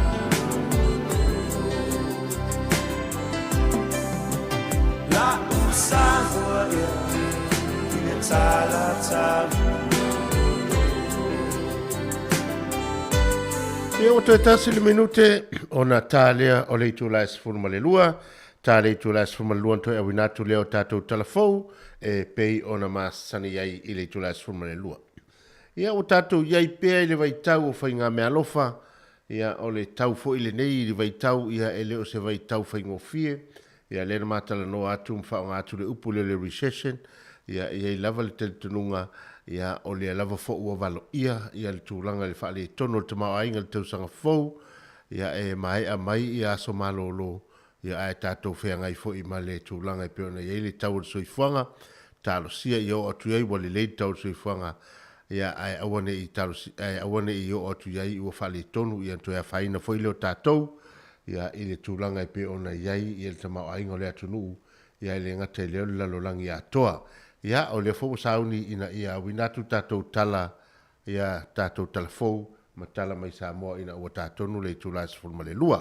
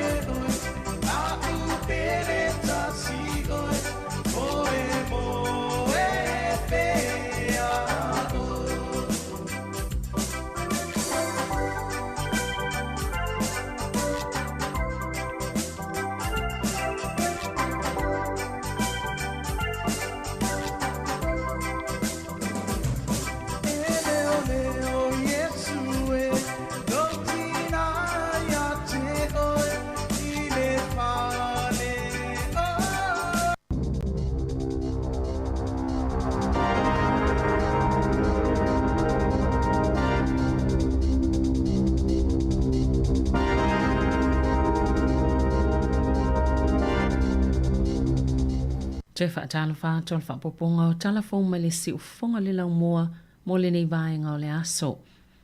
E te le ni vaenga o le moto i saute whapele moto i mātu o lo iei lampata inga mo whai titile mati mua titile le au aulio le aso. Ma ua whautua ina foi ele ofisa wa ai tau, ia vaenga o le atuna o ina ia mātala i whio inga, ona o le alolo vai a tafa tafaala, ma o le aiei fo ini tawhenga titele o vai, ai le ngata i lea o le ono iai o se asio sio, o ni vaenga o le moto i mātu o le a fia ia tūlanga whaale tono le tau i le so, e au fia i Waikato, Waitomo, Taumarunui, Bay of Plenty, Rotorua, Taubo, Gisborne, Hawke's Bay, Taranaki, Taihape, Wanganui, Manawatu, Tararua, Kapiti, Horowhenua, Mawairorapa, mai le tūlai lua i le awauli, e o atu le iwa i le poa nā nei. E o atu le fitu se fulu afe tangata i ele tali tonunga o le ale to e maua la tau ngā luenga to Saimari Poti. O le masino no ve mana whaelo i le kōwana o le whaltupe whaeleo leo New Zealand, Adrian Oa. Sa tau mawhaile whaltupe fuafua se tūlanga whaele tono le tamau ainga e tau whapa ua i le alupea i lunga le tau o le soifuanga. Sa i le o te sima le 5%. Le OCR, pole pasene tulu i o tupe le whaltupe whaeleo leo, i le masino au kuso i le lua whelua tasi. Se ia o mai lava i le whate sima le 5%, i le masino no ve mai le nei tau sanga, ewi i le si o le pasene tulu i o tupe. Ai sala i titi lava le pa ua le alu ilungo le tau o le soifuanga, ma sao o atu lava i le fitu tesi ma le 3% ia iuni, ai o tesi ma le tasi pasene na wha i titi le masino se tema.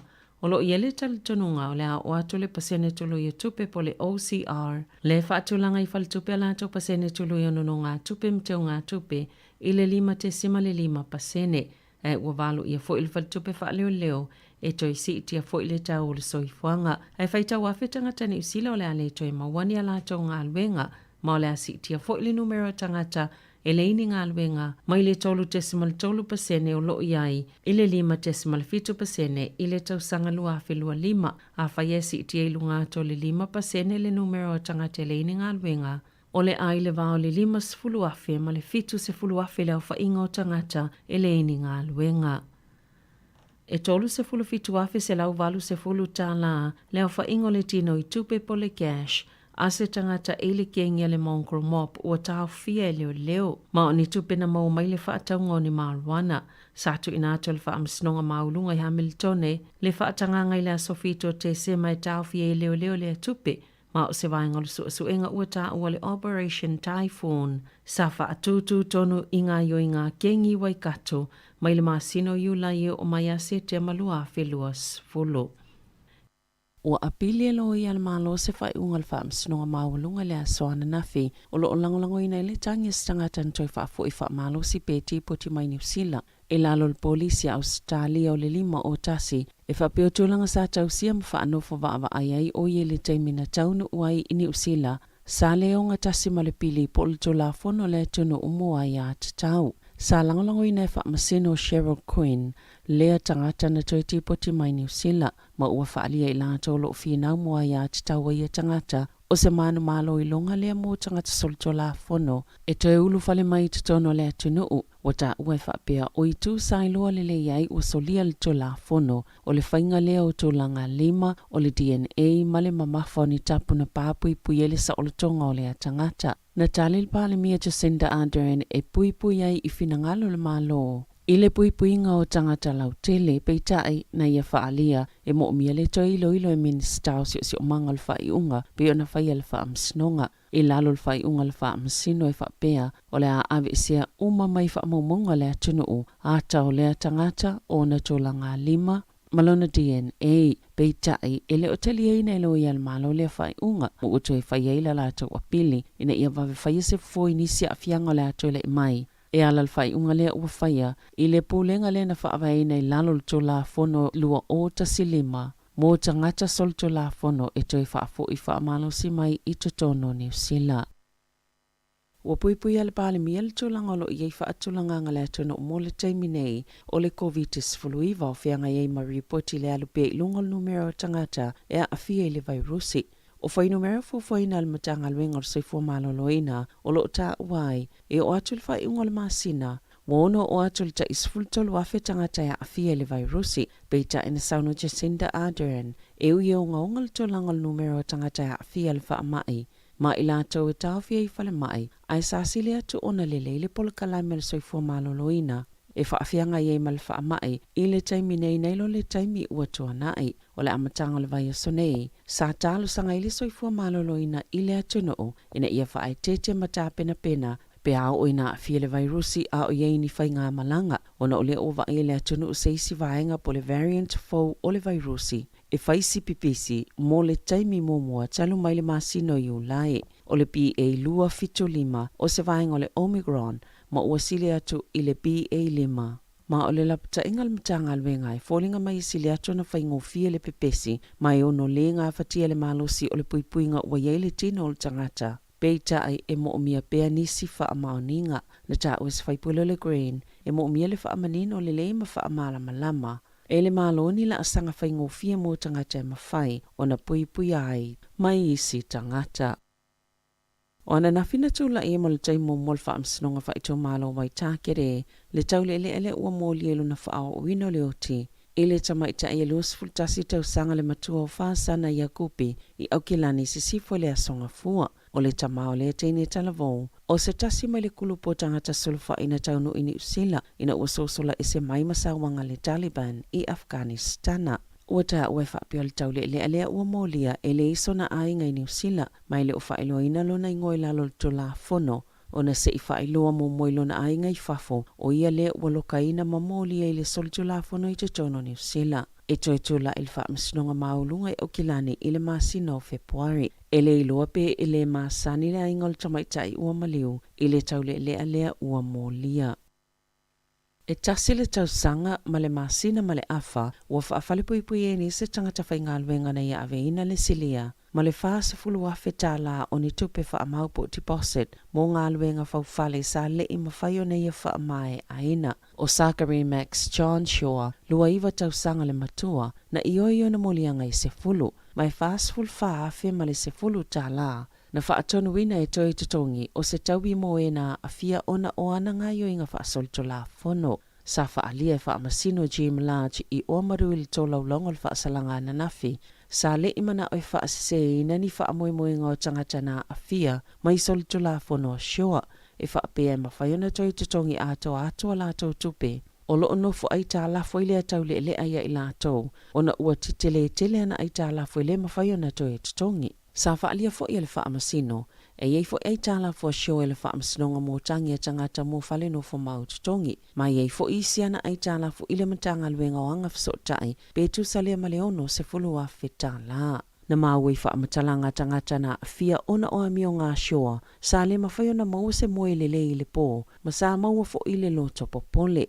E se fulu a inga na fie whainga pio lea whauwhale, ma sa o lava fo inisi o lona a inga, na whaamatala ina e whaapea o shioa o se tangata pepelo, e ave shioa le tauala ngā luenga i tangata, o na whaile ia e te tauna tutongi le tupe whaamau, e umane e la ititi lava le ngā luenga na te whaia, o isi taimi le e alu e whaise ngā luenga, muso to e whaafo i tupe tangata, ma fiu e whaafso tai, e fo i taimi e ave le tauala ngā luenga i le tangata, ma whaatonu e tutongi le tupe whaamau, e umane ua le toe wa aia lava. E to oiwa tangata e au whieni tupulanga sito ono ua lokaina nei e leo, ma ua maua fo imani ta avale se lua ini ngā winga na tutupu i Hamiltone. Sa lokaina e leo tupulanga sito tolu, ona o se ngā winga li tāwa na nafi, ma sa tula il whaamsinongo tupulanga i Hamiltone i lea so lava na nafi. O se tasi o ia tupulanga, na whaia fo i eini simolianga, ona o se whainga i whaangai ta avale whaaleanga ma talepe i whale uloa. Ai ave oloi se whale whaatau awa malo si Sandwich Road i lea songa fua. E to awhani ta mai ti lalo ta isfultolu tau sanga le mātutua na tau fia malokaina. Ono ni ta avale na whaaleanga ina ma ave whaangau i Kispen, o lea whaawau na yeileo leo no whanga na tutupa i angau inga, mo la tau su enga. Ia tunu i whafo, sa whaafilo i e Presidente Joe Biden le Presidente o Ukraine, Volodymyr Zelensky, i le whale pae a o tau mawhai ta i e whailo le tutu whaatasi e whaasanga tau atu i o sa whainga Lucia o lo o whai e Ukraine. Sa whaafilo i e Biden malona whalatua, le li i Presidente so o ai ma se whilo inga matustala, o le awhiawhia sauno i Zelensky i le koneke resi. Sa ia tu si e lunga upenga ta whailangi o lona iai Washington e lea so. O le momolinga leo lea nganga whaaftai i tangata Amerika o le Presidente ma le koneke resi o na o la la taulango lango ma wha wawa i pia le ngā lulu e whaatasi. Ina ia vavio na maanu malo i le tau alo o whaia Lucia i lona tunuu. Watua na i le sifulu maasino whai pia le taua. Lea ua mau ele whaita wafio soifua Ukraine au fie mawhita Lucia. Ele ile watu nei na whaasala la wina i ele United States of America. La taufiso sani pito te le ua ave mo se taimi e tasi o le uta leo ni au upenga Ukraine au fieini i tu ainga o mea tau whana mamau ma o lea foi ufuafo le konike resia America. E pā lota mo se tupe whaalu au fiele tu sa male wha se fulu 5 biliona tā la o ni feso sani whaana tenati mo Ukraine. Na ta wei ripote fa apel fa amtalanga Zelensky na yesopo ia polani a oanga i atu i Washington e Amerika. Tala fa uia marisi ufonga le lau mua mo le nei vaenga o le awauli.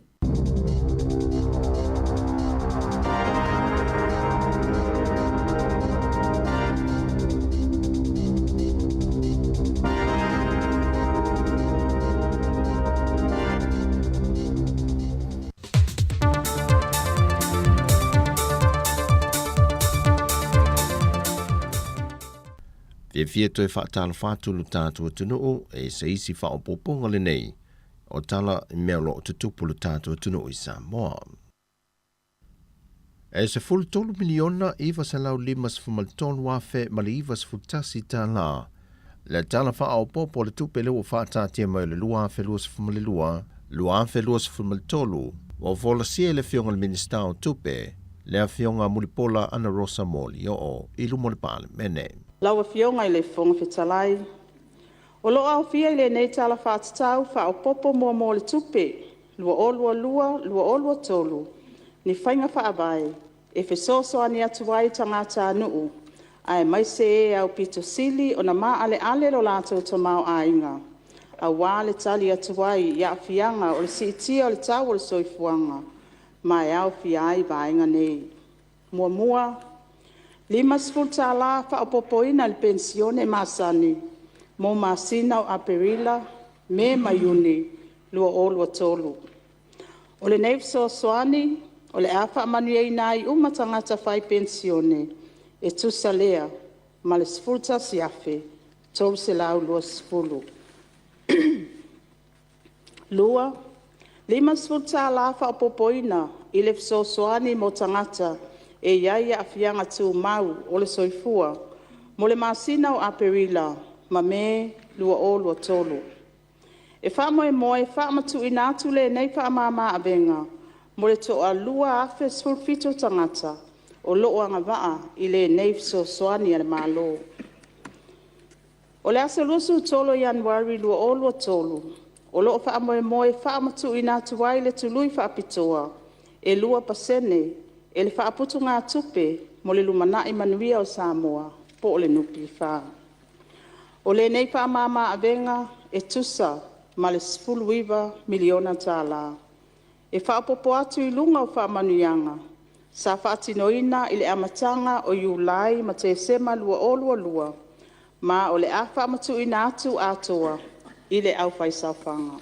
O ia tupe whaopopo, o le a whaatupe mai le i vaenga in sau no le fionga le Minister. O le au te lenga tupe alu whaopopo. O loo whaatarasanga ina e tusa ma le 10 tolu tesi ma le 1 miliona. Mai whātu peina lea mai vaenga nei. Mo mua, ono tesi ma le 1 miliona, mai tupe maua whaopopo. Tasi tesi ma le 1 miliona, mai tupe wha mea alofa mai paanga, o loo whaatupe sa oai polo keti, mo ati nae. Fitu tesi ma le 5 miliona, mai tupe whaatatawina, o le atoe fitu nai.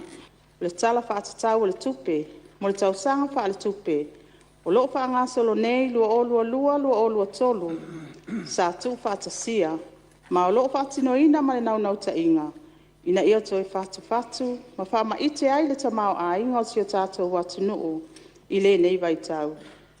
O le alangolango tele, e le tala whaatatau whaopopo mo le tupe, nei ngā luenga whaama ite, e tau ala atu lea i le whaavaina o ni ala fua e whaatino, a wale tali atu i a fianga, ona o le whaatupla ia o le tau o le soifuanga.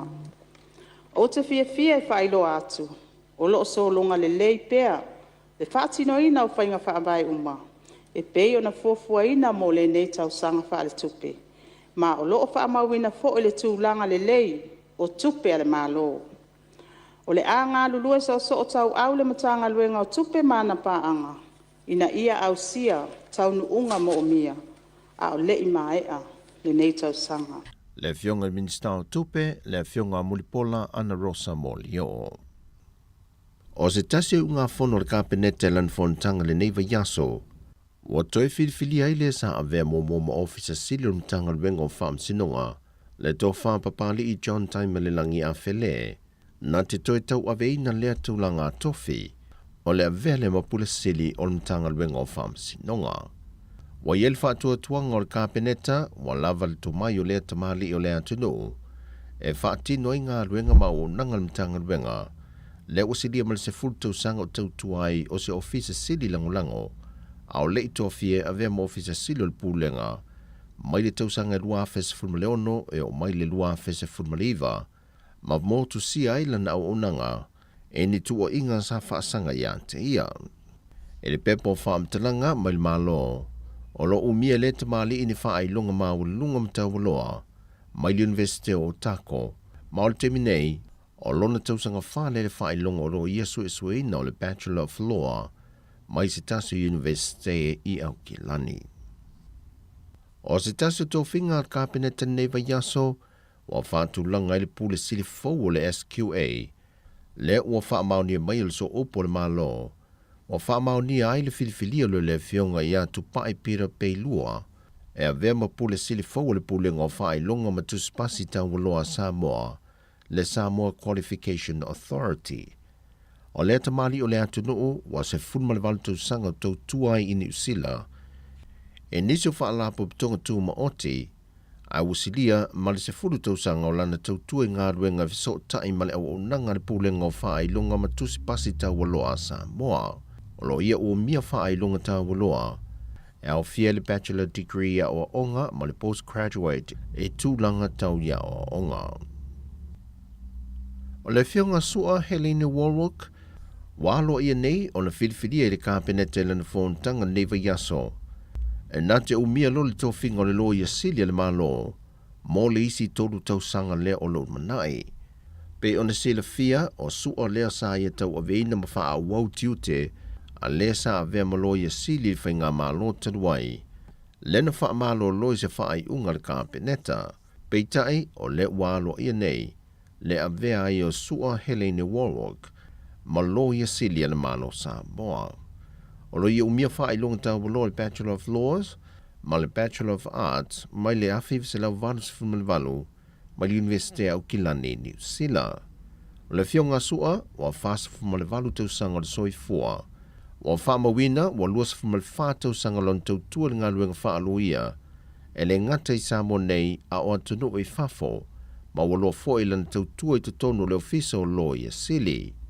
O sua Helena Warwick, sa vea foi o se tasi o sui o le fona wha atonu, a le leitio o le Samoa Capital Radio, i le tele o tau sanga o mawai. O tala ia mai Samoa mo le ni aso, man riel tātou o tanu o, wha soi foia.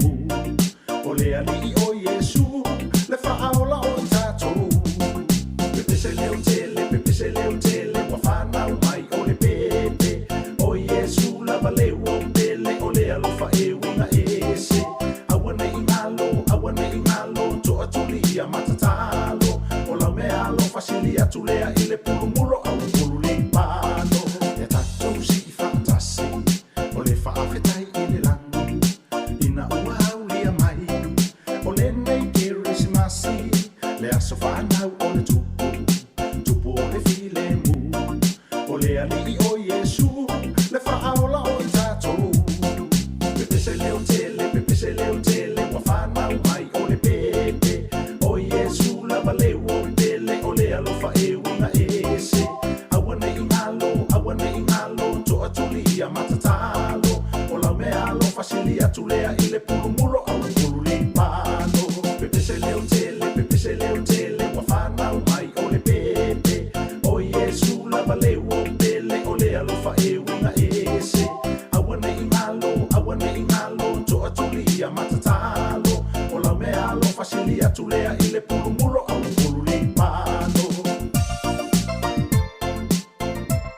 se luki su amal tātou pesele nā le pepese leo tele ua o mai i ua whanau mai le pepe o le Krismasi. Ia whātalo whātua i le tātou tunu o le nātou e awinatu, tātou talafou ma tala mai Samoa, a wā lava le rongo puia li o le tātou tunu whaafonga. Ia le tūlanga o lo iai fo ia mea tupu ma mea sa tupu ma mea o le atu tupu i tutono o le tātou tunu i Samoa. Ia ele ngata i lea le tātou talawhātai ni usila nei lo o tātou au mawai. Ia malo le fulau manuia le nei aso le tātou tunu, ia e manatu foi o lo manuia lava, ia lava singam fuanga, ia wā foi whinga soloa i o tāwale afi, whātalofa foi a lātou lunga o taxis, a mese foi o pasi, ia o Seattles ma i lātou uma o lo tautuaina le tātou tunu, i so se vaenga lava, ia a wā lava, ia le mana o mia o lo tautua, ia malo le whātotoa, malo le tau ata, ia manatu e le whaingofie, ia au nei foi vai teimo le vai tau pisile nei, ia wā lava le whaongaina le atunu o tau sā. Ia lau mata ata ma lau whonga fia, awa iei lava le teitonunga o lau whonga fia ma lau mata ata. E te ia foi ua te ua maua isau mea alofa, o le Krismasi me sitasi o pāsese, ia pia wawa aia tupia i lau whonga fia ile nei aso ma le aso atai au lumana i le Krismasi. Ia manuia tele le whianga iei o tau ma o tau whaiva ma lo le tautua, ia me se foi o i lātou, ia le kuria se lātou foi o lo tiliva ina le tele o media le tātou o tanu, ia tsunga ia Terry tapu māneia ma le vaenga, ia ma lo lava, ia le tautua, i le na foi i vaenga tāua, i le vaenga o le au falimeli, ia ma i lātou, ia o lo ma meo company tu maoti. Ia o le taimile nei o le la a solo tupea tātou a pespesenga su filoi, ia awa lava le tautuaina o le tātou o tanu ma le tua, ia ua malolo fo tele o tasio tato por kalame ua malolo fo ia ile neva i tau se ia toe pa ia fo ia Januari ia a taiao ia suia fo tato por kalame pe fo linga mai o tato atol taiao ia o le atam fai fa sau mai sa mo tato atol taiao le atol taiao ia o le ale atau tua mai e sunga ia ta Salem Sam ma le sunga ia tu fo tato ofisa tu tonu la lovaya si tato fa longo foi ia po le astu langa o iai ia me tupu ia ile aso taiao malanga ia tu Christmas i tato tunu ia ai tele a me mana ia foi tal no ia tu foi nei aso ia wa maua mai foi ni si vaenga o lo me o lo tupu ia feni me fa pene io le la fo tupu tato samo ia ale au Indonesia le au Thailand ma le au Laos au Cambodia la to o lo ia ma le au China foi o le finga luenga tato tunu ia la foi le nei la fo tupu anga i o ile la to tunu ia e fa penale tamu sanga lalo langi ia ai man tu o tato tupe ia le vatu Samoa le liu fa tala Samoa ia la fo itu tongi la to ai no fo la to to la fo o isi tu ia pe o vaenga fa pena ia e tauona fa ai fo ie po la finga tauna se fe mai te ma ainga tato tu ia tato vai tu foi le mana yo tal fa ta ia pia ia o tele ta vale afi o tele o matango fie mea uma ia o meu pakai foi le patata fao ia nga ia ainga ia ma fai Christmas ia ia la fo tele tu ainga fa pena pe tato nei no sila ma Australia ma America ia pa o le vainga foi lele o le la fo tu pe Samoa ia wa me fai o wa tami tonu nei ia fa pe malilo mo tu mo tu se tu pele na se i tam fai tu me ia me so tele me fale nu me se fo me fale au lotu ia se fai au fo i se fai me alo fo fai au ia la fo tupe ia on fa manuia mai le to ina man lo tu ale sa mo ia oe ia o to mu le to mu ma fai ai o le to mu ai fiasto ina uma tu alto san fo watu ia Januari fa u ale Christmas lo tua ona wale tu stupe ia ai fai tato waso tato tu le nei tal tasi na fa muta foi le tato frequency tasi ono testament tasi famo ya malo lava so fo manuia joy to the world the Lord is come let her receive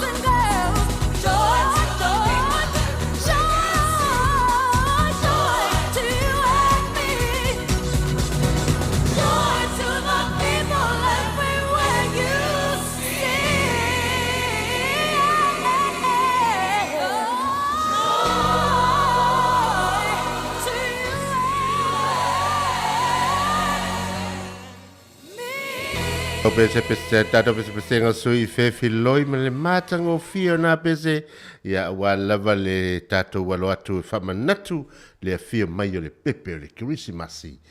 Ia e peo na tau wha pula pula atu teimi u whano le tato por kalame a taiao ia awane ingalo e taiao ia le tato ata le taiao le atu sao mai lava i Samoa le tato ata le taiao ia tu fue fiso whapea fo i ta Sesalem Sam. Ia o nei suinga nai le aso taiao ia e tatala lava le tatou le tio i nei i tatou lau mua i Wellingtone ia i le taimi masani le tu lai fitu le taiao i le tatou whainga lotu e peo na fita i tunga i le sunga li whawhengainga o le neiva yaso ia malo fo i mo ngā luenga li lei ia e mai se fo i o le nei yaso mo fi au ngā luenga o le neiva yaso e tatala lava la le tatou whainga lotu masani ia o na mai alora le whainga lotu tu sao tu lo le tatou whasalalaunga i Samoa mo le tatou ata o le taiao. Ia, o le desi suinga le nā, ai wha maluru atu o le a le ai foi statou prokalame.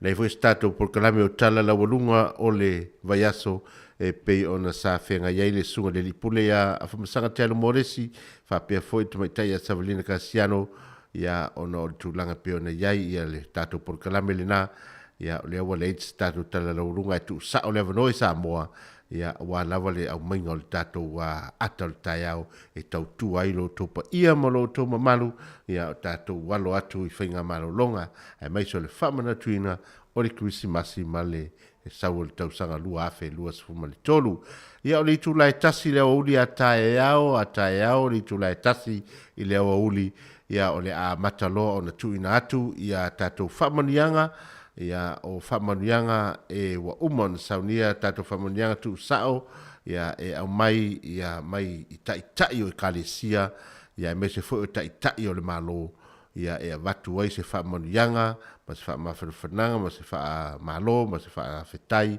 i le mamalo le tato watunu ia ma whamanuia tu fo i le alo atu i nei fo i aso malolo le tu lala e tasi a taiao le amata na whaasolo tu ai tato whamanianga mai ta mama ta itai o le tatou e kalesia ese so fatasi ia me se foi o ta itai o le malo nei New Zealand ia ma nisi foi le ai longa le tautua i tono le tatou tunu ia ma latou whamanianga mo le aso Kirisimasi ia o tatou proklame na le swinga le aso taiao o le aso umi foi taiao ma le tulai fitu se ia pa ia le tulai lima i le afiafi ia awane ingalo tatou proklame le na ia o le taimile nei o leo o tatou se e atu ua toe 25 minuti o na tālea o le itu lai tasi a wina atu pēr tatou pese sui fefiloi.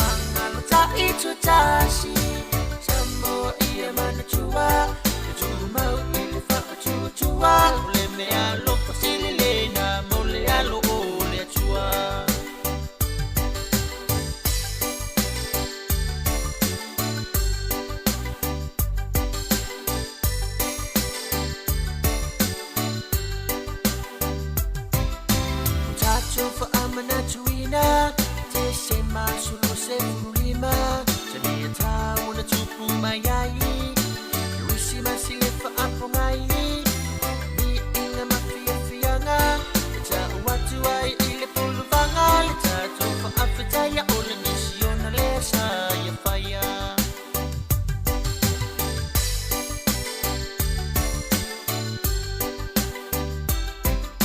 Kirisiana tula imai ta josi ile fa afitai fa amma mane lo loto sino fuanga e fia ai la fo ini o leanga ma ia fa afo o lo tangata sana etalisa maya ilana fa aula tanga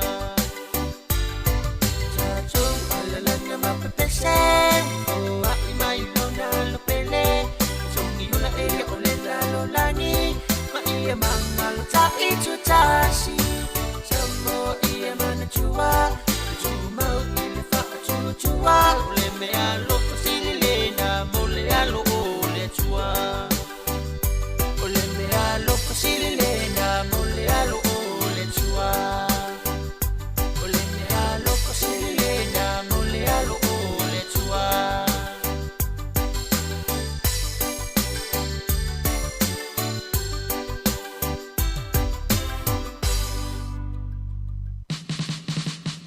Now I dedicate this one to all yardy here on the broad.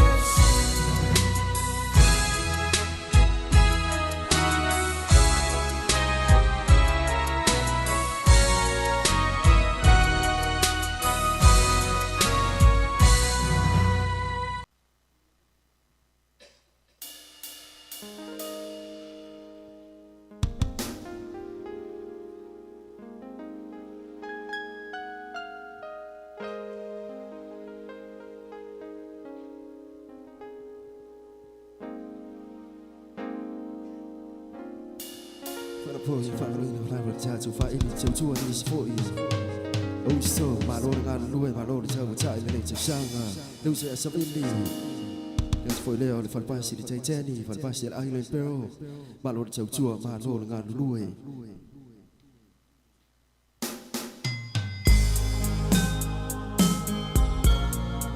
Pamaruya, Hamaro, Fanga, by the Chafa, the Madu, the Shimasi, Matanso phone.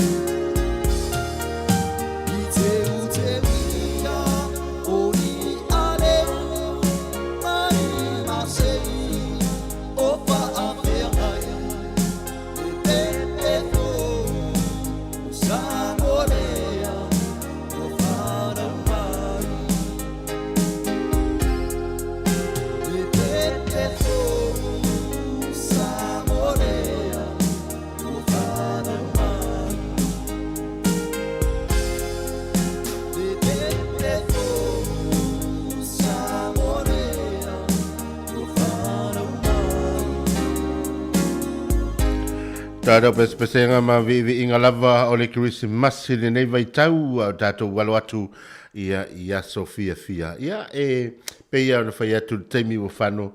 Ia alu le nei tau sanga o tātou pati ma tātou vivi.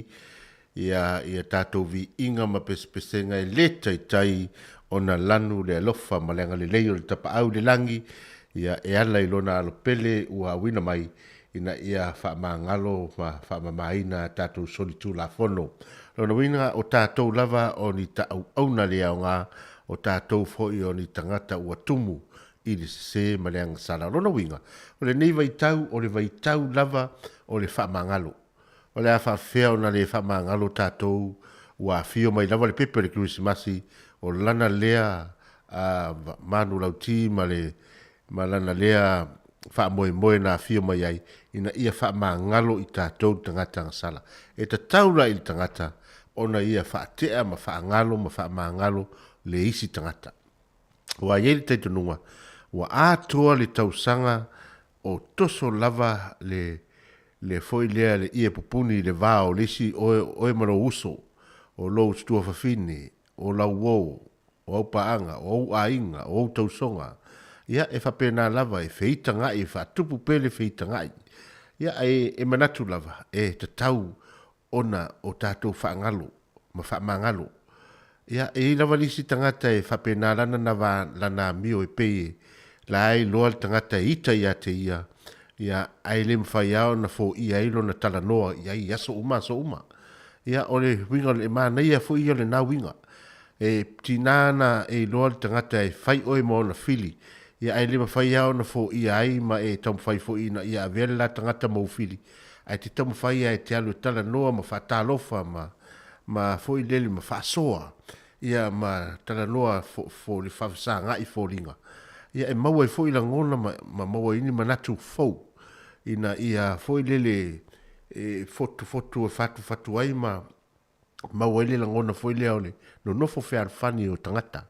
Wha moe le nao le fio mai ole. Pepe le Christmas.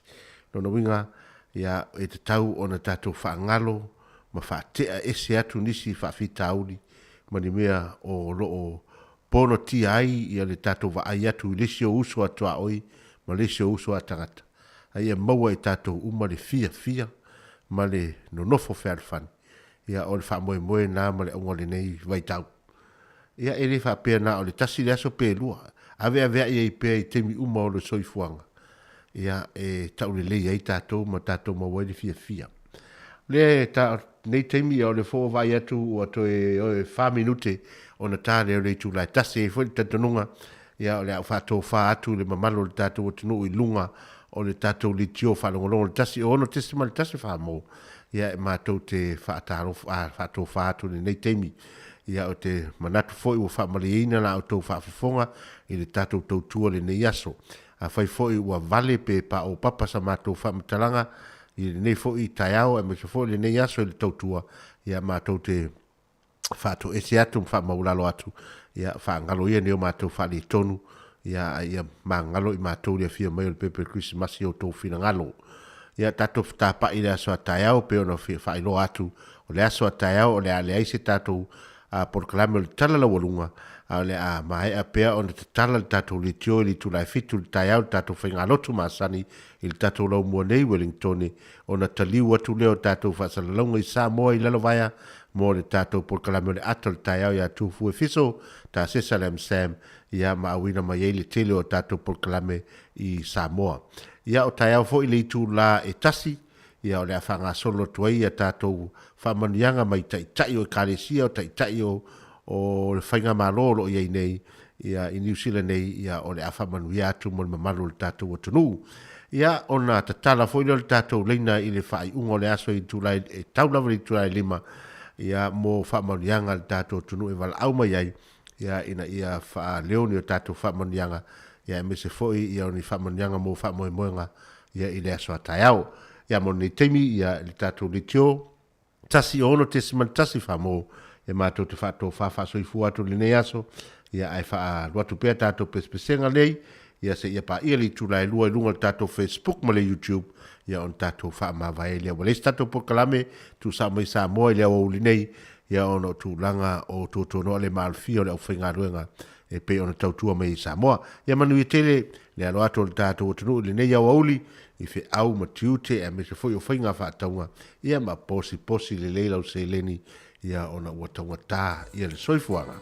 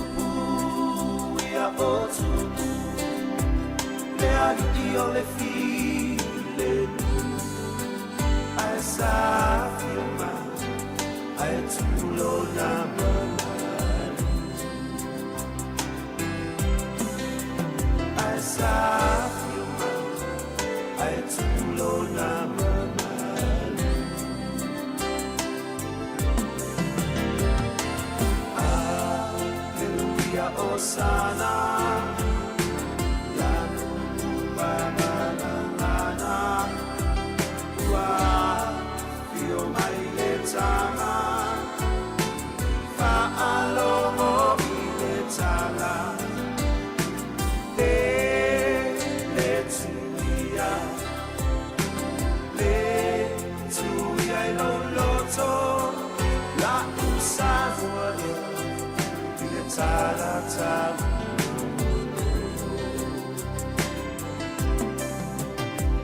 usahua ia Ile tala tala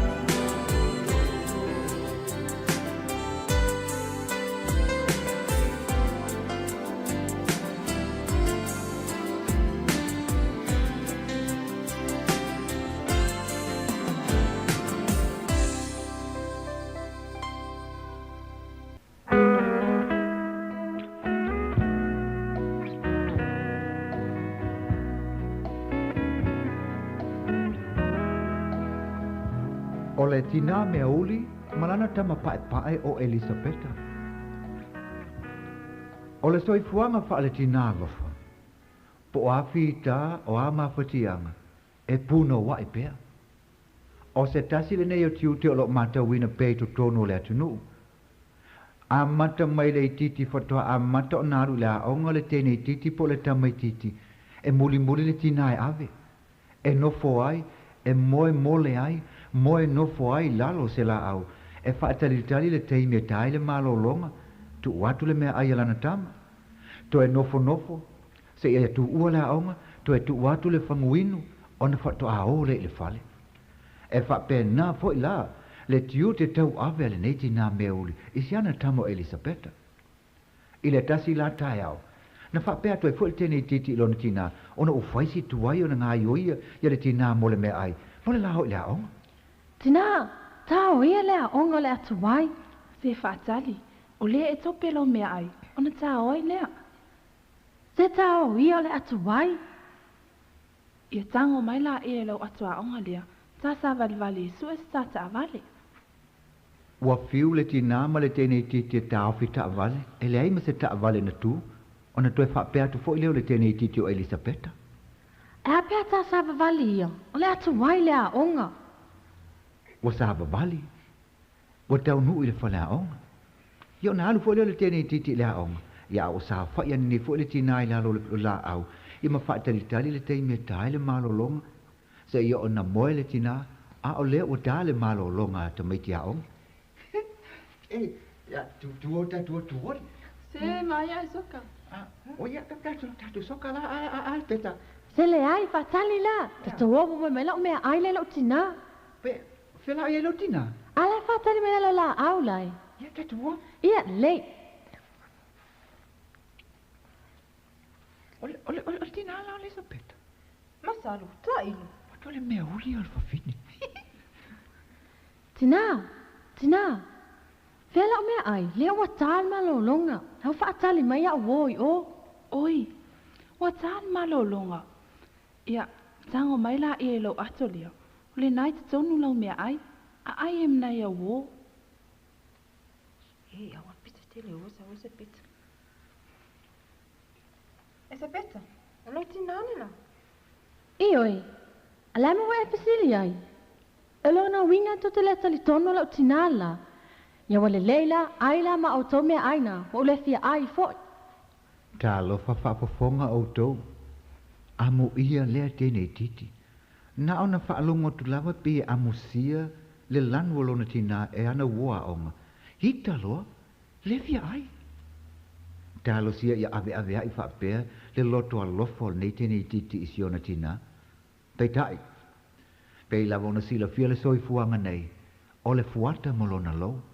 O le taimi foi molo la mona. Ia ta ilo. Whafonga ua matua le tene. I le tasi la tai au. O le fula la alu le tene titi i le aonga.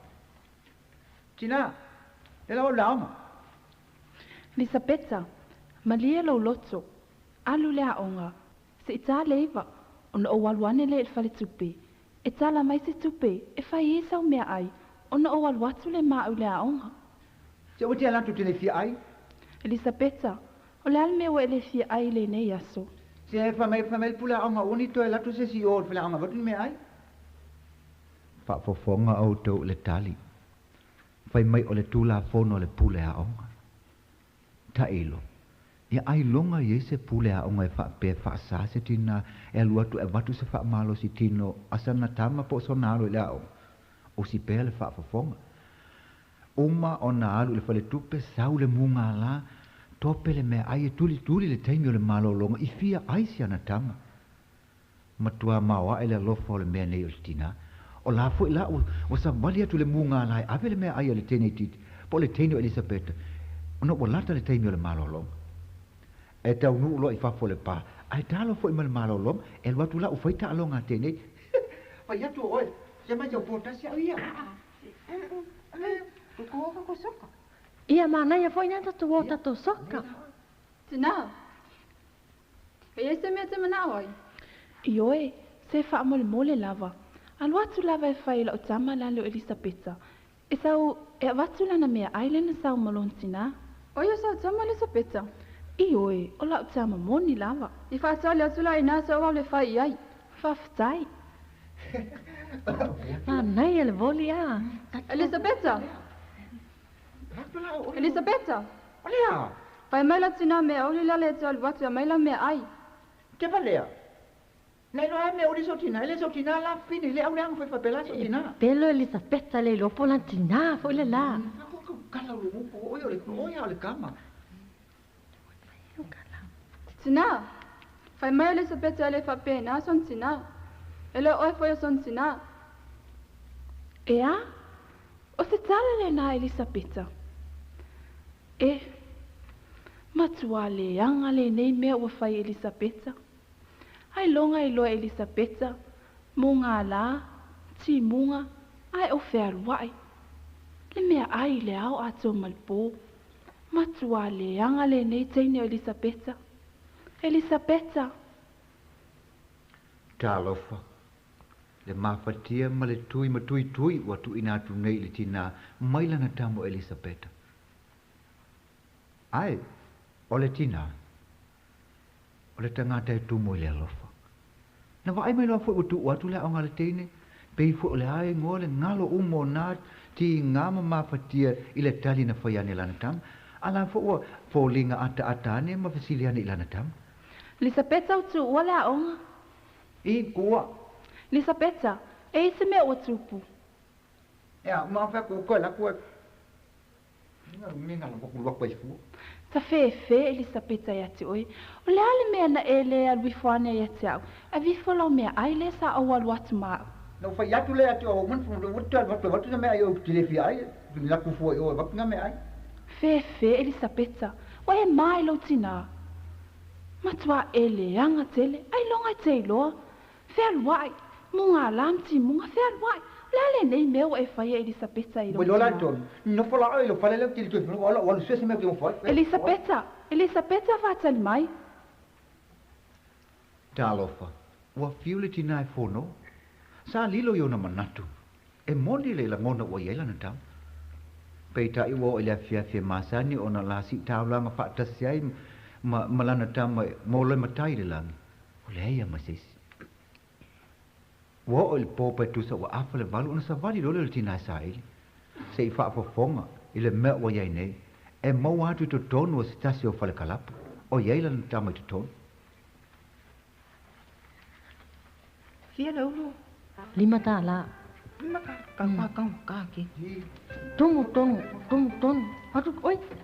Lima tala oi. Tu sama tu mata. Tu sa. Oi, Elisabeta. Lima tala. Ya, ada linta. Sabon ya yo peso aro kinyo. Koi on. Lima tala. Ya. Tangkong. Bakal ini tina. 5 tala lo fal. Malia lo sunga. Na sina 5 minuti lava. So al watu e tonu e so e mais se utamo Elisabeta. Fatale tulai. Leila sila na tu perfecto tel berti. Lela la tu tel ton ma ole security ya anu fe oina faito 5 minuti la tu tel ton ale ai ino la tu le mai fa fa Wale faftai. Oi, malia lo lotu. Aya pe aya lu oi tun. E fai le teine la le e siva mai o. E fai e sa ola na wo teine le fa tale atu I fafo. Oi. Tele me te sa wale sa ulima tala. Alto e turia o le leo fai tu o te ala fai afia. Olo la ton, tini al fafo. Alo gure al fafo. Se fa mun mole. A fai e ye so tina. Ona whaira le mele wa o whai atu ai. Le anga, a o alu atu ta tonu. E tuli mai au I whafu Elisabeta. Ia wale lei, ona ua e tau mai le upu tina. O le au whai whaata le atu lai. Ia, wailo, la sau Elisabeta. Whaftai. O se waainga mata utia le. Na ona tau mai la wale teine I le whai tu o alona tina le to tona whai. Sapafu. Sao e wawai ki mo me kaka makanga. Sapafu. Elisabeta, sao tau Il fale. Oi, o whakta o tuto sa meu te anu ai. Siki anu whare kere wa. Elisabeta, lale nei mea wa e whaia. O lava le na, sao tau Il fale. Ko saulu se meu te anu, nga vai rule meu ki whai ai. Elisabeta whaamolmole, whaalongo mai I lo tina. Rase, wow, kom, Elisabeta, whaamolmole. Elisabeta.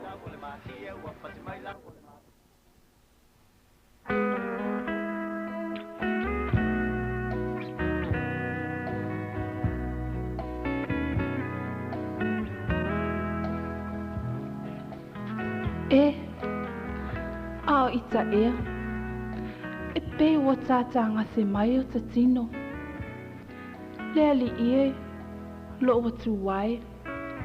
Ta fia o ilo mawhale, whaatasi masi au tamo Elisabeta. Talofo.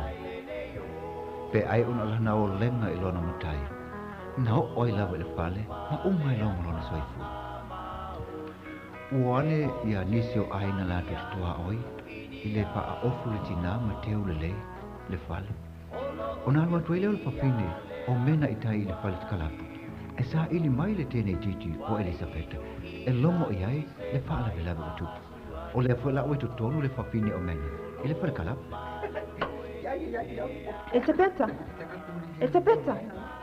Elisabeta. O au nai te malau mai ai. I o ele whaalona koa iai o le whaamoma mai ai. Mole Elisabeta. Olea. Vai ui. Ia alofa mai a tea. Sau tau I le whale. Nā sina taimi po lava. Ona e tue sau la ia lea. Alofa mai a tea. Tau. Ona e tue sau la ia lea. Wala latu. Ana oi lele se uma matou fia no latu lea. Siva vera tau Elisabeta au. Ja, okay. Ua siva le tele tiki. Peia wala ngona yona tino, le fe au na sau ia tia. Ona ia fo I lo le levo le po iuta lo la fale. Ua tau nu unei luma o le fale.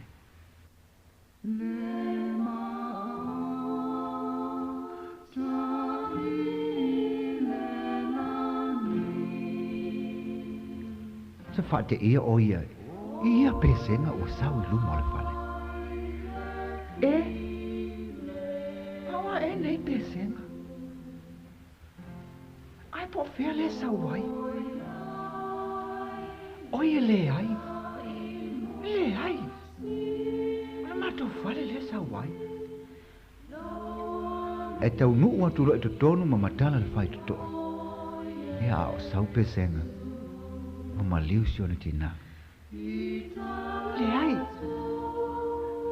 ai tina. Tina le ai. Tina. Mena le ai. Mena. Elisabeta. Aua te toi tangi. Ua le au ngā.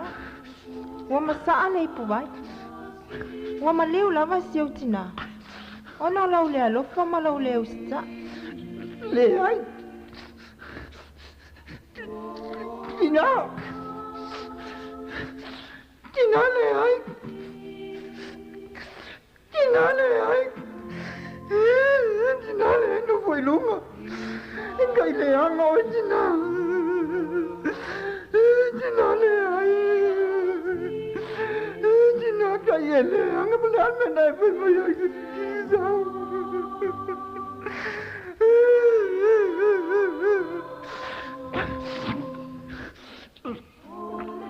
Lawali ie. Mole. Vai a fatula tina. Mole. Amatu mataita. Ole sa nga di toyo lai. Tina ea. O lano. Mau folinga. Ole penina lea. Ilo fatu mola uloto. Ia so uma. To fatina.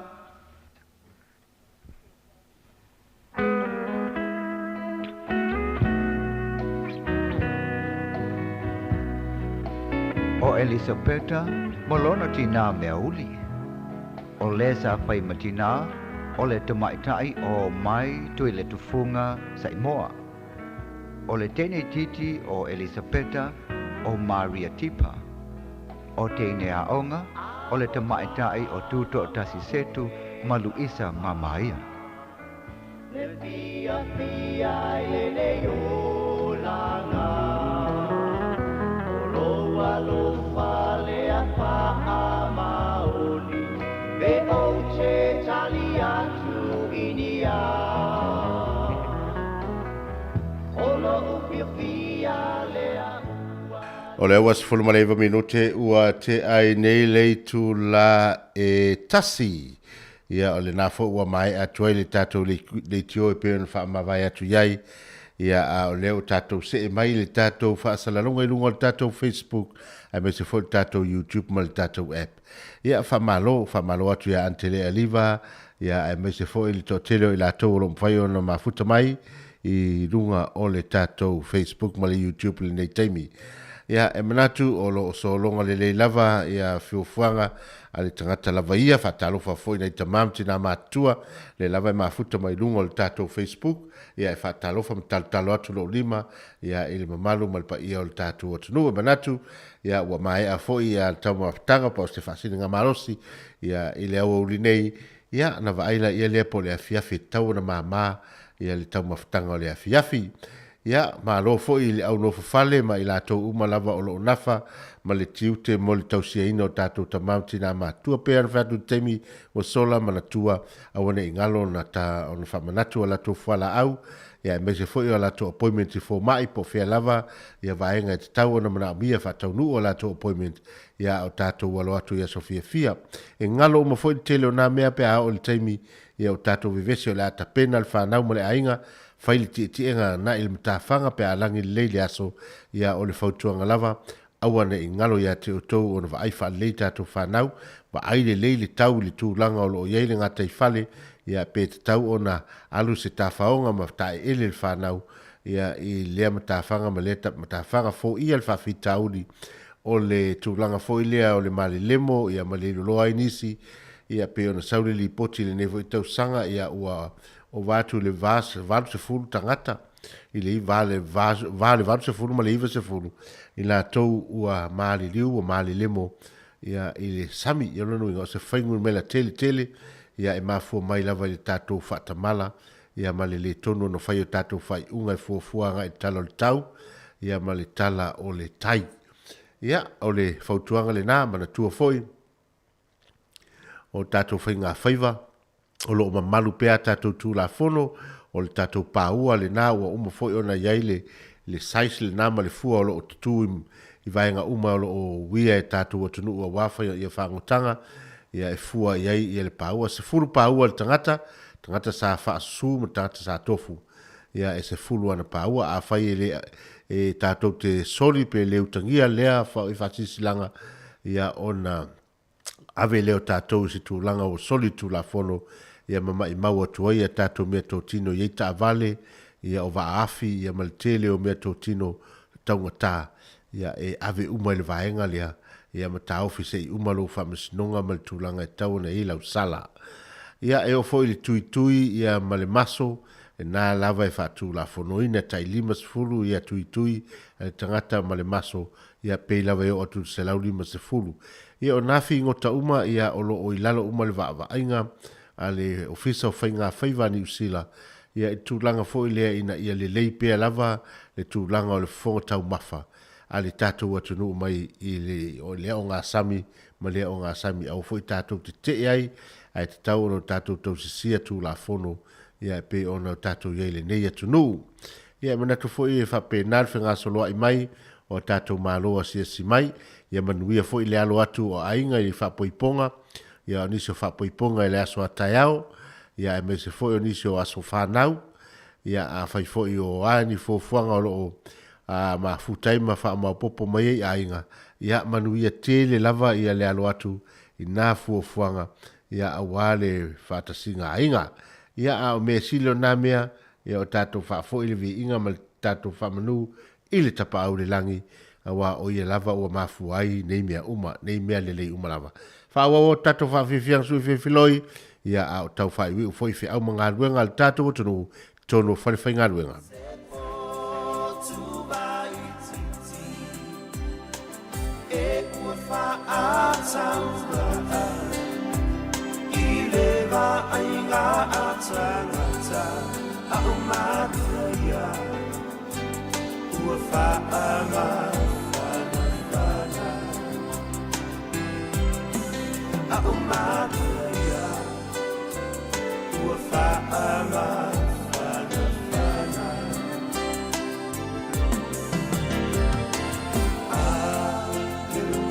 Osana Yanu Baba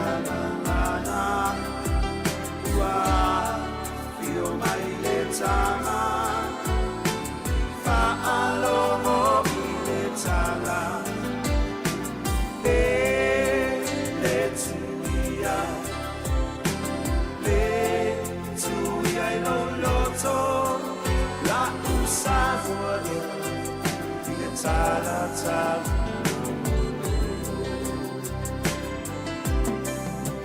La usavoya Tala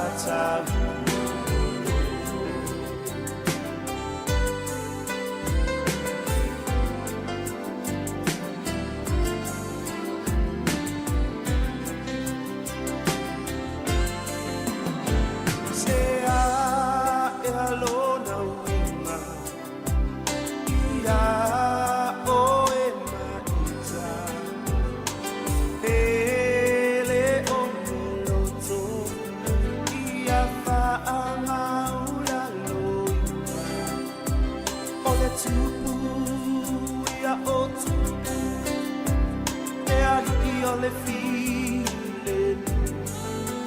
as I feel my eyes alone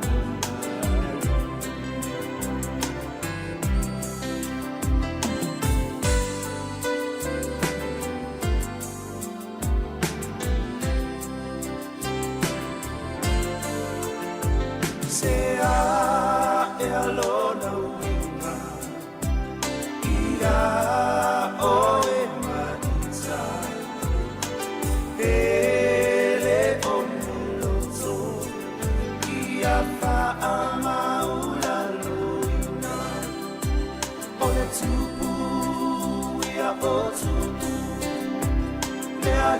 le feeling as I feel my eyes alone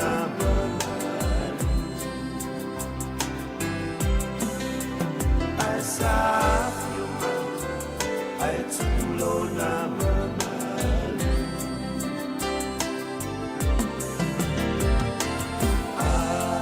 Hallelujah, Osana.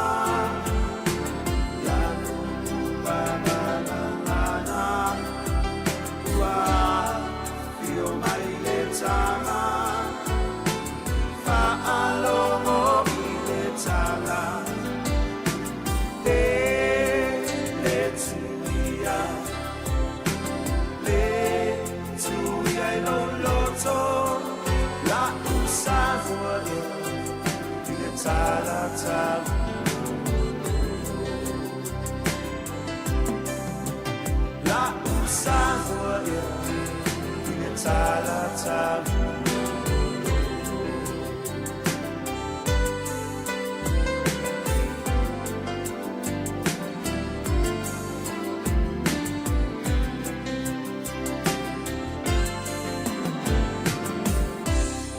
O lea ua luas fulma le fitu minute ua te ai nei le i tu la e tasi i le tātou teimile nei Wellington. Ia o loo mai tauina pea, ia le tūlanga manai o le tau e peo na iai Wellington nei, ia mai se foi o le tūlanga o lo iai Porirua, o le ofisa tututono le tātou le tio whaasala lauru Samoa Capital Radio.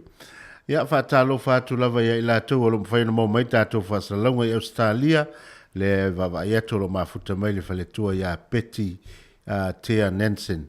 Ia lo whaatu foi le fionga ti akono ia ma le whanau o lo maua le mafutanga ia i le nafo ia tunu i Australia, manu ia tele Krismasi ma le alo atu i whainga marolonga le nei vaitau. Ia o te alo whaatu foi atu Sunny Risati whapea foi antele aliva, ia ele ngalo lava ia paanga masani le tātou litio, ia lo whaafonga mai. Mama lo lava, whaafutai le whaavanoa tau maota malawa, ia e ofi atuai le tautua le whaafonga le laumoa i lea aso ma lea aso. Ia mātou te whaatalo whaatufoi, ia i Sydney, Australia, whapea foi Melpone, le sunga ia ta uo, ma le whaletua, ma le ainga, o me se foi o le sunga le whaifi au, ia winga, ia ma le whaletua, ia o mafuta mai i Melpone. Ia o le tele o le tātou atunu o lo mpahaina le mau atu, ia whapea foi, ia le tinaya Marie, ia ma le uso foi ia whangaio, ia ma i lato umalo mo me tātou whasalonga i Sydney, Australia. Ia mātou te alo whātum whamanu atu le Krismasi, i le nei foi vai tau. O tātou ainga o lo mwhaina mafuta mai i whia. Amerika Samoa e me se foi Hawaii, le tinaya po whale ula ma le ainga ia mātou te whamanu atu le Krismasi ma le tausanga fau. Ia whapea foi ia tātou ainga i Samoa lo mwhaina mau mai, tātou whasalalaunga ia mātou te o whalofa whaatalo whātu. Ia whamanuia foi le Krismasi i le tina ia Rachel Sifa lo mafuta mai au kilani i le nei taimi ia o te whamanui atu Rachel le nei taimi ia o alofa tele mai tu fuelo malanga Samoa whapea foi le sunga ia tasi ia e alofa atu ia te oi whapea foi le tina ia loto mama ia pe dise male ainga ia o lo mafuta mai foi au kilani ia bese o tato paanga uma ia o lo mafuta mai au kilani o le mau atu lilo maiava ia atapsoa ma le au whaili ia mese fo le ainga ia e walo whātu le nei teimi manatu ia pisi lava tātou li tūlanga o whaiwi o whiau mga luenga ia unisi fo i o la ua o atu e lātou tāwhaonga ia whai mali e lo waso a wale so na whaia al tātou pese le nei wha a wawa toi pēr tātou pese pese sui whewhiloi ia wala vale nei iaua uli o le aso luas forma le lua te sema lua afe luas forma le lua. Sandama Alleluia.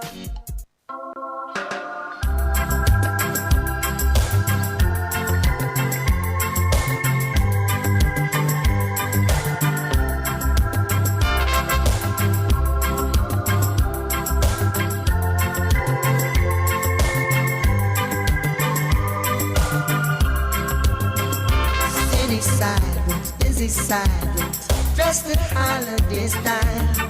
In the air there's a feeling of Christmas.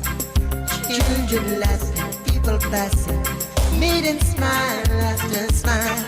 And on every street corner you will hear silver bells, silver bells. It's Christmas time in the city. Ring-a-ling, hear them ring. Soon it will be Christmas Day. Strings of streetlights, even stoplights, twinkle bright red and green as the shoppers rush home with their treasures. Hear the song push, see the kids bunch. This is Santa's big scene, and above all the bustle, you will hear silver bells, silver bells. It's Christmas time in the city. Ring-a-ling, hear them ring. Soon it will be Christmas Day. Silver bells, silver bells. It's Christmas time in the city.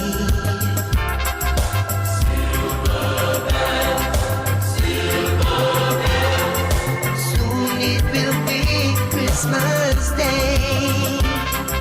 Silver bells, silver bells. It's Christmas time in the city.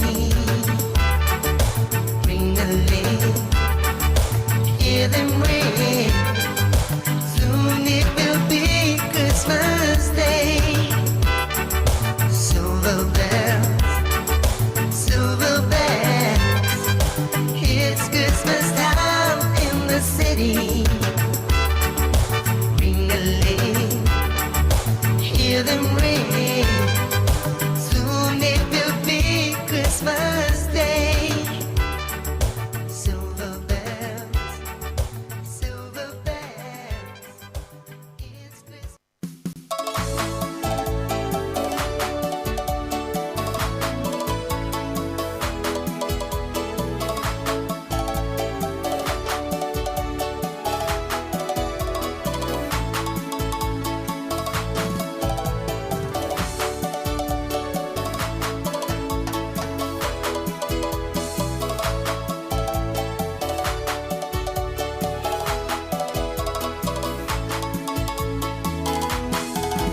Se ni pati pati mai tātou mi ia le matai. I ranga pule tō mua ia o na whaasao. E whanau mai Yesu a le manu mano. E atua whaawhetai ua na o i o unoto.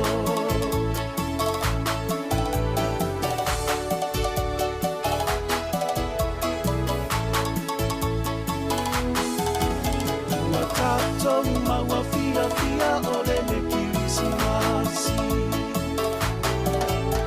O foa i mai e le atua lona loito a tāsi. O ia na te whaamalo si atu i le lano lani. Tu ulele anga awa lavane i whano se tāsi. Ulele anga awa lavane i whano se tāsi.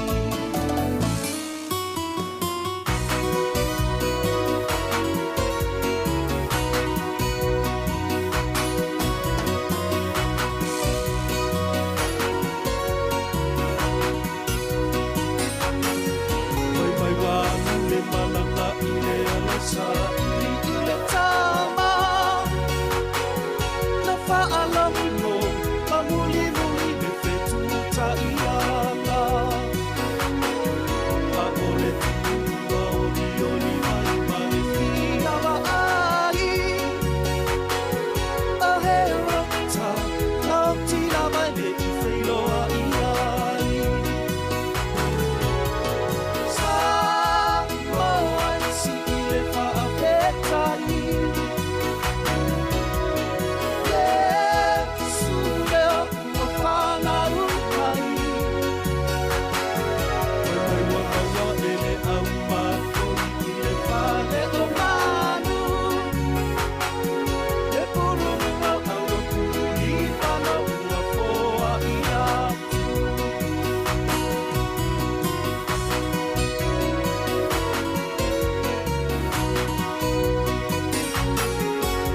Ua ia whaapoto mai whaitau langa sili.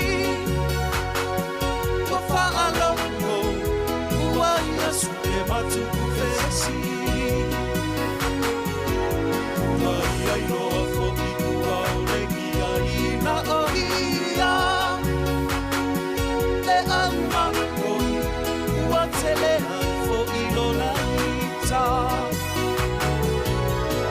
Samoa si i le whaapetai. Yesu leo o whanau mai.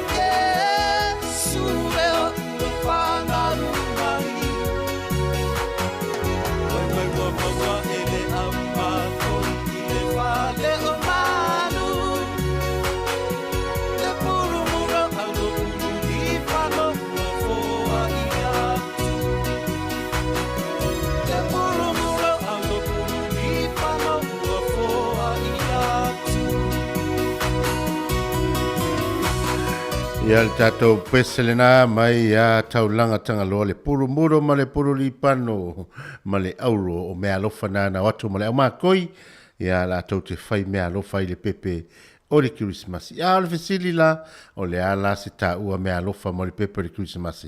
Ia mātou te awalo whātum whātalo whātu le neitu la i la tau futo aki mai la tau Facebook ma la tau YouTube. Ia e mese fo i tawhai fia le lalolangi o lo mau mai tātou whasalalonga Amerika ai whapea fo i Hawaii ia ma le tere o tunu e le ta ua atu teimi mua mua. Ia ai alo whatu fo i le sungo ia Alex Taitasi o lo mafuta mai i le nei fo i tūla le aso. Alo whatu ia oka lango lango whapea fo i ia ia le tasi fo i o vaenga o lo i Maastone i le manu tātou o tunu o lo i Masterton ia e au alo whatu tātou por kalame i le nei aso. Ia al tātou pitanu i Miramar whapea fo i Kilburn ele mamalo tātou tunu o lo au mawai ia alo lo fatu mo o tau le nā pito ia o tau tele ai na fia e whangota ia awane i whaima o sami temile nei o le nā e fwile sautala le tau pe o mo le tala fōsa o lina nei a uri ia o lapata ia mai ia whaititili mawila ia e meise fwoi ia o le tō whatau tau ai o tangimiti munga ia i se temi a tai au ia e le lava e le o tātou le o whalinga ia o le motu i sautema le pito dunga ia e te tauana no whauta i tātou ina ne te iwa oso mai li tātou pitanu. Ia pese nema ia Isaac Pula whanofo file muai i le tātou aso ina uto e luas por minute o na tā lea o le tūlai rua.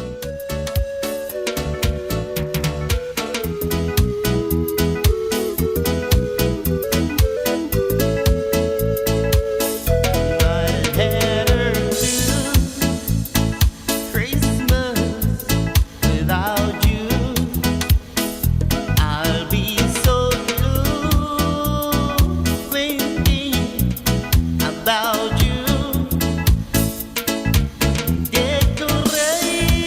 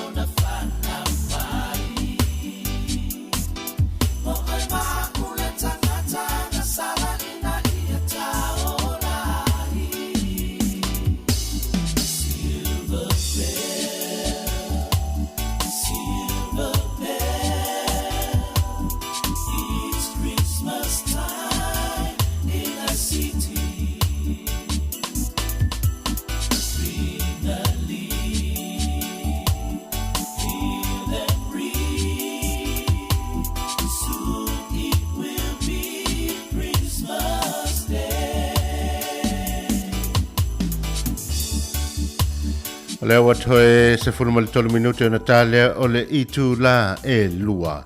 Ia e whamaruru atu wa leifu statu pukalame mai Samoa i le nei aso o no tu langa o le maalofio o tatu au whinga ruenga. E awane ingalo o le tatu atalu taiao ia o le alai sao mai Samoa. Ia wa foi le whafonga tapua ia le tatu watunu ia male tautua ina lava o le tatu watunu mai Samoa. Ya tufu e fiso wa pe foi ta sisa lem sem le la tautua e pe ona ye. Ia no te tari mai foi le o tatu fa salalonga i le nei lava ta ofisa le aso taiao.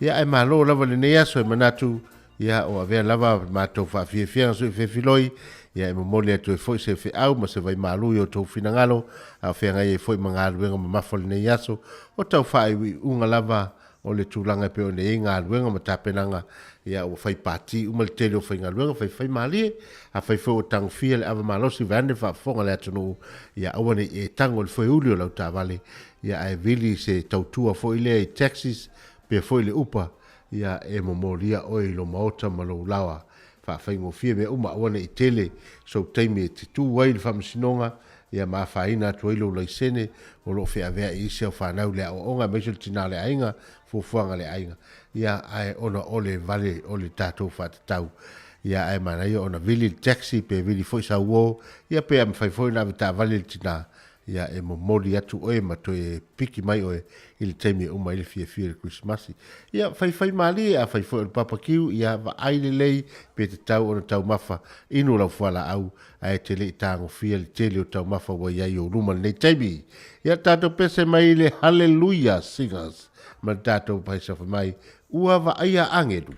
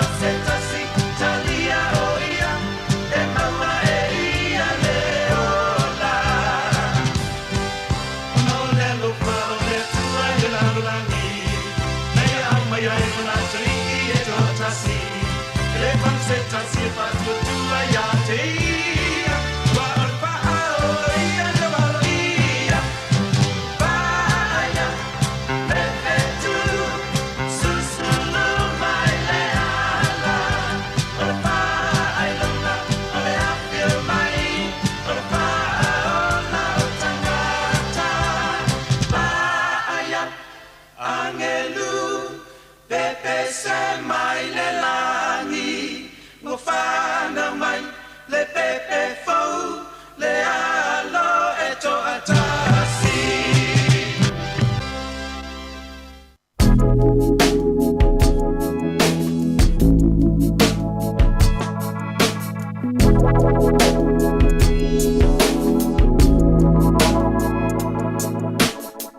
Yesu keriso le tama a Maria e ola itangata e favava aso uleva I petele ema fana wile aso fia fia ua pepe se angelo ua pepe se angelo ua pepe se angelo ofana le tupu uolai tangata uma aso uleva I petele ema fana wile aso fia fia ua pepe se angelo ua pepe se angelo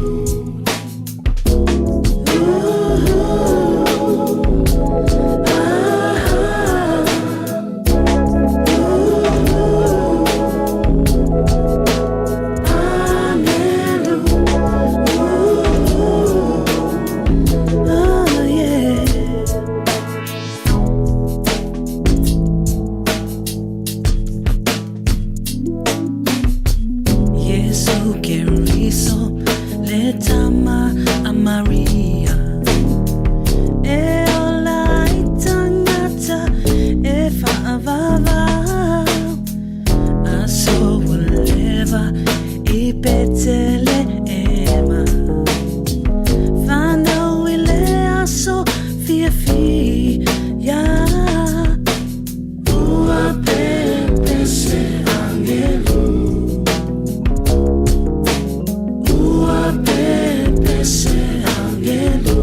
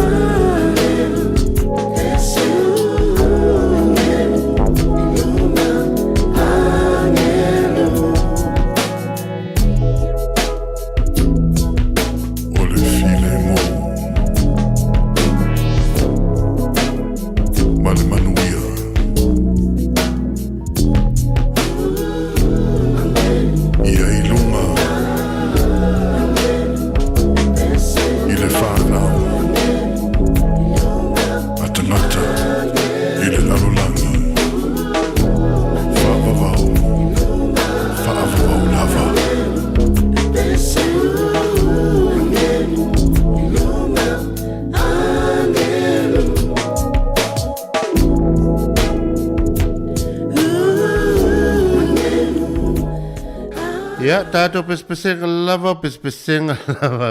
Ia, e se foi le fausanga o nei foi toi ngā pese. Ia, e pei o na iai, ia pese nā watu. Ia, o le nei vaitau, ia o le vaitau. Ia, ua ata mamai foi nei au ngā tupulanga le fausia o pese. Ia, au ale mamoli nātou fe au. Ia, o lo tau, mo fai mamoli atu ala I tātou whātunga pespesenga. Ia, o te whātua alofa, o te whātua whātu foi. I le mamalo le tātou tunu urunga le Facebook ma le YouTube o te manatu o le awha umatu e fo i tātou proklame le neitu la le aso ia e wha maru luatu a whai fo i wale tau tamari lau sile mai ma lau whaafonga mai sa mātou tau tua ia lafo ie nu le aina aso mātou whale tonu ia manuia tele lava le nei aso mo na lava singa ia I toi taimi o te toe o whiau mga ruenga ia e mai se fo I o mawhutanga a inga mfuafuanga umolo ia I tātou o tunu whetapa I tai au ni tūla e fitu I le tai au ia tātou whaasalalonga ma sani e peo na e tātou whinga lotu ia ona tui nātu fo i leo tātou pokalami ma sani se ia pa ia le tu lai lima le aso fraile a tai au auru mana iai ia le aso sa o lo tātou kirisi masi. Ia alo whātu tātou tunu manu ia tele whawau tu pēr tātou whaafia fianga ile nei taimi.